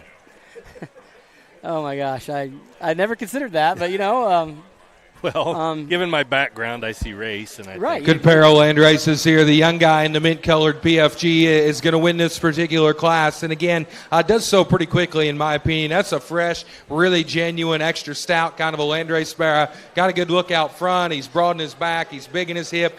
Very, very stout down low. If his shoulder can stay in check when we get him all back out here later, I think that pig can be awfully, awfully competitive within our drive. Barron second is another one. Probably has a little better set to his shoulder. A little better about his circumference, the front foot there, and I like those things about him. He's moderate, he's shapely, he's powerful. He's a little rounder out of his rump. I didn't read him just as big and as stout about his body wall, his shape, or his muscularity to work up any higher in that particular class. Congratulations to those kids. Did a good job with their Landrace Barrow projects. First call for Class 29, Tamworth Barrows. First call, Class 29, Tamworth Barrows.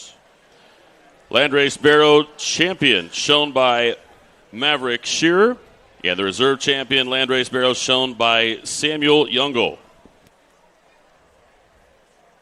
Next up is the Spot Barrows, and we have got Maggie Minnick, Corbin Hauk, Hannah Shearer, Elise Huber, and Gus Hirely coming out. And 3 of these are born and raised in Adams County. Hauk's pig, Shearer's pig, and Hirely's pig are all born and raised in Adams County. So only one of those 3 should come back out in the end because the one beat the rest of them. Right. Maybe somebody should be keeping track of this so there's no confusion. Well, that's tough. There's a lot of things going on.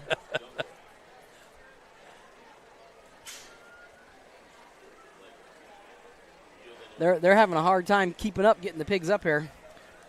And I'll leave all that administrative stuff to the knowledgeable people. Not me. I don't want anything to do with it. You put me in charge of it. Yeah, this could get ugly.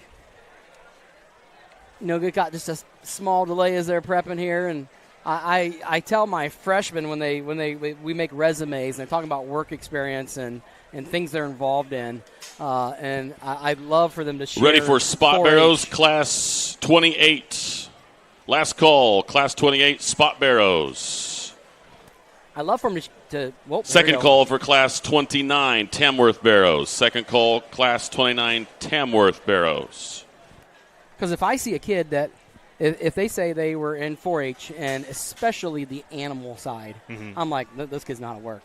Right. They're used to getting up every day and feeding that animal, working with it after school, doing whatever, and it's 7 days a week. You can't not feed an animal.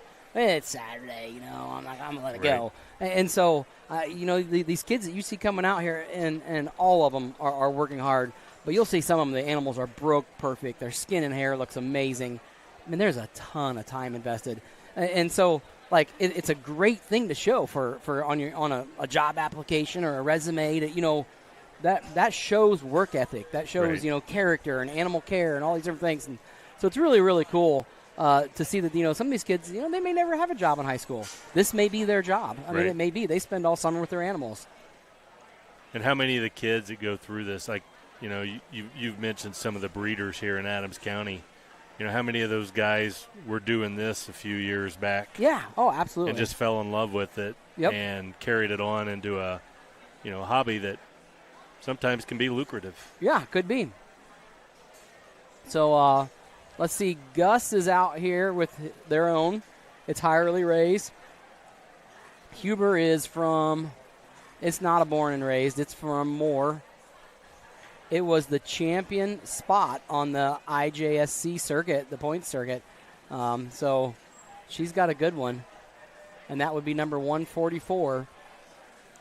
She would be over on the left side of the ring right now, all the way down to the far end. And so the in case you're not familiar, the IGSC is it's a circuit that has shows all over the place in Indiana. I mean, you'll travel from north to the very bottom south the show, and they keep points on how your pig does at each one. And so to win a breed is a big deal. I mean, it really is. You not only did you invest a lot of time and a lot of travel, you did well at the shows.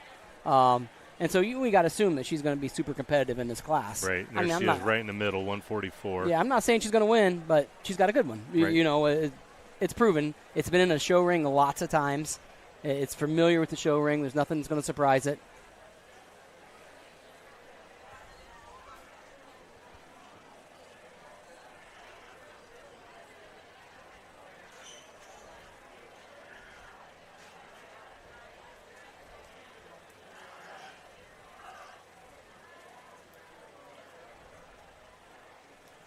So Gus Hirely gets the win here.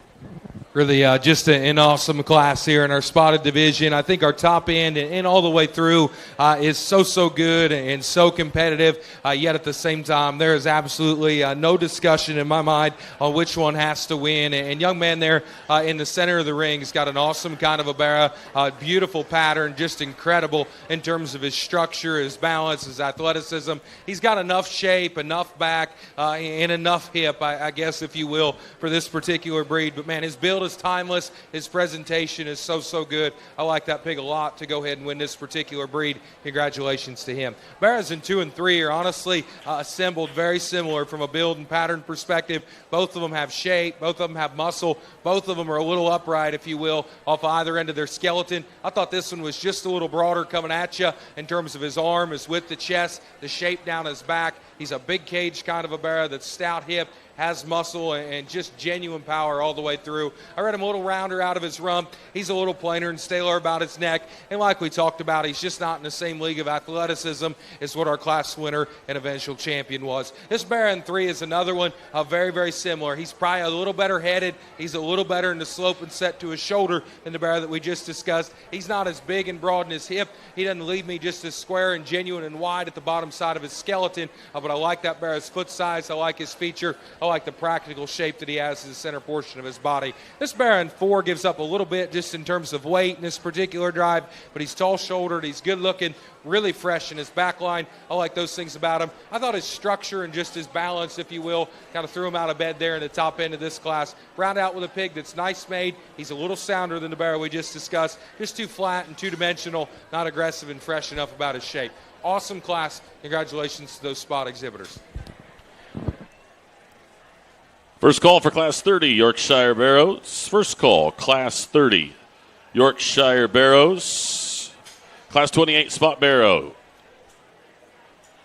Your champion Spot Barrow shown by Gus Hirely. Reserve champion Spot Barrow shown by Elsie Huber. Third place is Hannah Shear. Fourth place, Corbin Hauk. And fifth place goes to Maggie Minnick. So out here for the Tamworths, we got London Nussbaum and Callan Strome. And these are the Tamworth Barrows. You know, we're talking about the competitive level of Adams County, and I just got done telling you that the Huber young lady had a great pig, champion junior showmanship in Indiana, and got beat. You know, I mean, it and shows by a county born and raised. Right. Good class. I'll tell him worse here. Young man's got your class winner. And again, I thought from a security, a skeleton, strength, the front foot, and just honestly where he needed to plant his hip and hind leg, I thought he took the cake in this particular drive. Tall-shouldered, good-looking, fresh. I like just the usage of his lower skeleton the best amongst this particular pair. Hey, if you like the extras of the young lady's bear in second, I certainly wouldn't argue with you because that pig's stout. He's heavy-boned. He's big-legged. He's got shape up high, genuine muscle, and extra stoutness. He's just a little odd in the way he wants to throw his rear leg there from behind. I didn't read him as alert-looking and just as neat and tidy ahead of our blade as what our class winner was. Good pair. Congratulations to both those young people on bringing a nice duo of Tamworths. First call for Class 31, light crossbred Barrow. First call, Class 31. Your champion Tamworth Barrow was shown by Kaylin Strome, and your reserve champion Tamworth Barrow shown by London Nussbaum.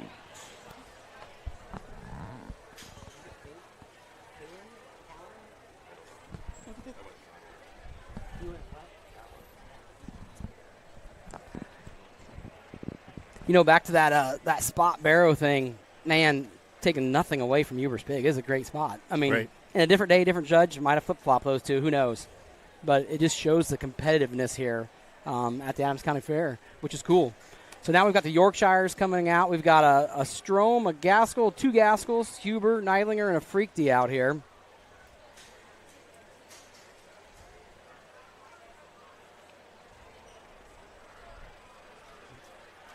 The Strome pig is from Left Lane Genetics. Gavin Gaskell, I think, has a couple pigs out here, and they're both from Lorenzen, Lorenzen. Lorenzen, yeah. Lorenzen. Huber's got one from Carpenters. Neidlingers are from Muser, Musser. Sounds good. Yeah, or Musser. Musser. And then Freaky's got one from Wyatt Wilson.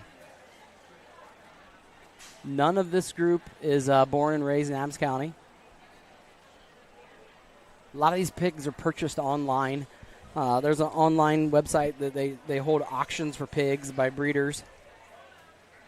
Oh, I lied to you. See, just like in class. Just like Strome has got a born and raised in Adams County. You know what's funny is it's not on my computer. It's on the paper, but it's not there. So I'm gonna go ahead and add one just so we know. But a lot of these pigs get purchased online, and they have these auctions where you get online, you bid, and I don't know if you've ever heard of a horse race auction. I hate them. So if there's a lot of pigs selling, let's say there's 20 pigs selling, and you're down to 10 seconds left, you're going to win the pig, and anyone makes a bid on any of the 20 pigs, the clock starts over on all of them. And so at 9 o'clock, you have the pig won. Yeah. You've got the high bid, but you lose at midnight because it continues to start over and over. And, oh, my goodness, it's so awful. But it must be effective. I think it must make more money. Obviously, they figured out that the pigs go for more money. But you think you've won over and over, and then you end up losing. And So then what happens is people get outbid on a pig they want, so they switch to their second choice. And so the pig that you've been watching hasn't had a single bid all night other than you, and all of a sudden people start bidding on it. But they at least let you know if you're the high bidder at the time. It's not some secret like eBay. No. You know. Yeah, you Good class in our Yorkshire Barra division. Our class winner, I thought you just had to build the least amount of excuses around that the young man drives. And again, a tall-shouldered Barra. He is the broadest in his back. He's the biggest in his hip. He's square and genuine down low. I'm not telling you just the bend and bounce to his hind leg is perfect, but in relation to his counterparts, I thought he was a good structured Barra that just did the most things right. He's not the most exotic in any one area.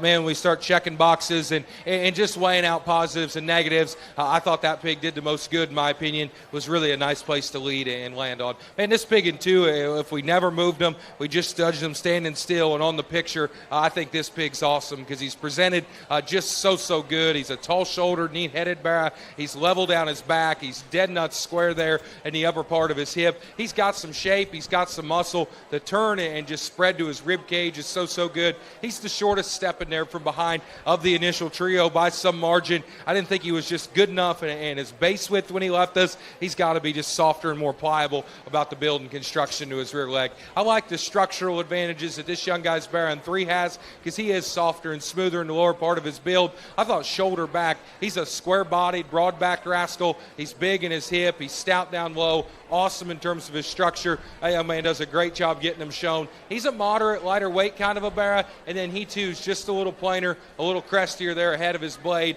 If we can refine him there and just allow him to look like his weight suggests, then I think that particular pig can work up a spot or two higher. Again, another one coming in 4. I thought that underline up was very good. Tall-shouldered, square back, big in terms of his middle, rolls his hock and just plants his hind leg too far on the outside of his body wall. His fronts are getting a little concerning for this particular guy. I like some pieces about this Berne 5, and honestly, he probably had a day where he was as good as anything because he's tall-shouldered, he's great big back, extra stout in terms of his hip, plants his hock too far on the outside of his body wall. His fronts are becoming the most bothersome in this particular class. We round out with a good pig. He's productive, he's practical in his middle. Young lady's done an awesome job getting him fed. He's got a great big square fresh back in him, and I like those things about him. I thought in this class where quality was needed, honestly all the way through, he gave up the most in terms of look and just freshness. Congratulations to those kids. Did a great job on that Yorkshire Barra drive.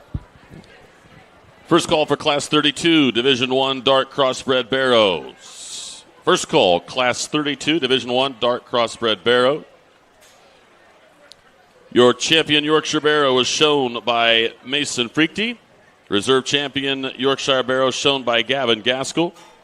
Third place shown by Kalen Strom. Fourth place, another Gavin Gaskell. Fifth place, Elsie Hubert. And sixth place goes to Grace Neidlinger. All right, our first light crossbred barrows. We've got Presley Gaskell, Brielle Freakty, Slade Chairs, and Lila Ringer. And if you're joining us late, we talked about crossbreds during the Gilt Show, and these are the ones that are bred for all the greatest qualities. Correct, and these pigs have no black or red on them whatsoever. They would be considered blue and white. Sometimes they call it chrome.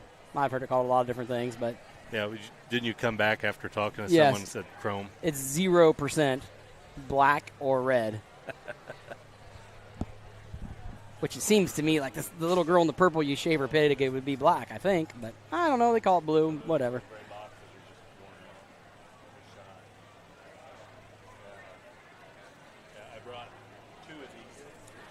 Anyone that has pigs showing today or would like to see them, you can access images online. The photos can be found at truenorthimaging.smugmug.com. So again, it's truenorthimaging.smugmug.com. And these are free. And so we have got a young lady, last name of North. She is here taking pictures all day long, and she's doing it, I believe she's being paid by someone, whether it's the Swine Committee, whatever it is. but they're free to you to access online, truenorthimaging.smugmug.com. Good class, good division here in our lights. And again, top end is differing as we could be, and honestly, kind of on opposite ends of their show careers and their maturity patterns. And you kind of got to decide which barra is easier to advocate and side for. And this more moderate pig to me, it's just so much fresher about everywhere you study him. He's a bigger arm barra. He's so much better just in the base and shape and construction of his forerib. He's broad backed, he's shorter bodied, he's stout in his hip, and he's so genuine there through the center portion of his cavity. I thought he was a stout-headed, big-chested barra that left us square and in line, and I like those things about him. I'm not telling you he's the wildest-looking creature of this particular group, and honestly, if we have to get critical on him, shave the hair down, and he is as small-footed and probably as frail-featured as you would want one in this particular drive. But I thought underline up, that barra was so impressive. He's so broad, he's so burly, he's so good there at the base of his chest. I like this pig in two. He's a little taller shouldered. He's a little neater just about his jawline and just the stoutness that possesses. I like that pig's density to his lower skeleton a bit better. He's got some foot. He's got some bone, and those things hold some relevance in my mind. He's too flat in his arm and too upright in his shoulder. I read that barra too plain and ordinary there about the top side of his crest. And then get on top of him, he doesn't have the same kind of crease, swell, and just shape down the top side of his skeleton is what our class winner did. That's still a good kind of a pig to wind up in two. I like this barra in three, and honestly, he's probably naturally just the stoutest of the drive in terms of density of his feature, size of his foot, toughness to his head shape. I like those things about him. He's a shot shorter bodied than the barra we just discussed. That allows him to balance with just a little more cage. I read him a little steeper and rounder out of his rump. I didn't think he was just as neat and just as exotic ahead of his blade as what our first and second place barras wound up being. It's a good pig that winds into four, and again, he finds himself in a tough class. I didn't think he fit this group quite as well as what he could have if we would have had a few more of him, because, man, that barra is big and stout about his feature. He's got muscle, he's got shape, he's got power. I read him the flattest in his front foot. He's a little drier and harsher there about the center portion of his body. Really a good class. Those are 4 light cross barras that those young people should have been dang proud to bring to the fair. Congratulations to them. First call for Class 33, Division II, dark crossbred barrow. First call, Class 33, Division II, dark crossbred barrows. Your champion light crossbred barrow, shown by Presley Gaskell. Reserve champion light crossbred barrow, shown by Lila Ringer.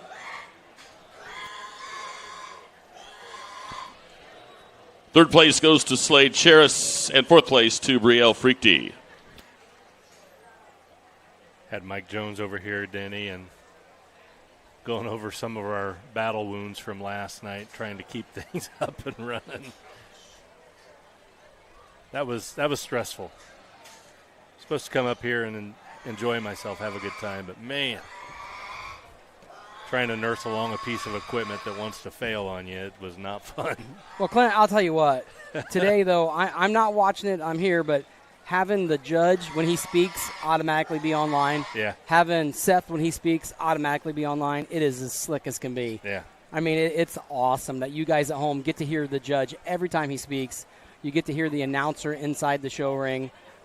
It couldn't be set up any better. It really couldn't. It is just absolutely awesome. Yeah. I mean, I like to think of myself as a quick learner. You did great. But, yeah. I tell you what, though, some of this equipment, we put it through the ringer. Oh. When you talk about the number of broadcasts we do in a year. And these conditions aren't real good. Yeah. Dusty and dirty. And a lot of times when I come to something like this, I bring backups of everything. And I did. I had backups of everything, and both of them wanted to fail on us last night. So they'll find their way to the garbage. Rest assured, you'll never have to deal with them again if you're watching. But it's just part of it. So out here today, we've got our Division I crossbred barrows, and we had Brielle Freakty, Connor Lehman, Elise Rumschlag, Slade Chairs, and Logan Kirshner.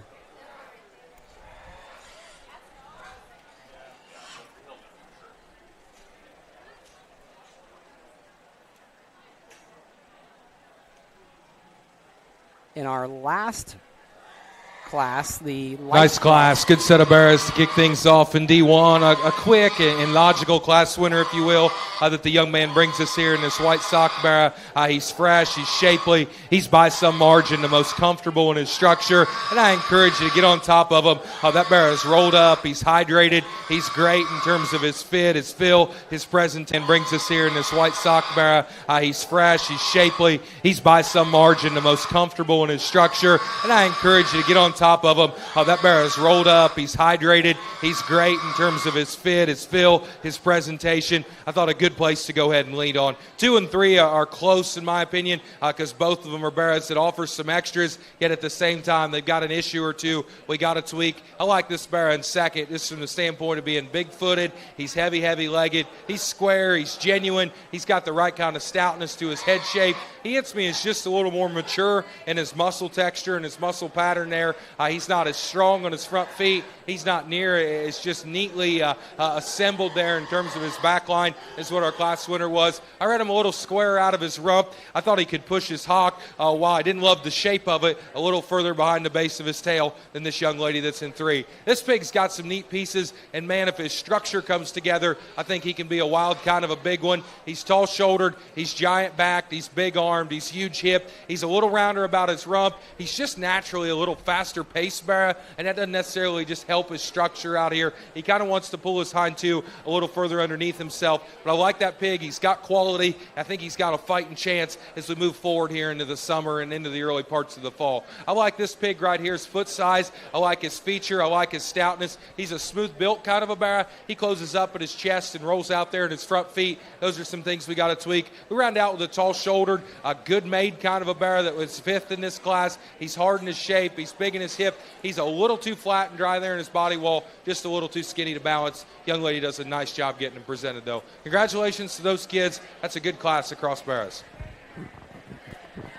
First call for Class 34, Division II, Dark Crossbred Barrow. First call, Class 34, Division II, Dark Crossbred Barrow. Your champion, Division I, Dark Crossbred Barrow, was shown by Slade Cheris. The reserve champion, Division I, Dark Crossbred Barrow, shown by Connor Lehman. In third place is Brielle Frichte. Fourth place belongs to Logan Kirchner. And Elise Rumschlag will take 5th. So back to our light breds, the champion Presley Gaskell. Let me see here. His pig was from Robbie Sheets, sired by High Horse, and Lila Ringers from Newhouse. Our first Division I Dark Crossbreds, the winner, Slade Chairs from Newhouse, unrivaled, and Lehman's was from Genter. And we are now ready for Division II Dark Crossbreds. We've got Marshall Manley, Carson Lehman, James Jr. Smith, and Elise Huber coming out. And these pigs range 227 to 238. And we've got 2 classes of these Division IIs. Yes, and 2 of them are born and raised in Adams County. Manley and Smith both have pigs that were born and raised in Adams County.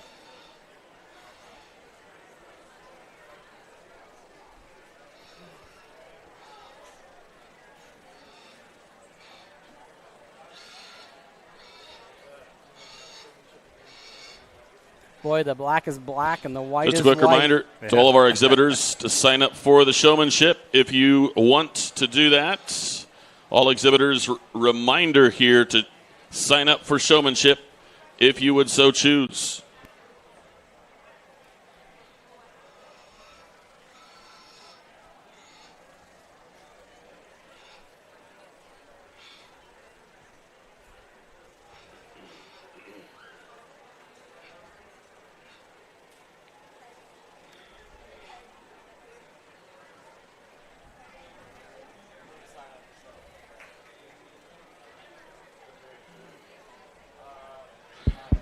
Really a good class, and all 4 of these barrows have a lot of good and have a lot of quality, so if you find yourself on down the line, I dang sure wouldn't get discouraged, because I think they all do things well and do things very, very accordingly. I like our class winner to lead. I thought from an athleticism, a looseness of back, and just a quality structure, I thought that barrow needed to win. He's the most intimidating, and his view coming at you in terms of his arm, his chest, his spread up front. He's a broad back kind of a barrow. He's big in his hip. He stays square there from behind. I thought a nice nice place to go ahead and lead off with. A very highly presented bear comes in two from a skin and hair standpoint. I like that. Young man does a great job getting him presented. He's a little stouter mugged bear. He's better in his jawline. He's got shape. He's got power. And honestly, just the density and the circumference to his hind leg hits me as a little bigger than the bears on either side of him. He's not just fresh and shapely enough right out of the backside of his shoulder. He's not as neat and just chiseled out there about his neckline as what our class winner was. I still thought a good kind of a pig. Young man does a nice job getting him driven. 3 and 4 become a little closer in my opinion. This white sock bear, though, I thought offered just a little more in terms of shape and power. He's a little looser and leveler there out of his hip and hind leg. He's a little plainer looking out front. If we could tweak that, I like that pig. Barely round out with awesome looking, tall-shouldered, got a great shape down the top side of his skeleton. Got to just use his hip and hind leg a bit more effectively to work up any higher amongst that particular drive. Great class. Congratulations to those kids on working hard and doing a nice job.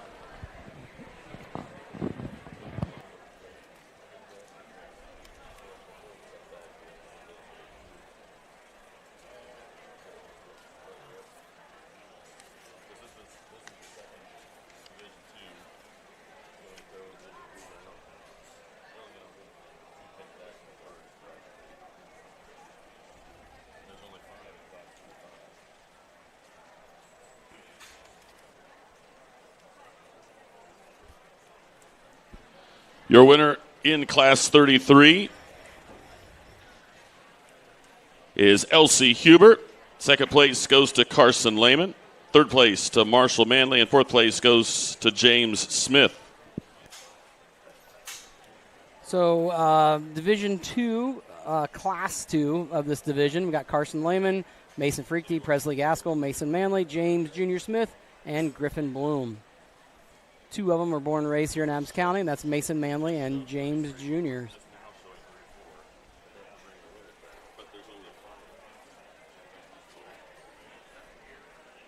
First call for Class 35, Division 3, Dark Crossbred Barrow. First call, Class 35, Division 3, Dark Crossbred Barrow. So if born and raised doesn't necessarily mean that you, the family, were the one that bred it. You could purchase the pig. From but another the breeder in Adams County. The breeder, yeah. Yep. Yeah, which is that makes it on the gilt side really cool is Hireley's raised their own pig. Okay. And won it. And so that's really neat. They didn't buy it from anybody. Right. They had the gilt. They purchased semen, bred the pig at home.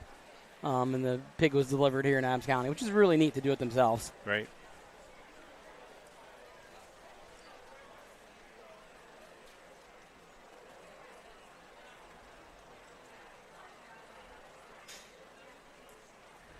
Well, I don't know about the people watching, but doing commentary through this, I'm becoming more educated. Well, you're not learning from a good person. I'm not. Well, I know you lie to me every now and then. Yes, yeah. But I'll tell you, honestly, my kids were into it, and I helped. But my son, he went. I mean, he was all in, and he made feeding decisions on what they were getting, and now early on, the breeders would help us. We had different families that would help. But then towards the end, I mean, he made those decisions himself.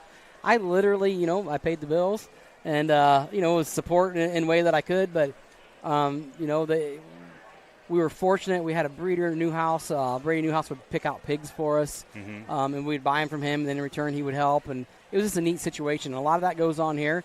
But a lot of these families, they're picking out their own. I mean, that's it's really cool. But, some of the families, and it was in the same situation we were. They say, hey, this is how much money we want to spend.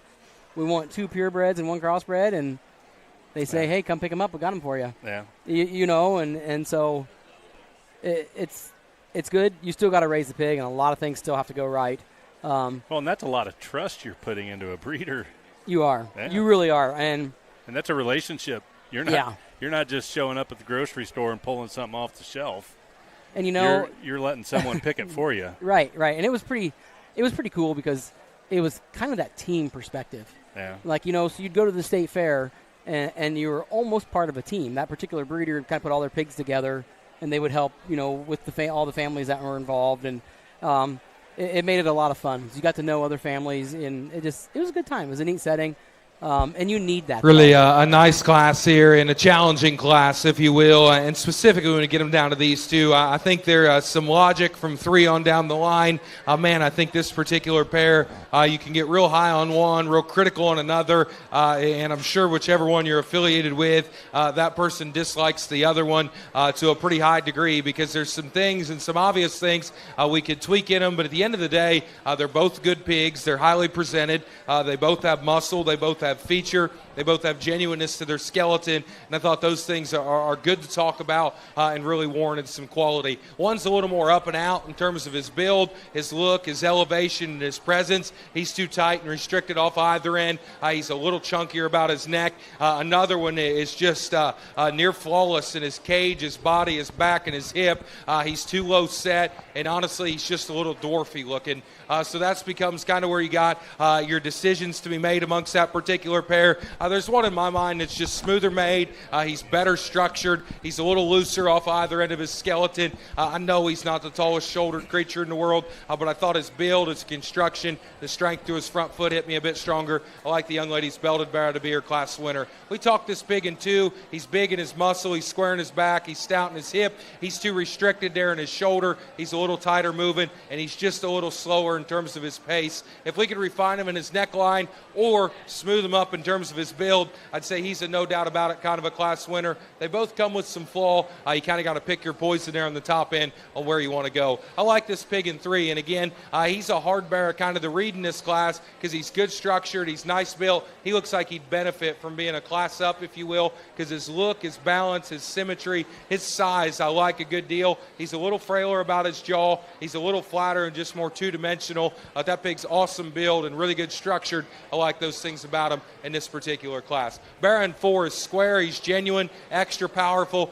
I thought those things were really, really good. Young man does an awesome job getting them driven. Big in his chest, broad in his back, giant armed, and extra stout about his hip. A little shorter stepping, a little tighter out of his hip and hind leg. Still a good kind of a pig. This young guy that comes in 5's got a muscular, shapely barra, a little flatter on his front feet, a little plainer about his mid-body. We round out with a pig that's a little fresher about his shape. He's got genuine squareness and muscle. He's got to be built a little better off either end of his skeleton. Good class, interesting class. There's some challenge here to sort through, and I'll give you that on that particular drive. Congratulations to those kids, though. They worked hard and did a nice job.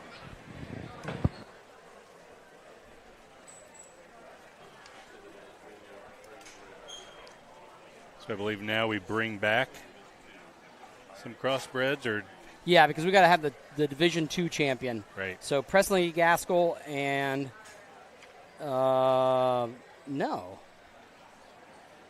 Am I looking at the paper wrong? Here's Division II dark crossbred. Should be 33 and 34 going against each other. So we got Huber. Elsie Huber. Yep. And you'll never guess who Huber's stepdad is. Huber's stepdad. Gaskell. Oh, really?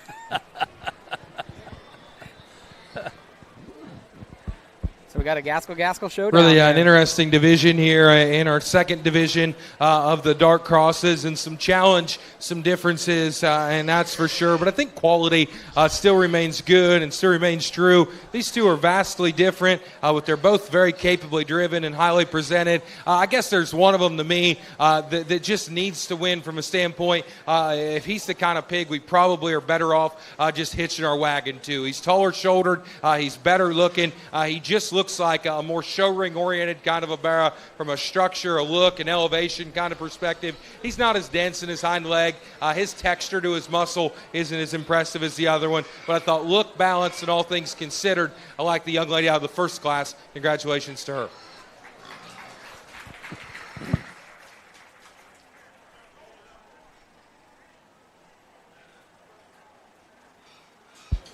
Drop that second in. It's a nice built, good balanced pig. I like those things about him. Again, there's another one. So interesting. So hard to pick a hole in from his shoulder back. So impressive about his back, his cage, just his stoutness. He's too low fronted, and he's not just elevated enough, but a stouty, no question. And lady does a great job driving him. She'll be reserved. Congratulations.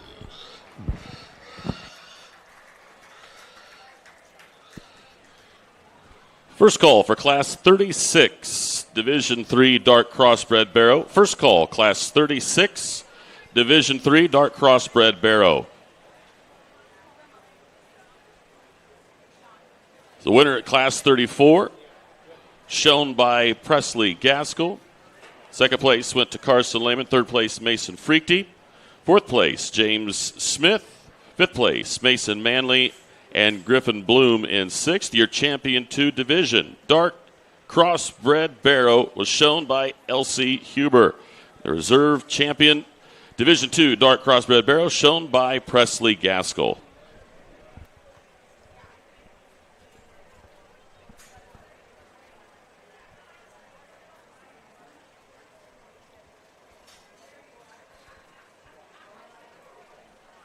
Okay, we are on to Division III Dark Crossbred Barrows. In this class, we got Troy Ringer, Elena Carr, Grace Neilinger, Gus Adams, and Kennedy Bolenbacher.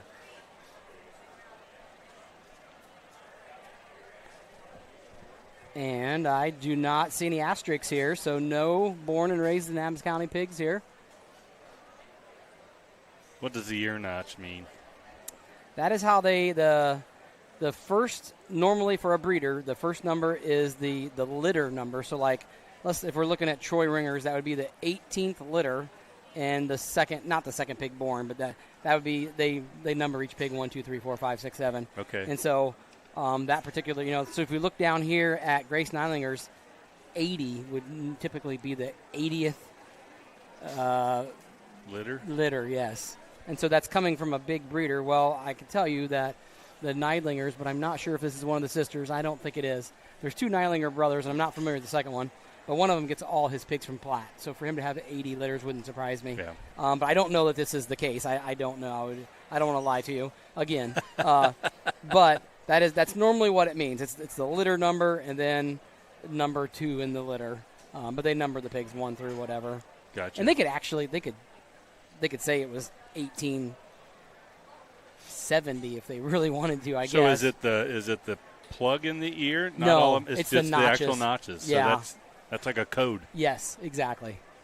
And I can't read it. Yeah. I always have to have a paper out that shows me what they mean, and it can get really tough because if the little triangles are cut close to where it could be one or the other, you know what I mean, it can get really confusing. Yeah. It's too bad I didn't know how to read it. My wife goes to buy those pig ears. Nice class. Young man here in the blues got the combination I thought of the Barras in 2 and 3 and needed to go ahead and win.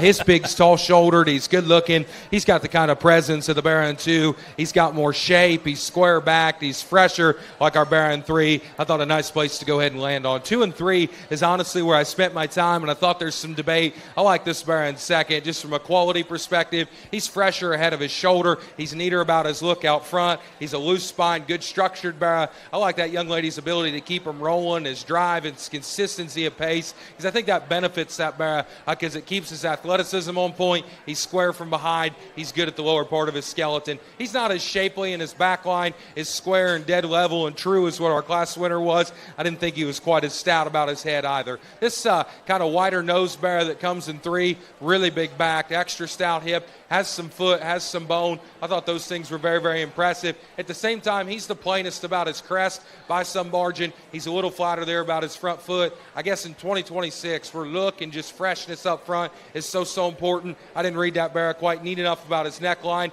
just quite strong and fresh enough there about his front feet. This young lady drops her 4th place Barra out. He's highly presented. He's got a great shape, texture, and tone down the top side of his skeleton. I thought those things were very, very good. He's the weirdest and just oddest moving off of either end of his skeleton. I thought he was too tight and restricted, specifically out of his hip and hind leg of our initial 4. Barra in 5, extra square, really stout, as big a back, as big a hip, as heavy a boned as you could ask. Man, he doesn't use his hip and hind leg good enough, but I thought a nice kind of a pig. Young lady does a great job getting him driven. Congratulations to those kids. That's a nice class in our crossbred division.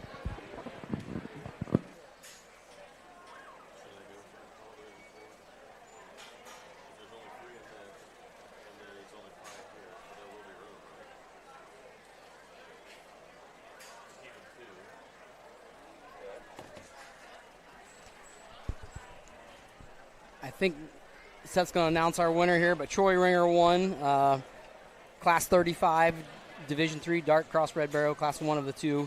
Elena Carr was second.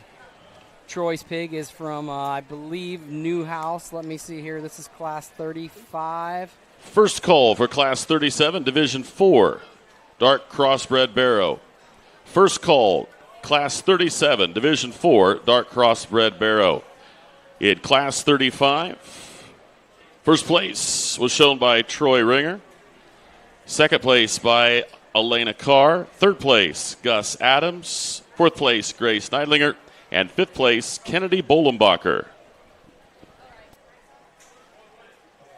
Yes, Troy Ringer's pig was from Newhouse, sired by Game Time. Like this class, like this pair, a good deal, and I thought a well-presented, capably driven pair of barrows. Both of them are fresh. They have shape. They have genuine muscle. I thought one of them was just a little stouter, a little bigger in his arm, a little square in his back, just manlier when you get right on the livestock. That's this Calico barrow. He'll be your class winner. I thought one that was equally as impressive when we take him to the bottom side of his build. He's heavy-boned. He's stout-structured. Still maintains some freshness out front. This belted pig is loose-made, good-looking. He's tall-shouldered and attractive there in his lower jawline. I didn't think he was just any better or an upgrade there in terms of the crest of his neck. He's not as big and just overwhelming there in his cage, in his forerib. Man, the pig's awesome built. He's very well presented from a skin and hair perspective. I like his shape. I like his muscularity. I like his power up high a good deal as well. Young man in 3 drops one out that's very practical. I like the shape to his cage. I like the spread to the lower part of his skeleton. He's big in his chest. He's square up high. He's got muscle. He's got power. A little frailer featured in comparison. Not quite as neat a looking as that barrow in second. Still thought a good kind of a pig, though, to round out an awesome trio. Congratulations to those kids. Did a nice job in that class. Class 36, Division 3. First place was shown by Elaine Neidlinger. Second place goes to Sage Schultz. And third place goes to John Johnson. Okay, so out come our champions, Troy Ringer and Elaine Neidlinger. Ringer's from Newhouse. Neidlinger's pigs come from Platte Show Pigs. If you notice, Ringer's got one. He's got his tongue hanging out. Good division as we bump up another weight here. And again, probably a little more cut and dry in the way things were assembled amongst these couple classes. And again, this is a good pair of barrows. And honestly, they start to look just a little further apart in terms of their weight differences amongst these particular two. But again, I thought there was one of them just swallowed the other in terms of shape and spread to his mid-body and shape to the center portion of his cage. I like this young lady out of the last class. Congratulations, sir.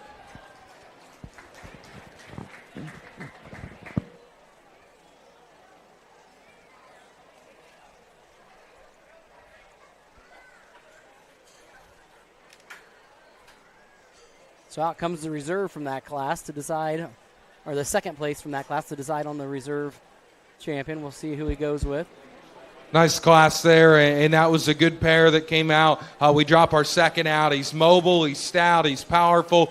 He wasn't as overwhelming as what our class winner and division winner was there in terms of shape and spread, but had a good kind of a look, had a nice balance. I still think he's got more to him than the other in terms of spread to his cage and just natural power, bulk, and density. I like that young lady to be reserved. Congratulations to her.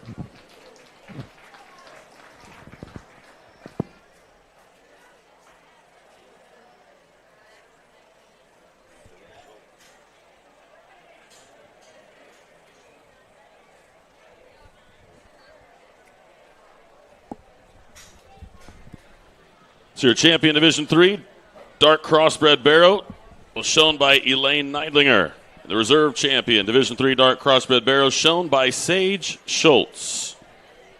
So as I said, Neidlinger's came from Platte Show Pigs, and Schultz's pig comes from Newhouse. First call for Class 38, Division 4, dark crossbred barrow. First call, Class 38, Division 4, dark crossbred barrow.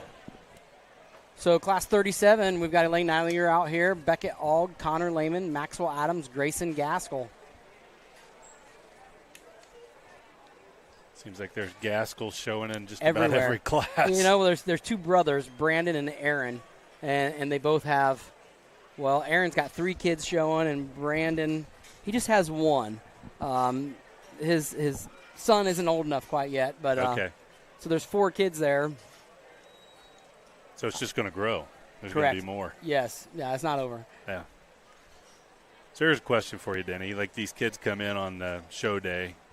Is there anything they can do from the time they get here to right before they get in the ring that can enhance that freshness? Do they water them up? Do they? Oh yeah, they're watering electrolytes, and so there's lots of just kind of like athletes would do, and the electrolytes will make them retain water, and so the muscles, especially across their back, will swell. Mm-hmm. But show day also a lot of times you hear them talk about rib shape, and so you're feeding them in a way that almost gorges them to get their rib shape to bulge out. So you're looking for the loins on top to look really nice and the muscularity, as he says. Yeah. But then the rib shape and those things that happen in game. Obviously, you can't affect structure.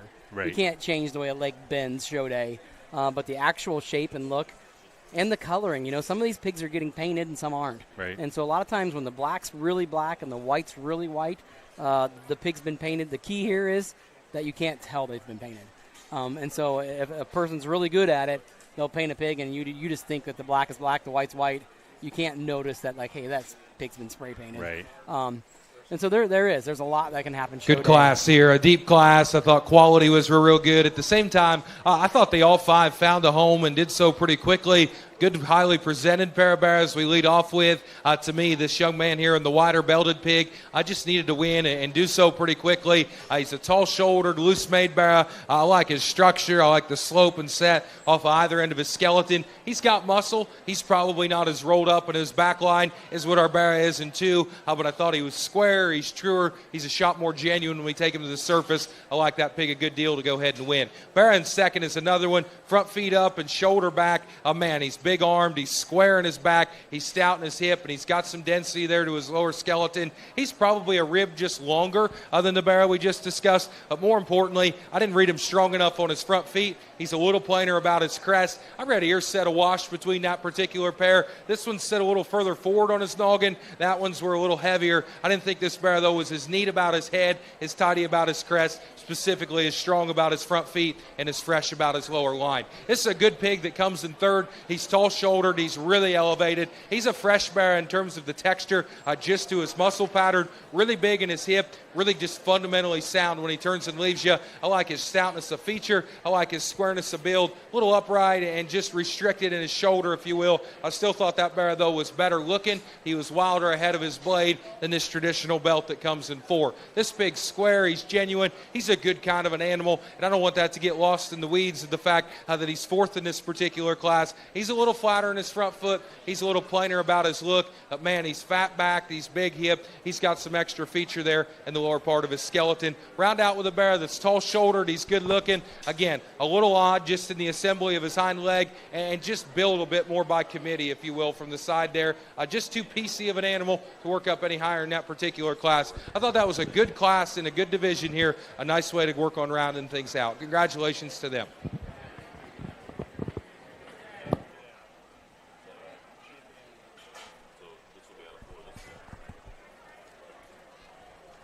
So our Division 4, I believe Seth's going to announce our winners here.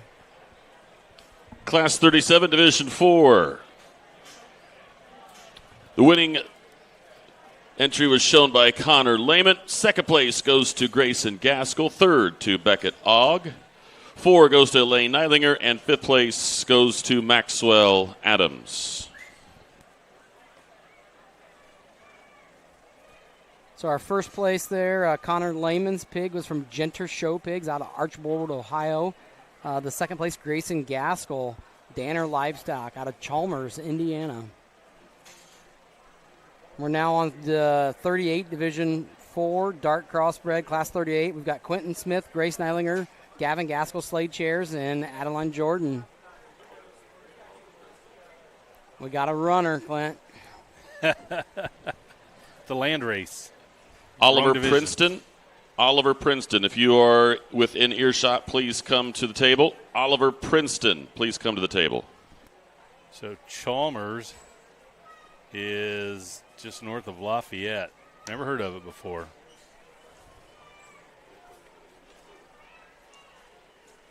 Near Monticello. There's more than corn. There you in go. Indiana. Does that still exist? Well, I'm sure it does. What? Indiana Beach? Indiana Beach, yeah. It's got to. Took the kids there years ago, and that lake is so cold. It's unbearable. I would think like by July, August, it would be better. Oh, horrible.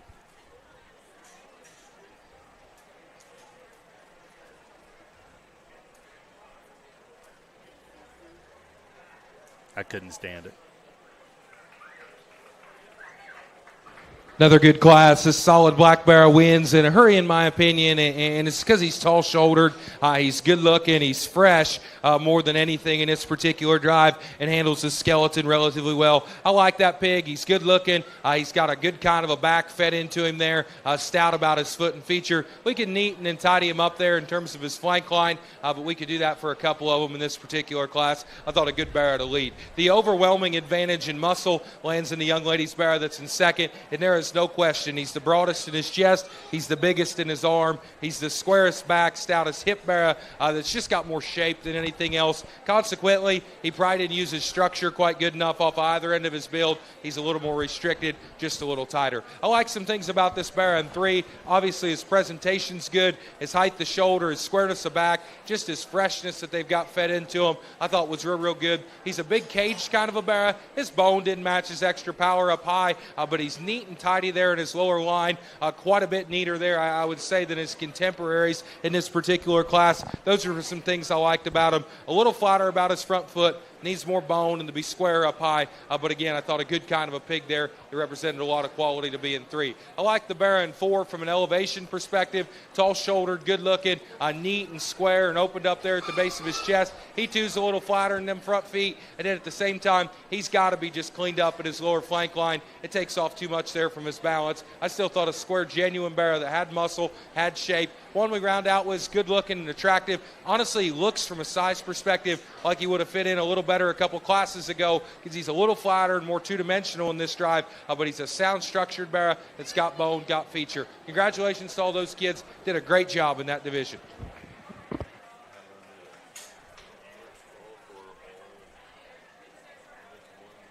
So now we got to do a Division 4 dark red champion, and we'll be bringing back Connor Lehman and Slade Chairs. Connor's pigs from Genter Show Pigs, and Slade is from Newhouse, sired by Blowin' Smoke. First call for Division 1 through 3. Champion dark crossbred barrows. First call for Divisions 1 through 3. Champion dark crossbred barrows.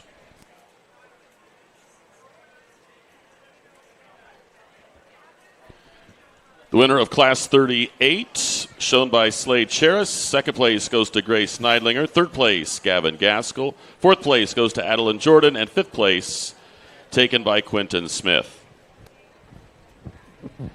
Really a good class here, a good division. I thought a nice way to cap things off in our dark crossbred drive. This particular pair, I thought, rose to the occasion, did what was necessary in both of their classes to drive to the forefront. And again, they're a little different. One of them's better about his ear set. He's a little neater about his head. He's got a fresher roll and turn there down the top side of his skeleton.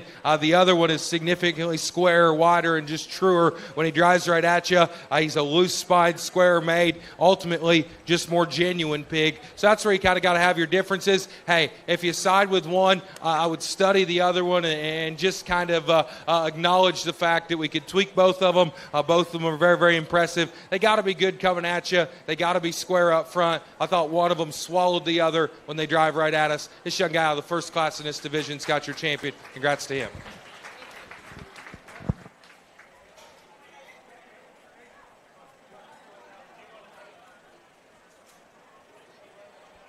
So the winner's Connor Lehman. Lehman's pigs from Genter Show Pigs. And now we're looking for the reserve Division 4 crossbred barrow.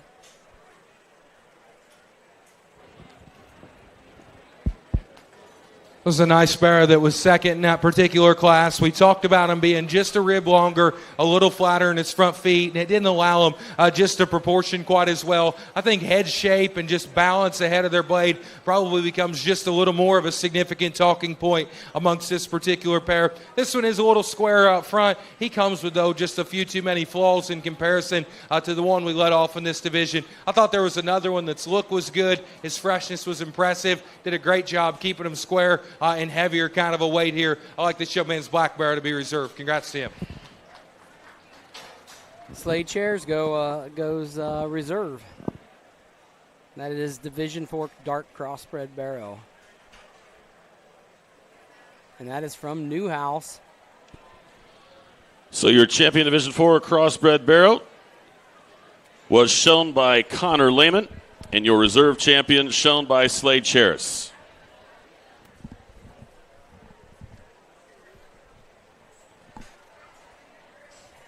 Indiana Beach was also the home to the worst roller coaster I've ever experienced. Was it wooden?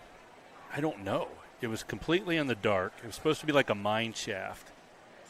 And it like dropped you and then slammed you to the side and then slammed you backwards, then dropped you again. You were just constant. You had no idea what was coming. And it was just wham, wham, wham. I got off that thing with a raging headache. That sounds terrible. I'm guessing everybody that's ever ridden it would agree with me. Yeah, they're like, that's a bad idea. Whiplash, headache, concussion, everything. So a few lights, just to give you some warnings. Yeah, it's bad. You see lights, but only because your brain's slamming around in your skull. This time we need Division 1 through 4. Champion dark crossbred barrows. Division 1 through 4 champion dark crossbred barrows. Please report. Hey, just a little reminder, the help me out here, the Clover Center is looking for help, and Dining Hall. I'm not going to read the notes, but hey, they need help. They're a desperate need. We have a beautiful fairgrounds. The upkeep on it is very expensive. They're never shy to spend money that's needed, and we raise that money by buying the food here. We need workers to help maintain those places. And so, if you've got a kid here at the fair, try to sign up, work a few hours. They do 3-hour shifts, I believe. They could really use your help. Especially in the morning, so they can open on time. That's right. Get your Egg McFair. This time we also need the Division 1 through 3 reserve champions. So we got Division 1, Slade Chairs was the Division 1 dark crossbred barrow champion. Division 2, Huber, and 3, Neilinger, and 4, Lehman.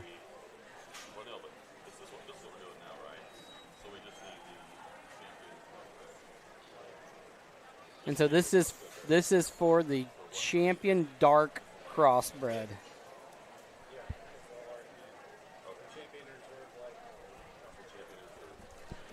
We need the champion and reserve light crossbred barrow to report. The champion light, reserve, and grand champion crossbred barrow, please.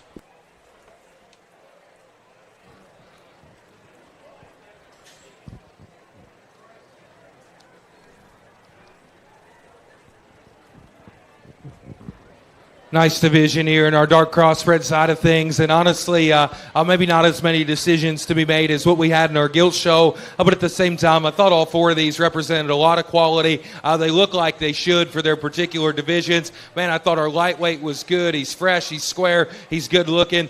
Pig out of our second division, got a great kind of a pattern ahead of his blade. He's got a big square back. He's awesome in the set to his shoulder. He probably takes a little longer step than ideal. He's a little weird in his hiney shape, but he's got an awesome pattern there from the side. This big calico barrow is the man of the group. I don't know if he's just the softest structured or the wildest, most athletic creature in the world, but he's big, stout, and manly. Our Division 4 won that division because he stayed fresh. His structure was awesome. He probably doesn't have enough back for his size in this particular drive. So there's some differences amongst them. There's some different ways you could go. Hey, in this setting, I think one suits me just plenty good in terms of being big, stout, powerful. He's ready to go. He's got features. structure. He's got substance. He's the freshest on the top side of his skeleton. I think from a muscularity perspective, he's by some margin the best. His athleticism isn't the fastest pace, but he's nice enough built. I like our Calico out of D3 to win the Darks. Congrats to her. There you go. Neidlinger wins the Dark Crossbred.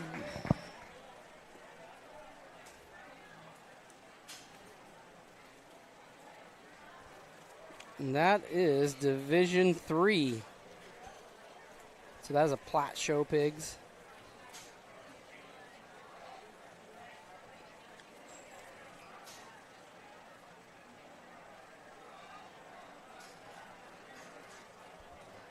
We'll see who the reserve is. That drops in Schultz.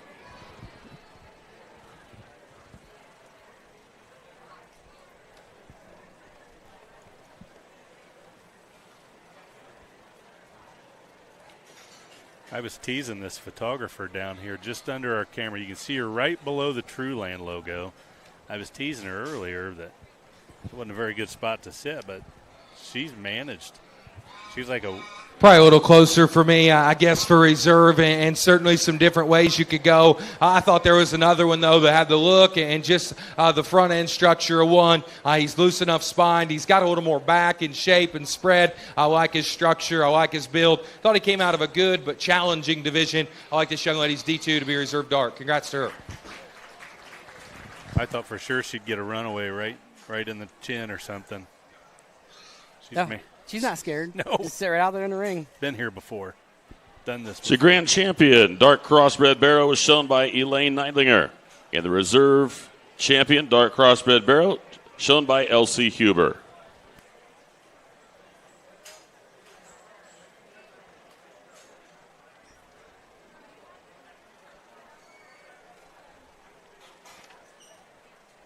So now we are ready for the Grand Champion Crossbred Barrow. And that is going to bring out Neidlinger and then the light champion, who was Presley Gaskell. Last year's Grand Champion Crossbred Barrow was Addison Gilbert, and the reserve was Grayson Gaskell.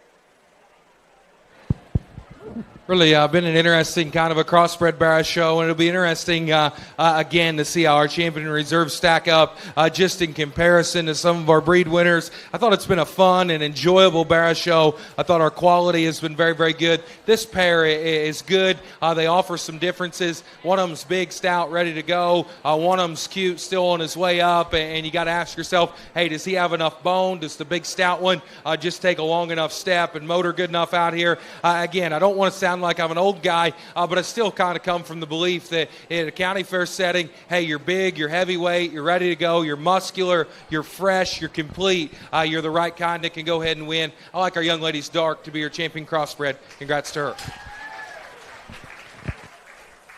Champion Crossbred Barrow goes to a Neidlinger out of Platte Show Pigs. So is she starting to rise up in the odds department for the grand champion? Yeah, it's. We'll let Judge. Again, I think for reserve, it's still tight. It's still close. And we talked that reserve dark, what he does so good and where he's so impressive. And again, I wouldn't say just foot and feature and bone work. There's quite the spread here is what we had initially. And then from a structural standpoint, our dark's probably a little looser spine. Our light is probably just a little safer and more secure there and where he plants his hind leg. Honestly, it's personal preference. I thought there was one that came out, and when he poked his head out of the gate, he hit me as square, he hit me as genuine. He's big in his chest, he's broad in his cage, he's got a beautiful kind of a shape in the upper part of his skeleton. I like his stoutness, I like his muscle, I like our blue to be reserved. Congratulations to her.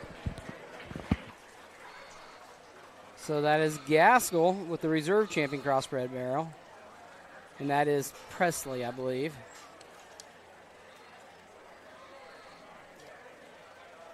So your Grand Champion Crossbred Barrow was shown by Elaine Neilinger, and Reserve Grand Champion Crossbred Barrow shown by Presley Gaskell.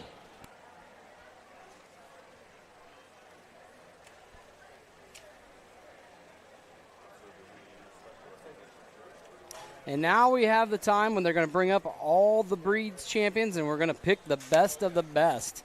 So all the purebred champions will come out, the champion crossbred, and we'll decide who has got the best male pig here today.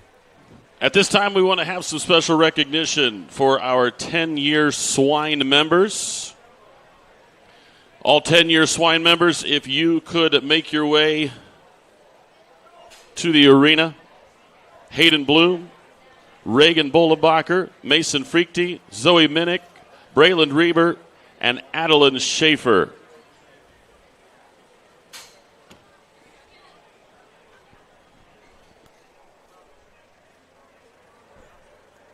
While they're getting the pigs up here, great opportunity to talk about our judge. He did a fabulous job. I've got a little information on him. We read at the very beginning of the day, but if you weren't listening, which you very well could not have been, but his name is Dylan. I can't see his last name, but he's from Laurel, Indiana. With his family, they operate Scheiss Livestock, focusing on selling pigs, cattle, junior exhibitors across the country. He's also a sales consultant for ShowPig.com. He attended Black Hawk East and Iowa State University with a degree in animal science, member of livestock judging team at both. While at Black Hawk East, he was a member of the 21-22 Livestock Judging Team of the Year. Looks like they're going to be talking to our 10-year 4-H members, which we've got a bunch of them this year. Means that since third grade, these kids have shown a pig here at the Adams County Fair. And so they get to show their first year after their third grade year, and they get to show the year after their senior year. They're going to share a little with us here. Had to move them out there so people could see them.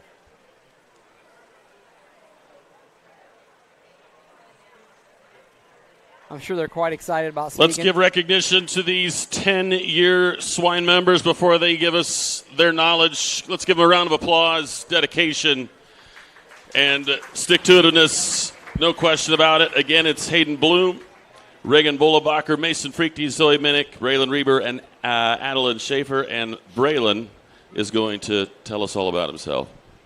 Hi, my name is Brayland Reber, and my future plans are to go down to IU and study the medical field and hopefully become a medical salesman.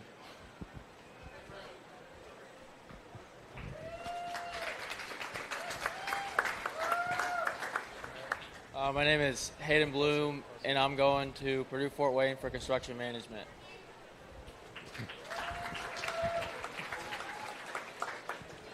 I'm Mason Frickty. My parents are Craig and Mindy Frickty, and I'm going to Huntington University for agribusiness and then coming back to the family farm. My name is Addie Schaefer. My parents are Andrew and Monica Schaefer, and I'm going to Purdue Fort Wayne to study accounting.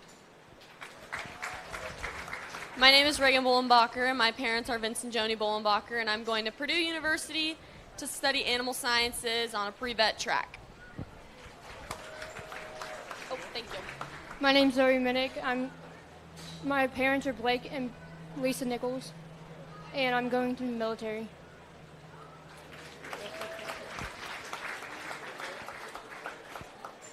All right, you guys can leave me. All right. Thank you, 10-year swine members.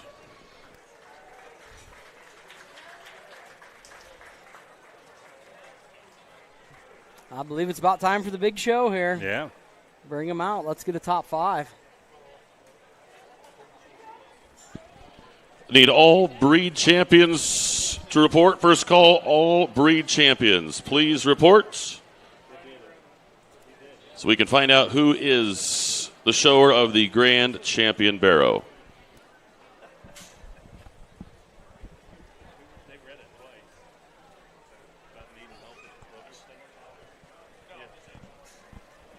Again, if you would like to get images from today, the photos can be found at truenorthimaging.smugmug.com.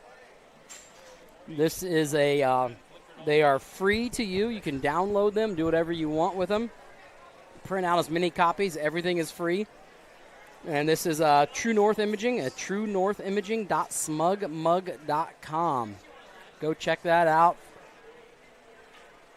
Get some free pics of your kids while they're showing. Grandkids, cousins, friends of the family. What else, Seth? Help me out here.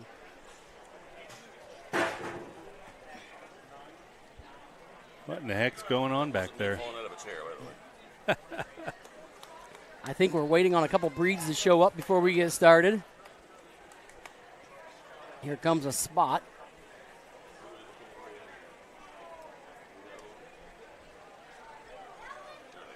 I'll tell you what, the guys inside, you can see from the video, there's guys opening and closing gates. Keeping this place organized while everything runs is huge. They've done a fabulous job today.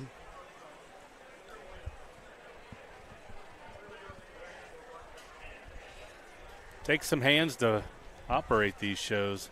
It does, and what they're doing here is they're getting the reserves on one side. Some of them, there's too many different champions to have everybody champion and reserve in the same place. Because what will happen is as they're out there, if they say, hey, the Duroc is our third place pig, or maybe let's just say the grand champion, that Duroc leaves the ring and the reserve Duroc gets to come in. And so they have to have the champion and the backup, the reserve, ready to go. Last call for showmanship. If you want to sign up, this is the deadline. Come on up. Last call for showmanship. Also want to remind you, if you'd like to get some free images from this event, go to truenorthimaging.smugmug.com. truenorthimaging.smugmug.com.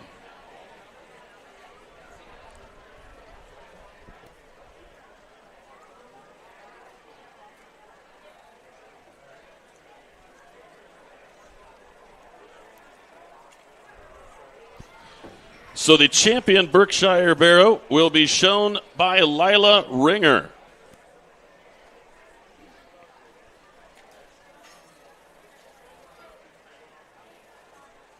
Out comes Lila Ringer, pigs from Heimer, sired by Rule the Roost. The champion Duroc Barrow is shown by Easton Ogg. Ogg Spids from Andy Kyler, sired by No More Tears.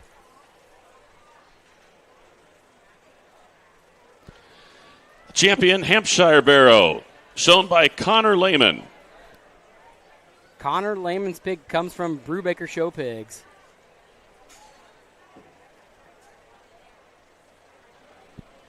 The champion Hereford Barrow, shown by Zoe Minnick. Minnick's pig comes from Neenan Show Pigs, sired by Shot Caller.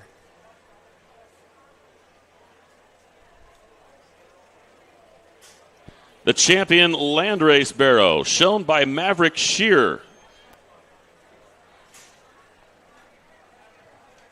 I believe that is a left lane pig, but I am not sure.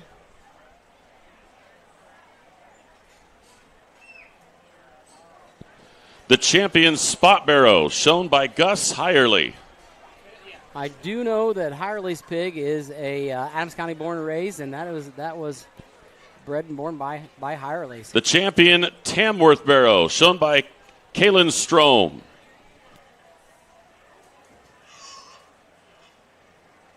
Strom's from Left Lane Genetics.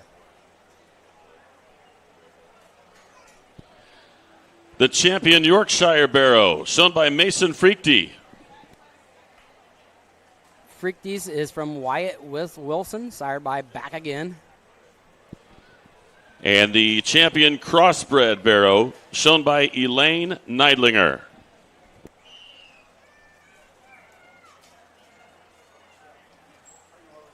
And Elaine Neidlinger's pig, I'm sure, is from Platte Show Pigs. Now we have first call for all breed reserve champions. First call for all breed reserve champions.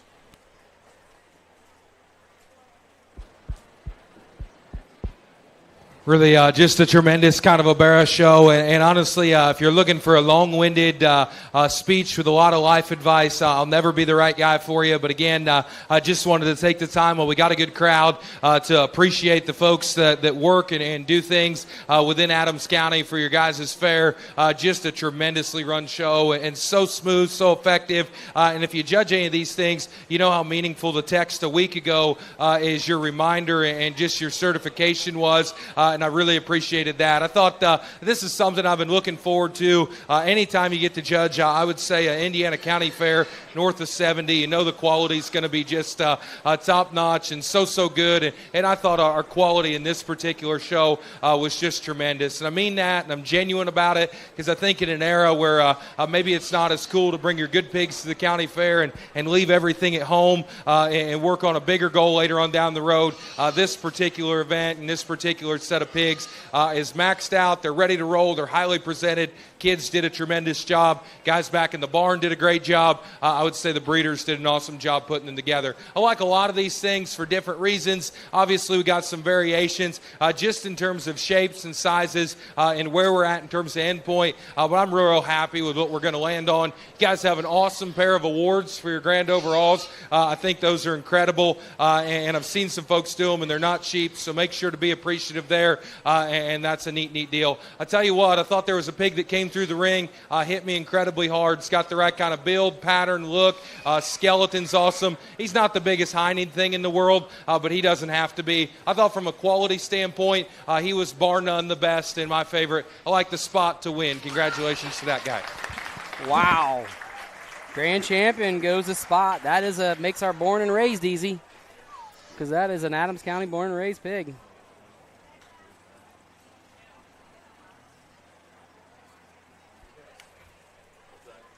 So, again, going back to what we talked about earlier. It's a special one. That's going to be, Yep, to use a purebred over the crossbreds, it takes a special pig to do that. Really cool. And you got to think that everybody here, regardless of, the competition, got to feel pretty good about a county breeder producing that thing. Very neat. Again, I like that pig. I thought he was incredibly good. I think for reserve, there's certainly a couple different ways you could go. There was one that was on my mind. He comes back in the grand drive. I don't want to sound ordinary, but you got to ask yourself, is he just big and ready enough? There was another one that I really liked. I don't know if he's just the wildest looking thing in the world. Oh, man, he's stout and powerful. There's another pig that hits this destination. I thought real good. He's big. He's ready to go. He's stout. He's powerful. He's square. He has motion, or he has power. His range of motion's good enough. Looks like he was fed for this event. In my opinion, that still holds value. That's still important. I like our crossbred reserve. Congratulations, sir.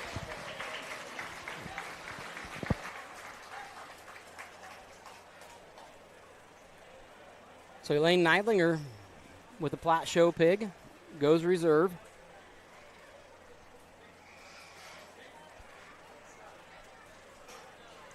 And to be the champion, to be the reserve, it's so cool. But, I mean, just to put a pig in the top 5 is so hard. So these next 3 spots, I mean, it is a huge deal to be in this top 5. This is, months' worth of work here. Like our reserve cross. That's a good pig. Gets in, fits right into the mix. There's another bear that came out of an incredibly good class. I thought he was stout. I thought he was square. So genuine. So impressive at this level for this particular breed. Hampshire's third out. Congratulations to him. Connor Lehman with the Hampshire goes third overall. Very unusual also. It's awesome.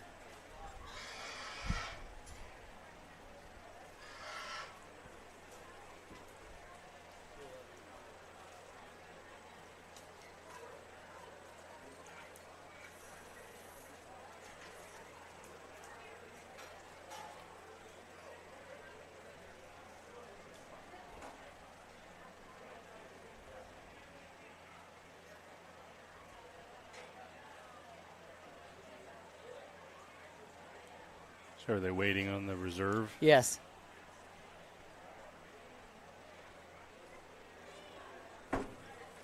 Here it comes. Wasn't in one of the pins. The reserve Hampshire shows up, looks really good out there. Yeah.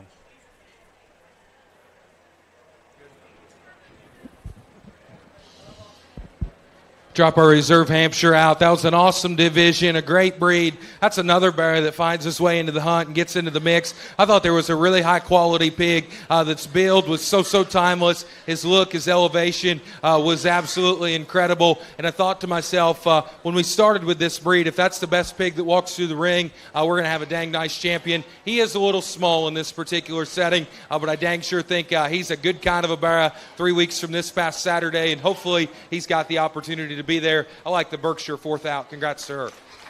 So Lila Ringer with the Berkshire goes 4th overall.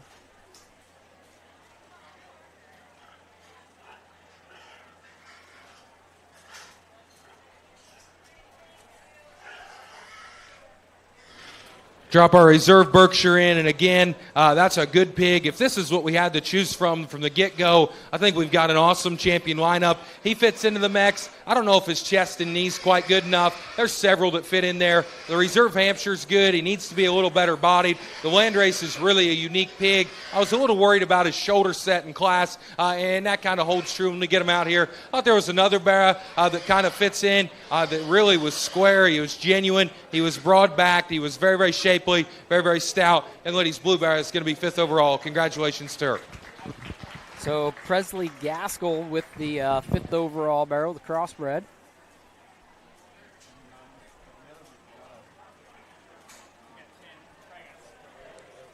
So now you do born and raised. That's easy. Gus Hirely wins. I'm not sure who gets second. I mean, he's got to win. Right. Yeah, I mean, this one's easy. And so if you think about it, Hirely's won both sides of the born and raised. Oh. They won the gilts and the barrows. Really cool.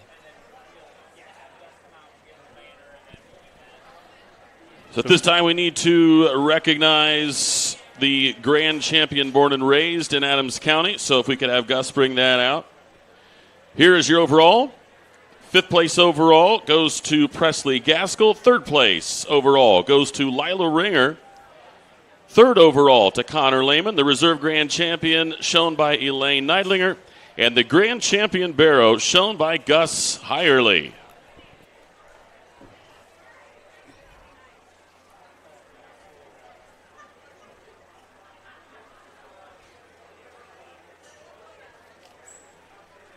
Be interesting to see the spot stay fair.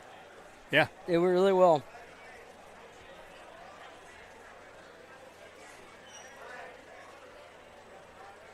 He's bringing it back out. It's kind of like after the queen wins and she makes a run down the runway. That's what he's doing out here. Taking a casual walk as the champion. He's even smiling. He's smiling at us, Denny.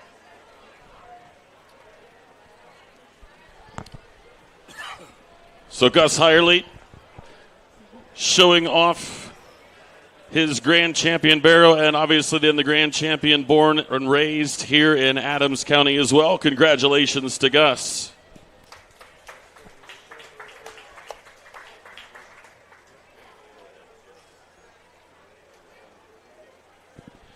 So we still need a reserve grand champion born and raised in Adams County. So we would need Adeline Jordan and her Berkshire barrow.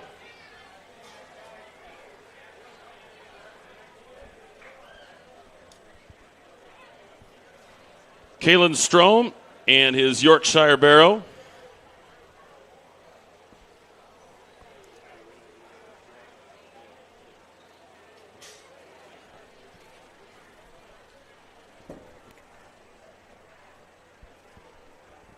I'm glad I don't have their job. Yeah. They're sorting through papers. Connor Lehman and his Division I dark crossbred barrow. Marshall Manley and his Division II dark crossbred barrow.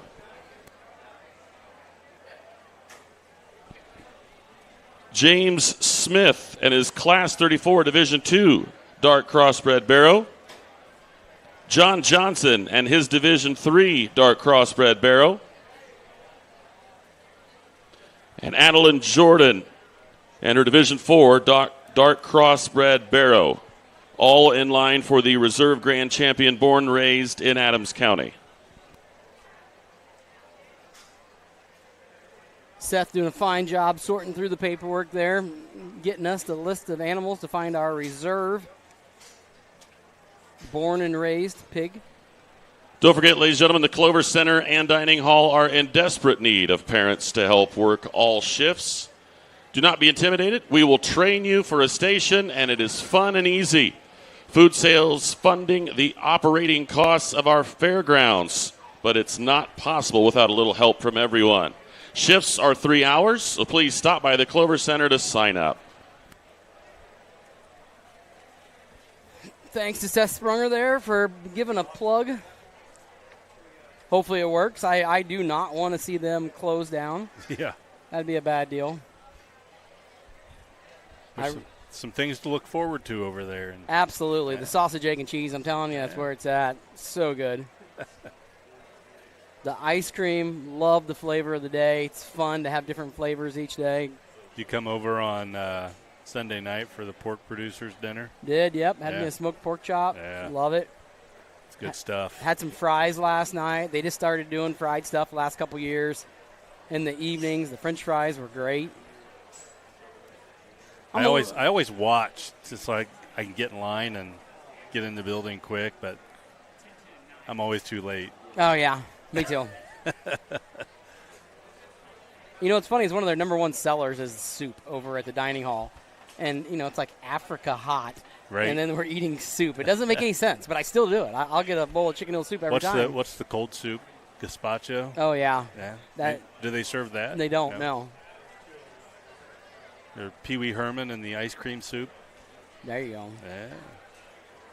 Well, it's warm enough some years that your ice cream isn't really ice cream anymore. It's right. like it's just milk. Really sweet milk. Warm milk.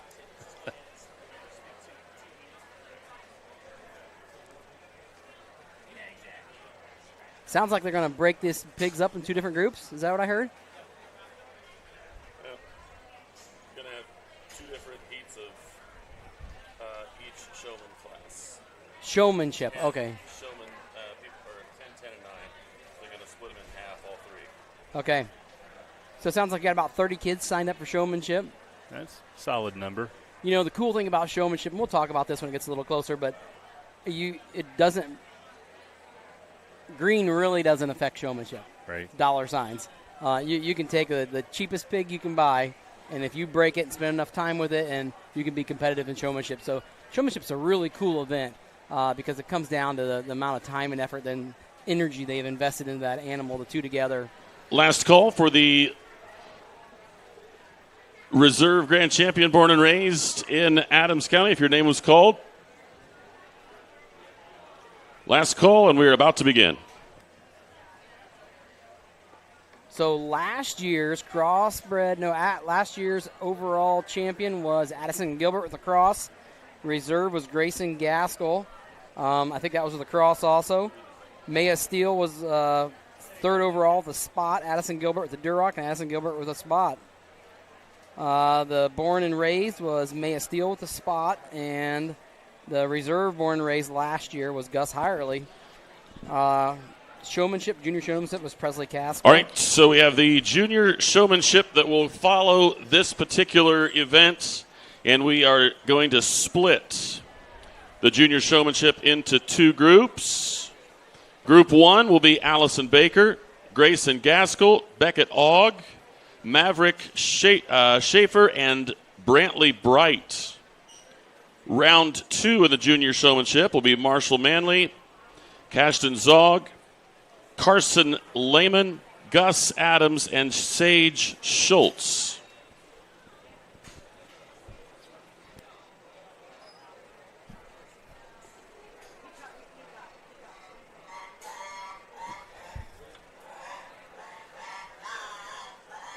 All right, so the pigs coming out here they are battling for the reserve grand champion born and raised in Adams County.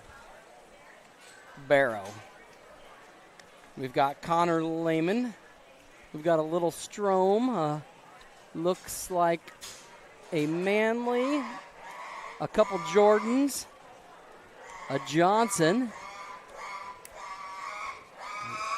We got one Matter, Eddie. Yeah, Connor's. His has been vocal here for a while. Yeah.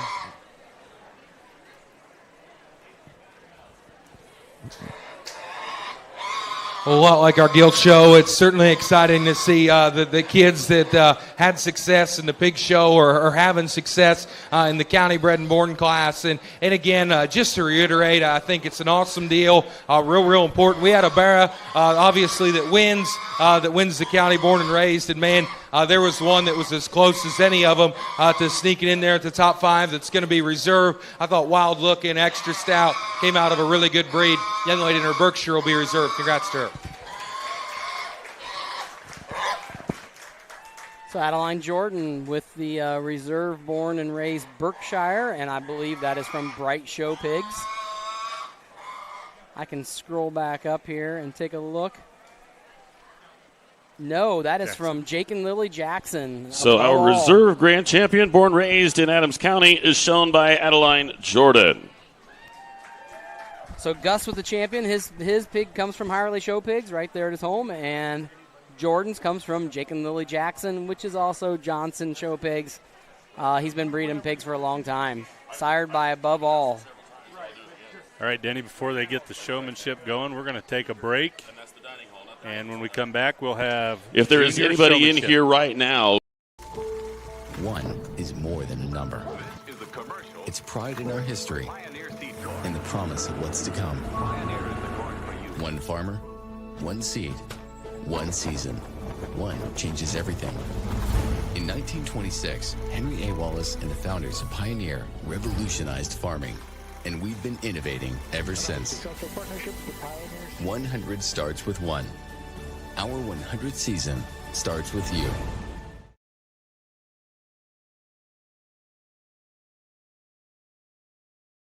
Are you in the market for a used vehicle, or are you looking for a rental van or trailer? CMA Truck and Auto provides a variety of vehicles in a variety of price ranges, and Swiss City Vans offers rental services for a range of equipment. We invite you to visit us in person at the south edge of Berne on US 27, or to visit us online at cmatruckandauto.com, where you can sort our inventory by price range. You can also visit our Facebook page, where we keep in touch with our customers and promote giveaways. Enjoy the vehicle buying process without hidden fees or high-pressure sales at CMA.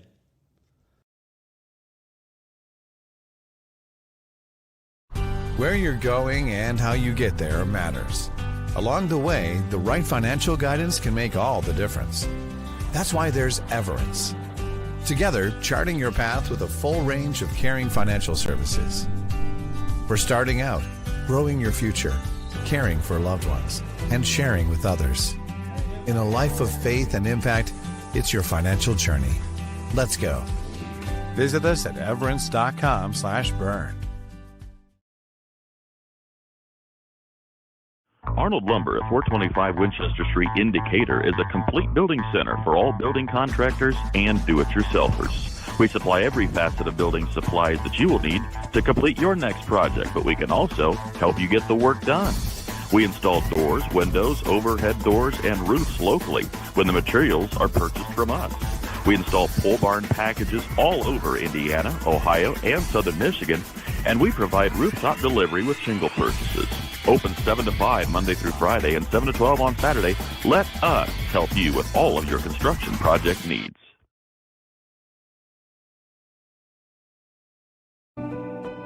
Farming is more than a livelihood. It's a legacy. Simplot was founded by a hardworking farmer like you over 90 years ago, and we've been growing America's farms for generations. With local crop advisors grounded in your success, Simplot Grower Solutions is in your fields and by your side. We dig in deep to pinpoint what you need, where you need it, when you need it, even when the forecast is unpredictable.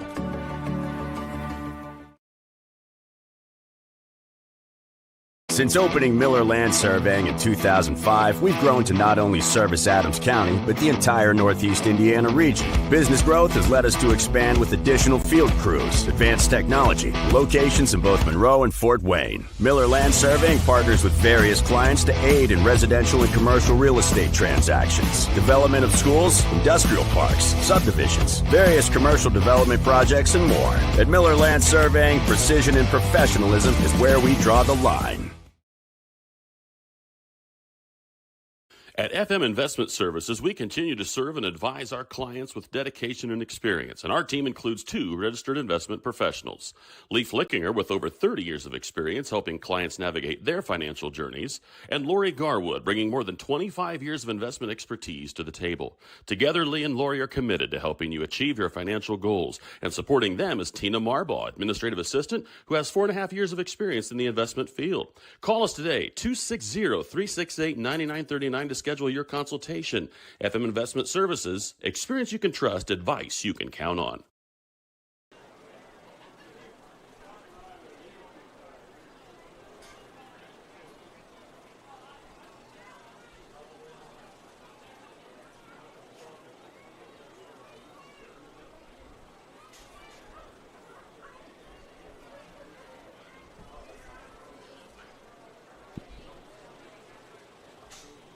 This time we need the second heat of junior showmen. Be Marshall Manley, Cashton Zog, Gus Adams, and Sage Schultz. Please report.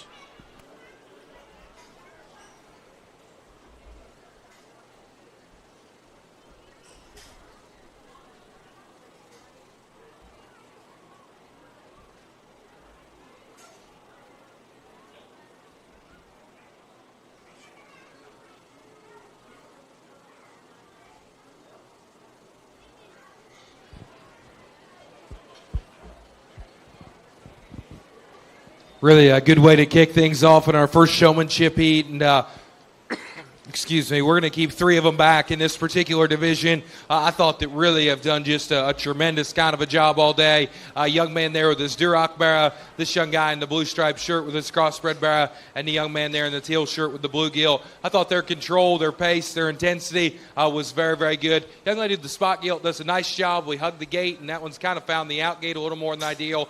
This young guy here in the striped shirt's control isn't quite as strong as what a couple of those other ones were. But again, 5 awesome kids in our first division to kick things off. Congratulations to them.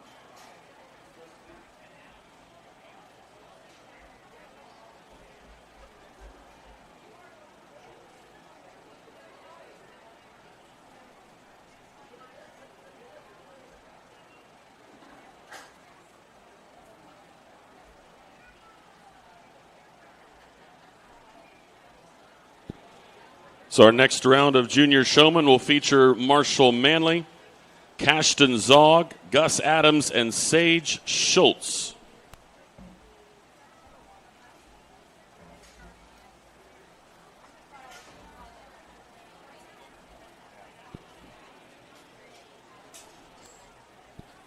After the junior division is over, we will have Heat 1 of the intermediate showmen.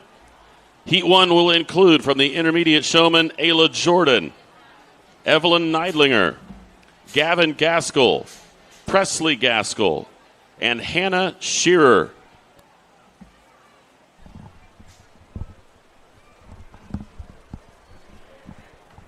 As we've got the junior showmanship going on out here, these showmen or women are trying to keep their pig a good safe distance from the judge, keep it in front of the judge, giving him different angles, showing control of the pig. They always want to keep the pig between you and the showman. So as the judge circles, you should be getting to the other side of the pig. And this is typically a younger group. They move up. I am not an expert at this at all, but I believe once you win junior, you're automatically in the intermediate. and so on. Another good heat here before we work into the finals. I thought two of them just do a little better job of keeping a good pace, showing us a few more views, not getting stuck in the corner. Young man there in the Paisley shirt will be rejoining us. This young lady will be rejoining us. Did a great job. I think when that young man can keep his Berkshire gilt in the middle of the ring, oh man, he's as good as any in terms of intensity and eye contact. We hug the corner just a little more. Obviously, our young fella over there, just a little more stop and go. Both those young guys did a great job, though. They were nice additions to this particular heat. Congratulations to those kids. Did an awesome job.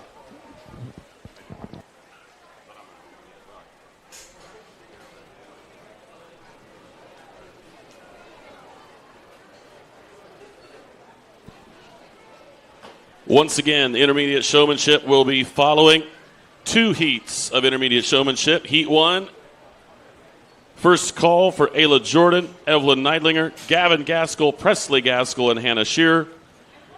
Intermediate showmanship, heat number 2 will feature Reagan Bright, Connor Lehman, Elena Carr, Troy Ringer, and Elsie Huber.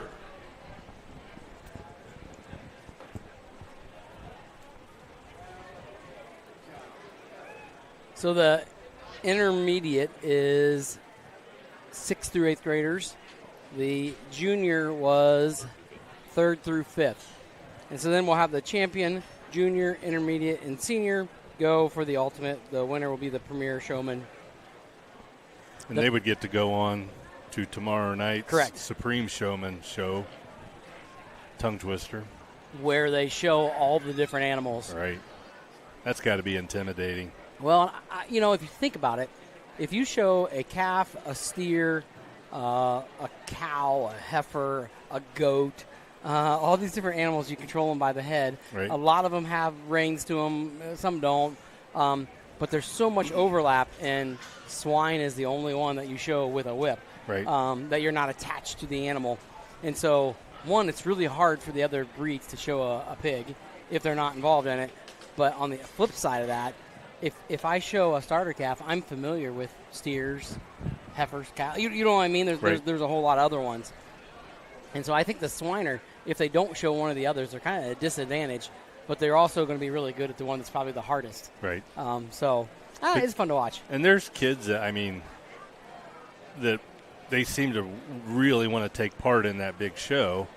So knowing that going in, not only are they working with their own animal, their own, whatever they're showing, but do they go out and they learn how to pick up chickens and they learn how to just a tremendous kind of a division here to kick things off in showmanship, and we'll play some 5 down the first. And again, I think it fits together pretty logically here in our first group. Our 5th place showman, I thought, did a strong job early on. Want to use maybe our offhand a little more than ideal on that particular pig. Then of the 2 that do that a little more, they probably get just a little more stop and go. Their pig begins to fight on them a little bit. But again, I thought their pace and their intensity when they're rolling's good. Just got to pull that offhand off a little more. Young lady, the solid black gilt's going to be 5th. Congratulations to her. This guy in the Paisley shirt's going to be 4. He too uses offhand just a little more to keep on that pig. At the same time, though, I thought just his drive, his presence, his ability to keep rolling with the right kind of intensity was a bit stronger than the young lady in 5.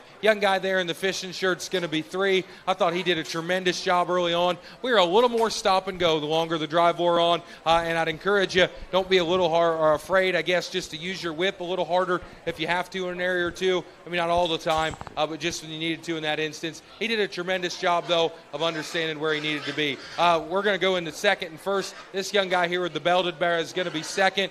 He's going to be reserve in this particular division. I thought his pace was great. I thought his intensity was awesome. He worked hard. At times we get just a little harder on turning that pig. We're a little sharper on our turns. This young guy is going to be your champion. He's done a great job. This gilt's seen the ring a lot. He keeps his control real good. Congratulations to him. Nice group to kick things off in our juniors. Congratulations to those kids.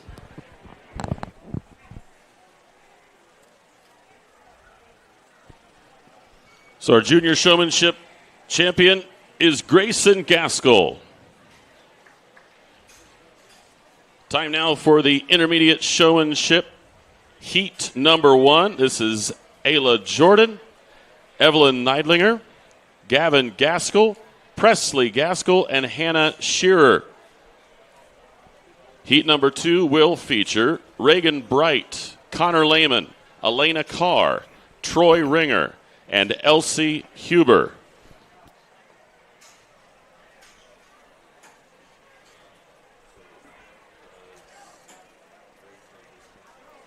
The judge made reference to using their offhand. That's the hand not on the whip. And it depends from judge to judge what they're looking for. Showmanship can vary a little bit. Boy, if you're not listening and paying attention to Correct. that. Correct. Right. And so the older kids always need to be listening to what he's saying, because it might be something you do that you just, you don't do that. Put that hand behind your back, whatever you got to do. He doesn't care. And if you watch, a lot of kids like to touch the pig with that. It's just a second way of keeping control of the pig. And so I get it, but, he pretty well openly said, I don't like to see that. It causes the pig to, hesitate sometimes. But he's looking at, you're giving him different angles, keeping the pig moving. And that might change the game, too, if you hear that and you've always done that. Oh, yeah, absolutely. And then you come out here and now you're going to try to not do it. I'm guessing that pig is going to be like, what's going on?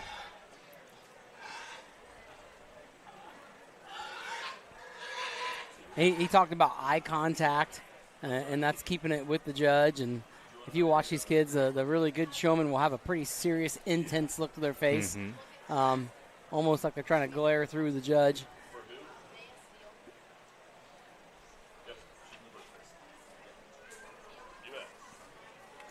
And he'll move around the ring to see how if the showmen are able to switch sides on the pig gracefully, keep the pig between them and the judge.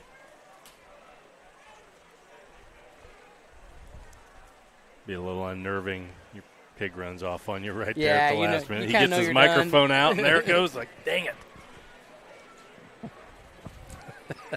And it's tough. You got other pigs running into each other. And Really an impressive division here, and an awesome way to kick things off in the intermediate division. And I always like to break things into heats and not keep too many kids, but I think if they're deserving to come back and get an opportunity and work through them again and just drive them maybe for shorter periods of time. And I thought 4 of these young people did just a tremendous kind of a job, and that's where I thought the cutoff was just a little more challenging. I like this young lady here in the yellow shirt to rejoin us. Young lady in the purple will be rejoining us. Young lady there in the cast will be rejoining us. And the young lady in the black will be rejoining us in the finals. Thought this guy did a really good job. Maybe a little more stop and go at times. If we can adjust that, I think we could have worked maybe all 5 of them again. Congratulations to him. Thought real close and did a nice kind of a job. so he's bringing 4 back out of that group. I think it's a group of 6, bringing 4 back. And it's his preference. It's not like for some of the breeds where, you bring back the champion, the reserve. He can, he can have a group and say, I like them all. Right. You know what I mean? We're going to bring them all back. And so it's up to him. Right. This breaking up of the divisions is totally random. So you may have just saw your Next best up showman. will be Reagan Bright, Connor Lehman, Elena Carr, Troy Ringer, and Elsie Huber.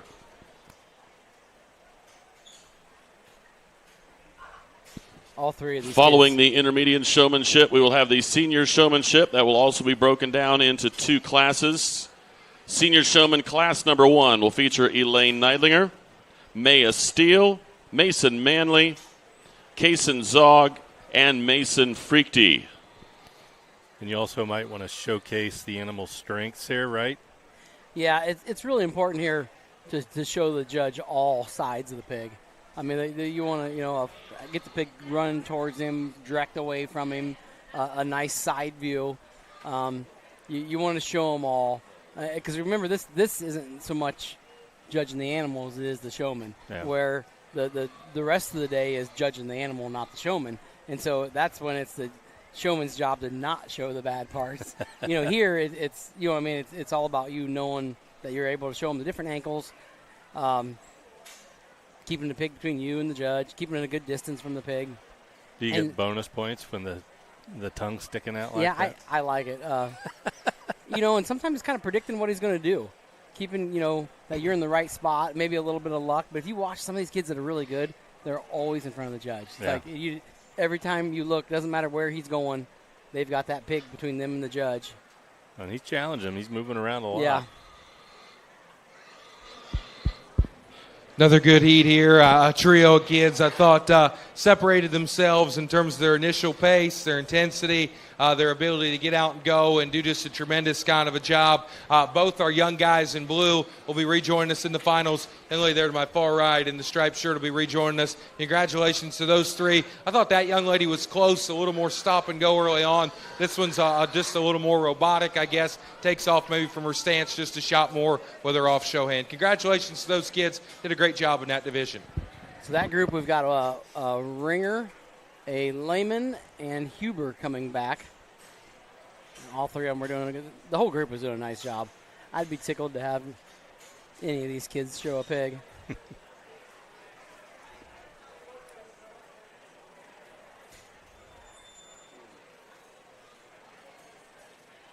Sometimes they call it, catching second gear, keeping the pig moving, not running, but moving, not in a real slow pace. So, and if the pig's been worked with a lot, they're able to hold that second gear and not get tired. They're physically conditioned, and yeah, it's fun. These kids are doing a great job.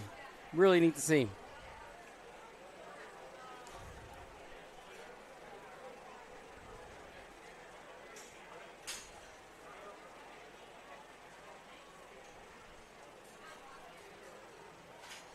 Sometimes these kids got it a little bit easier than normal. A lot of times the showmen have to open the gate and close the gate.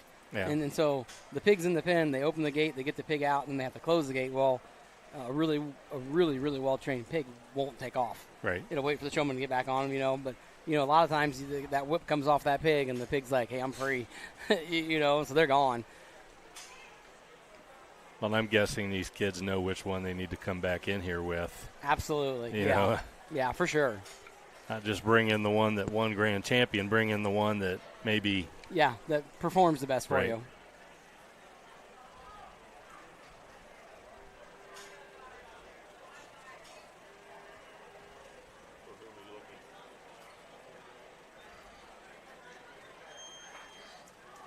Now, do you have to use a pig that has been shown? That's a great question. Could you bring one and just have it out there waiting and I resting? I don't know. That's a great question.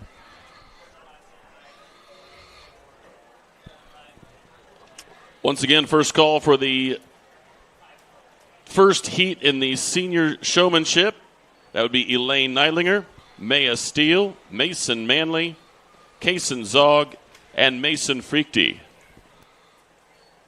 I would imagine that's a stipulation. I would think so. I'm going to say no, you couldn't do that, but great. I like your thinking. Break out your fresh showmanship, Hayden. Yeah. Just keep it back there resting, cool.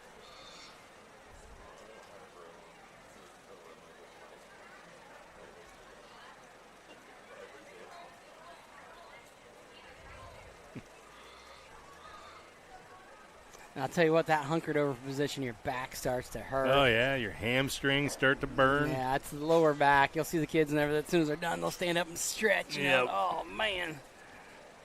Can you imagine 50-year-old guy out there doing that? No. It'd be over. He'd probably stand up and fall over because he's lightheaded. I couldn't do it regardless. I'll tell you what, I couldn't walk our kids' pigs. Yeah. I couldn't do it. Not a showman at all.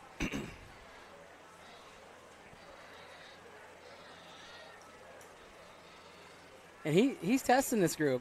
He's running. He's taking his time, trying to make a good decision here.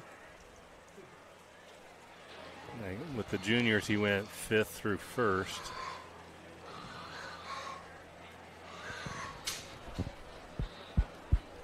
Really a good heat, a good division, and a tremendous group just in terms of depth of quality. And honestly, there's not just one that just jumps out and has to win, but, man, all of these kids do just a tremendous kind of a job, and they work their way up and become competitive, I think, for different reasons. Ultimately, it comes down to probably just 4 of them, in my opinion, that take it a notch further.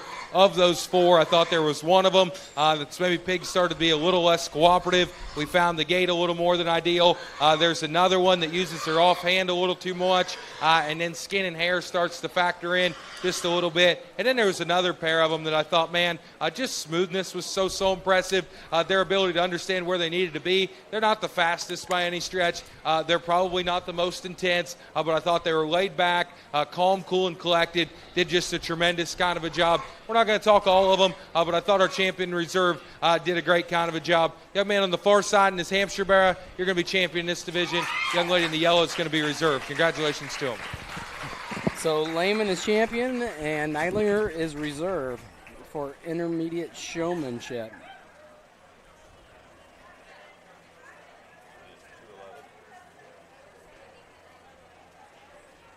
I think Connor Lehman does showmanship for everything he shows, so congratulations Yeah, to it's him. really cool.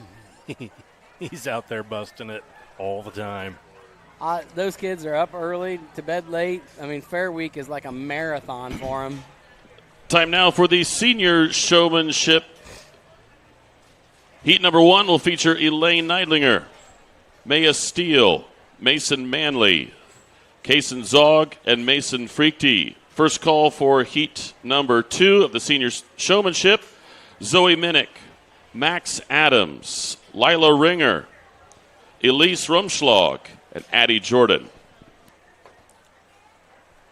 I'm in this show arena as much as anybody throughout the week, Denny, and I mean, Connor Lehman probably spends the second most amount of time in here. Yeah. You're right.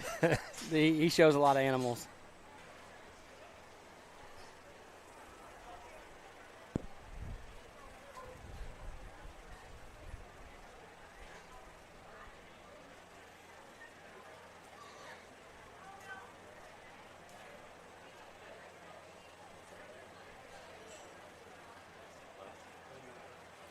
Just for people wondering, we've got 2 more shows we're going to do.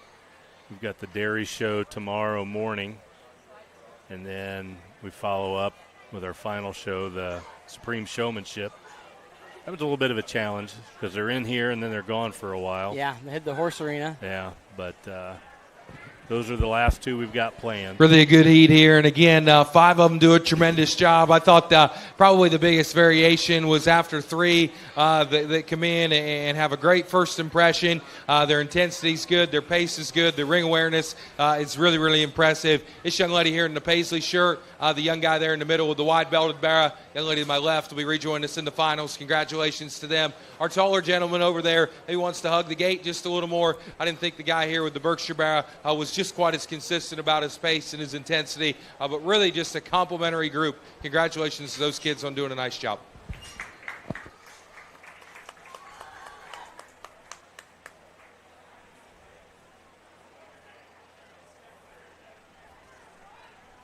Those top 3 are good. Yep. The Steele, Neidlinger, and Freakty, they can all show very, very well.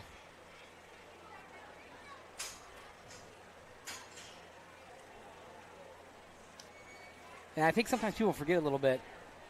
Part of the showmanship. Heat number 2 in this senior showmanship will feature Zoe Minnick, Max Adams, Lila Ringer, and Elise Rumschlag. How many times has he interrupted us today? Too many. Yeah. We need like a little sign, shut up sign. Anyways. Just a prod. I would like that a lot.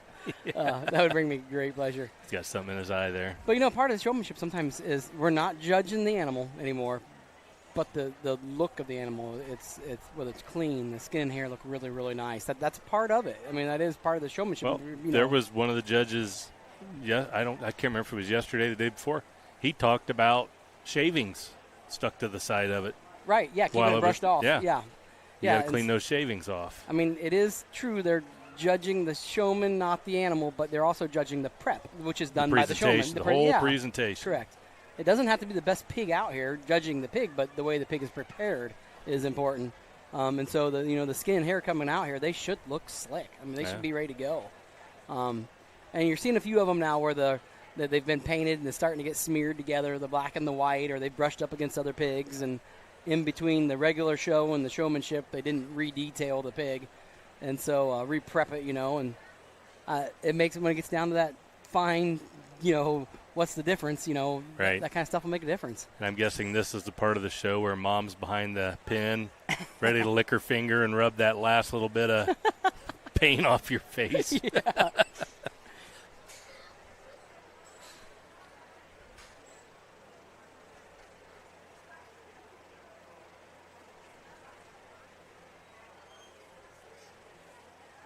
Was that not the worst, though? Yeah, absolutely. Think about when it. your mom would lick her finger and wipe something off your face. That's disgusting. Why not just spit on you and then wipe it off? Exactly. Seth's over here making a horrible face. Yeah. I'm sure it happened to him, too. There's a generation where spit shine was the way to go. We'll see if she gets to move on. The young lady in the purple, I feel like, has done a great job showing all day. And she comes out here for showmanship, and right off the bat, the pig stopped and wouldn't get going. And she's got it rolling now. Hopefully there's enough time for her to kind of show what she's got. But it seems like all day she's looked good. Max Adams, he's another one of those kids that's out here a lot, showing a lot of different things. Neat kid. Yep. Told me he just got back from a wrestling trip to Wisconsin. Good way to round things off in terms of our heats. I thought two of them separated themselves, did so pretty quickly. That's the pair of young ladies. They'll be rejoining us in the finals. Young guy there was close, as was the young lady in her calico barra. They probably cut in front of me just a little more than I deem ideal. I don't mind it every once in a while, but every time gets a little redundant there. So, again, I'd work on that as we move forward because I think those kids do an awfully good job other than that. Congratulations to them. Look forward to seeing this other pair in the finals. Yeah, I think Max actually went with Adams Central. Yeah. I saw a few results online, and the lineup for Adams Central, I was kind of like, wait a second. Yeah. There's some gold in this they lineup. needed a few it's extra really bodies. neat. I think it's awesome. It's good for everybody. Yeah. Seth and I talk about iron sharpen iron all the time, and that's how you do it. It's not always sometimes your team you got to be with. It's everybody else. And so I think they had a great time. I talked to some of the wrestlers. They had a lot of fun. Well, and there's other ways where, the teams kind of blend in. Tim Myers has that Mad Men Men, thing. yep. That he's coaching kids from all over the place.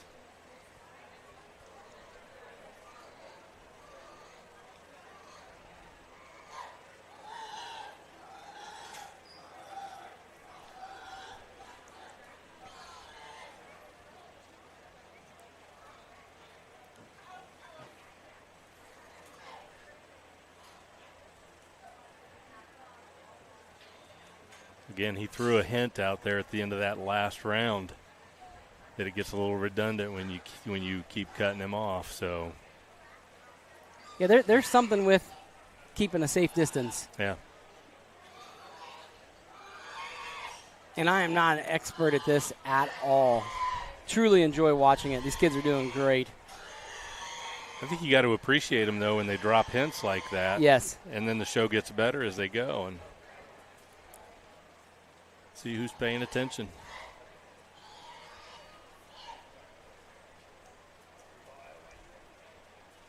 Fricky's doing a nice job. They're all doing great.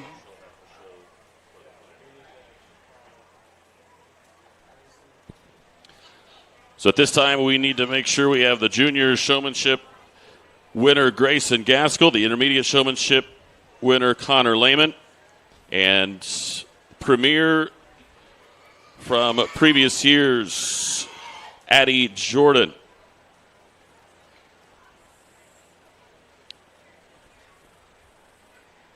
Please report to the holding pen while we finish up the senior showmanship.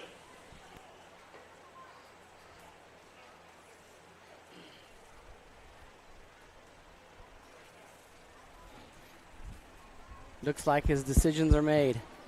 Really, our seniors have been good, and we've seen a lot of these kids throughout the day, and they've done just a really nice kind of a job, and I've appreciated them, and just in terms of having their projects driven very, very capably. Our skin and hair is on point, and yet they do little things I think that are important as we gravitate to this particular age division. I thought there was one of them, though, amongst this particular heat that set the tone for doing all the things necessary. Man, I thought there was another one that's just continuation of pace was really, really good. They showed a lot of pigs throughout the day, and every time they had them driving right. They do the little things well. They're maybe not as smooth as what our champion is, but I thought both of them did a tremendous kind of a job. Young lady with the blue-eyed kind of white bear there is going to be your champion. This young guy is going to be reserved. Congratulations to both of them. Did a tremendous job.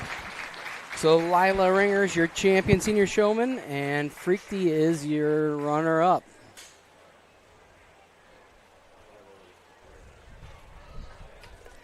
And if you notice, Ringer, she is never real close to the judge. Right. She keeps a pretty safe distance. She seems to know where he's at all the time. She does, yeah. So your senior showmanship champion is Lila Ringer. And now we need Grayson Gaskell, Connor Lehman, Lila Ringer, and Adeline Jordan to determine the Premier Showmanship Award.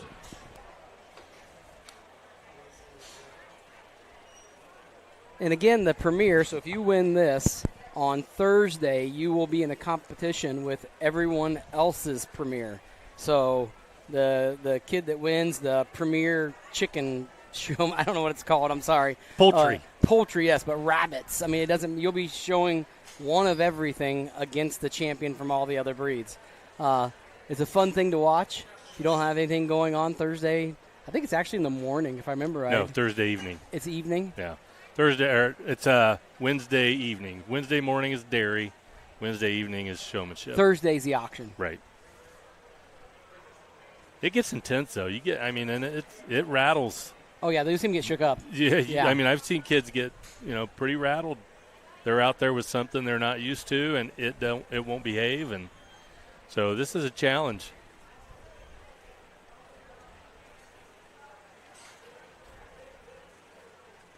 If you get an award for the biggest belt buckle of the week, Adeline Jordan is right up there. That is one nice belt buckle. I don't know what it is, but that thing might outweigh her.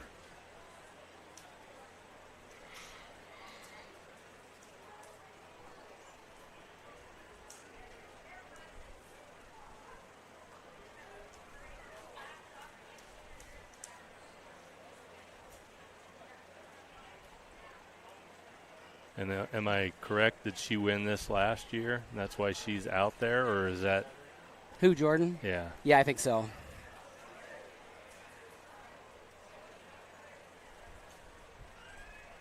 And she's good.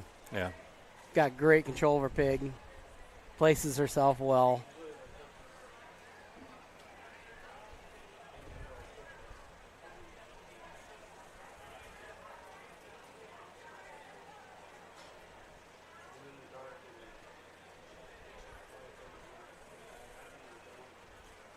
Ringer's looking smooth. She really does. Jordan makes it look easy. They're all having a pretty good show here. Yeah, they are. The pigs are behaving well.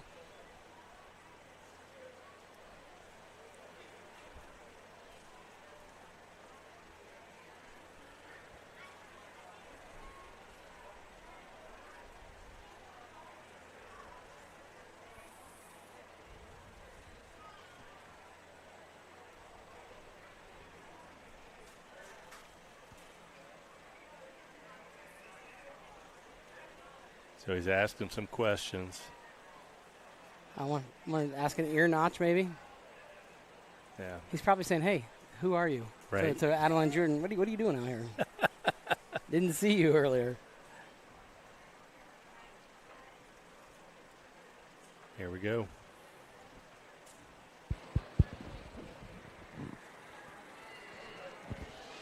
Really just a tremendous way to wrap things up today. And I mean it sincerely. It's been an awesome show. Showmanship's been really good. And I like when showmanship's at the end because it gives the opportunity. I've kind of seen everybody. You can't just turn it on right here in this division. You got to be good. You got to be collective. You got to have it down throughout the day. And that helps me out a little bit and allows me to kind of work through them at a little better rate so we're not wearing everybody out and getting them so hot at the end of the day. I will tell you in this particular division, and I'll say it in the best way possible, our champion is pretty logical and not particularly close. Our reserve is maybe one of the toughest decisions that I've had to make all day, because then I think the remaining 3 of them are all in contention and all do things very, very well, and all do things we could change and we could tweak. Ultimately, I think our reserve champion showman does a tremendous kind of a job of just staying cool, collected, keeping their pig away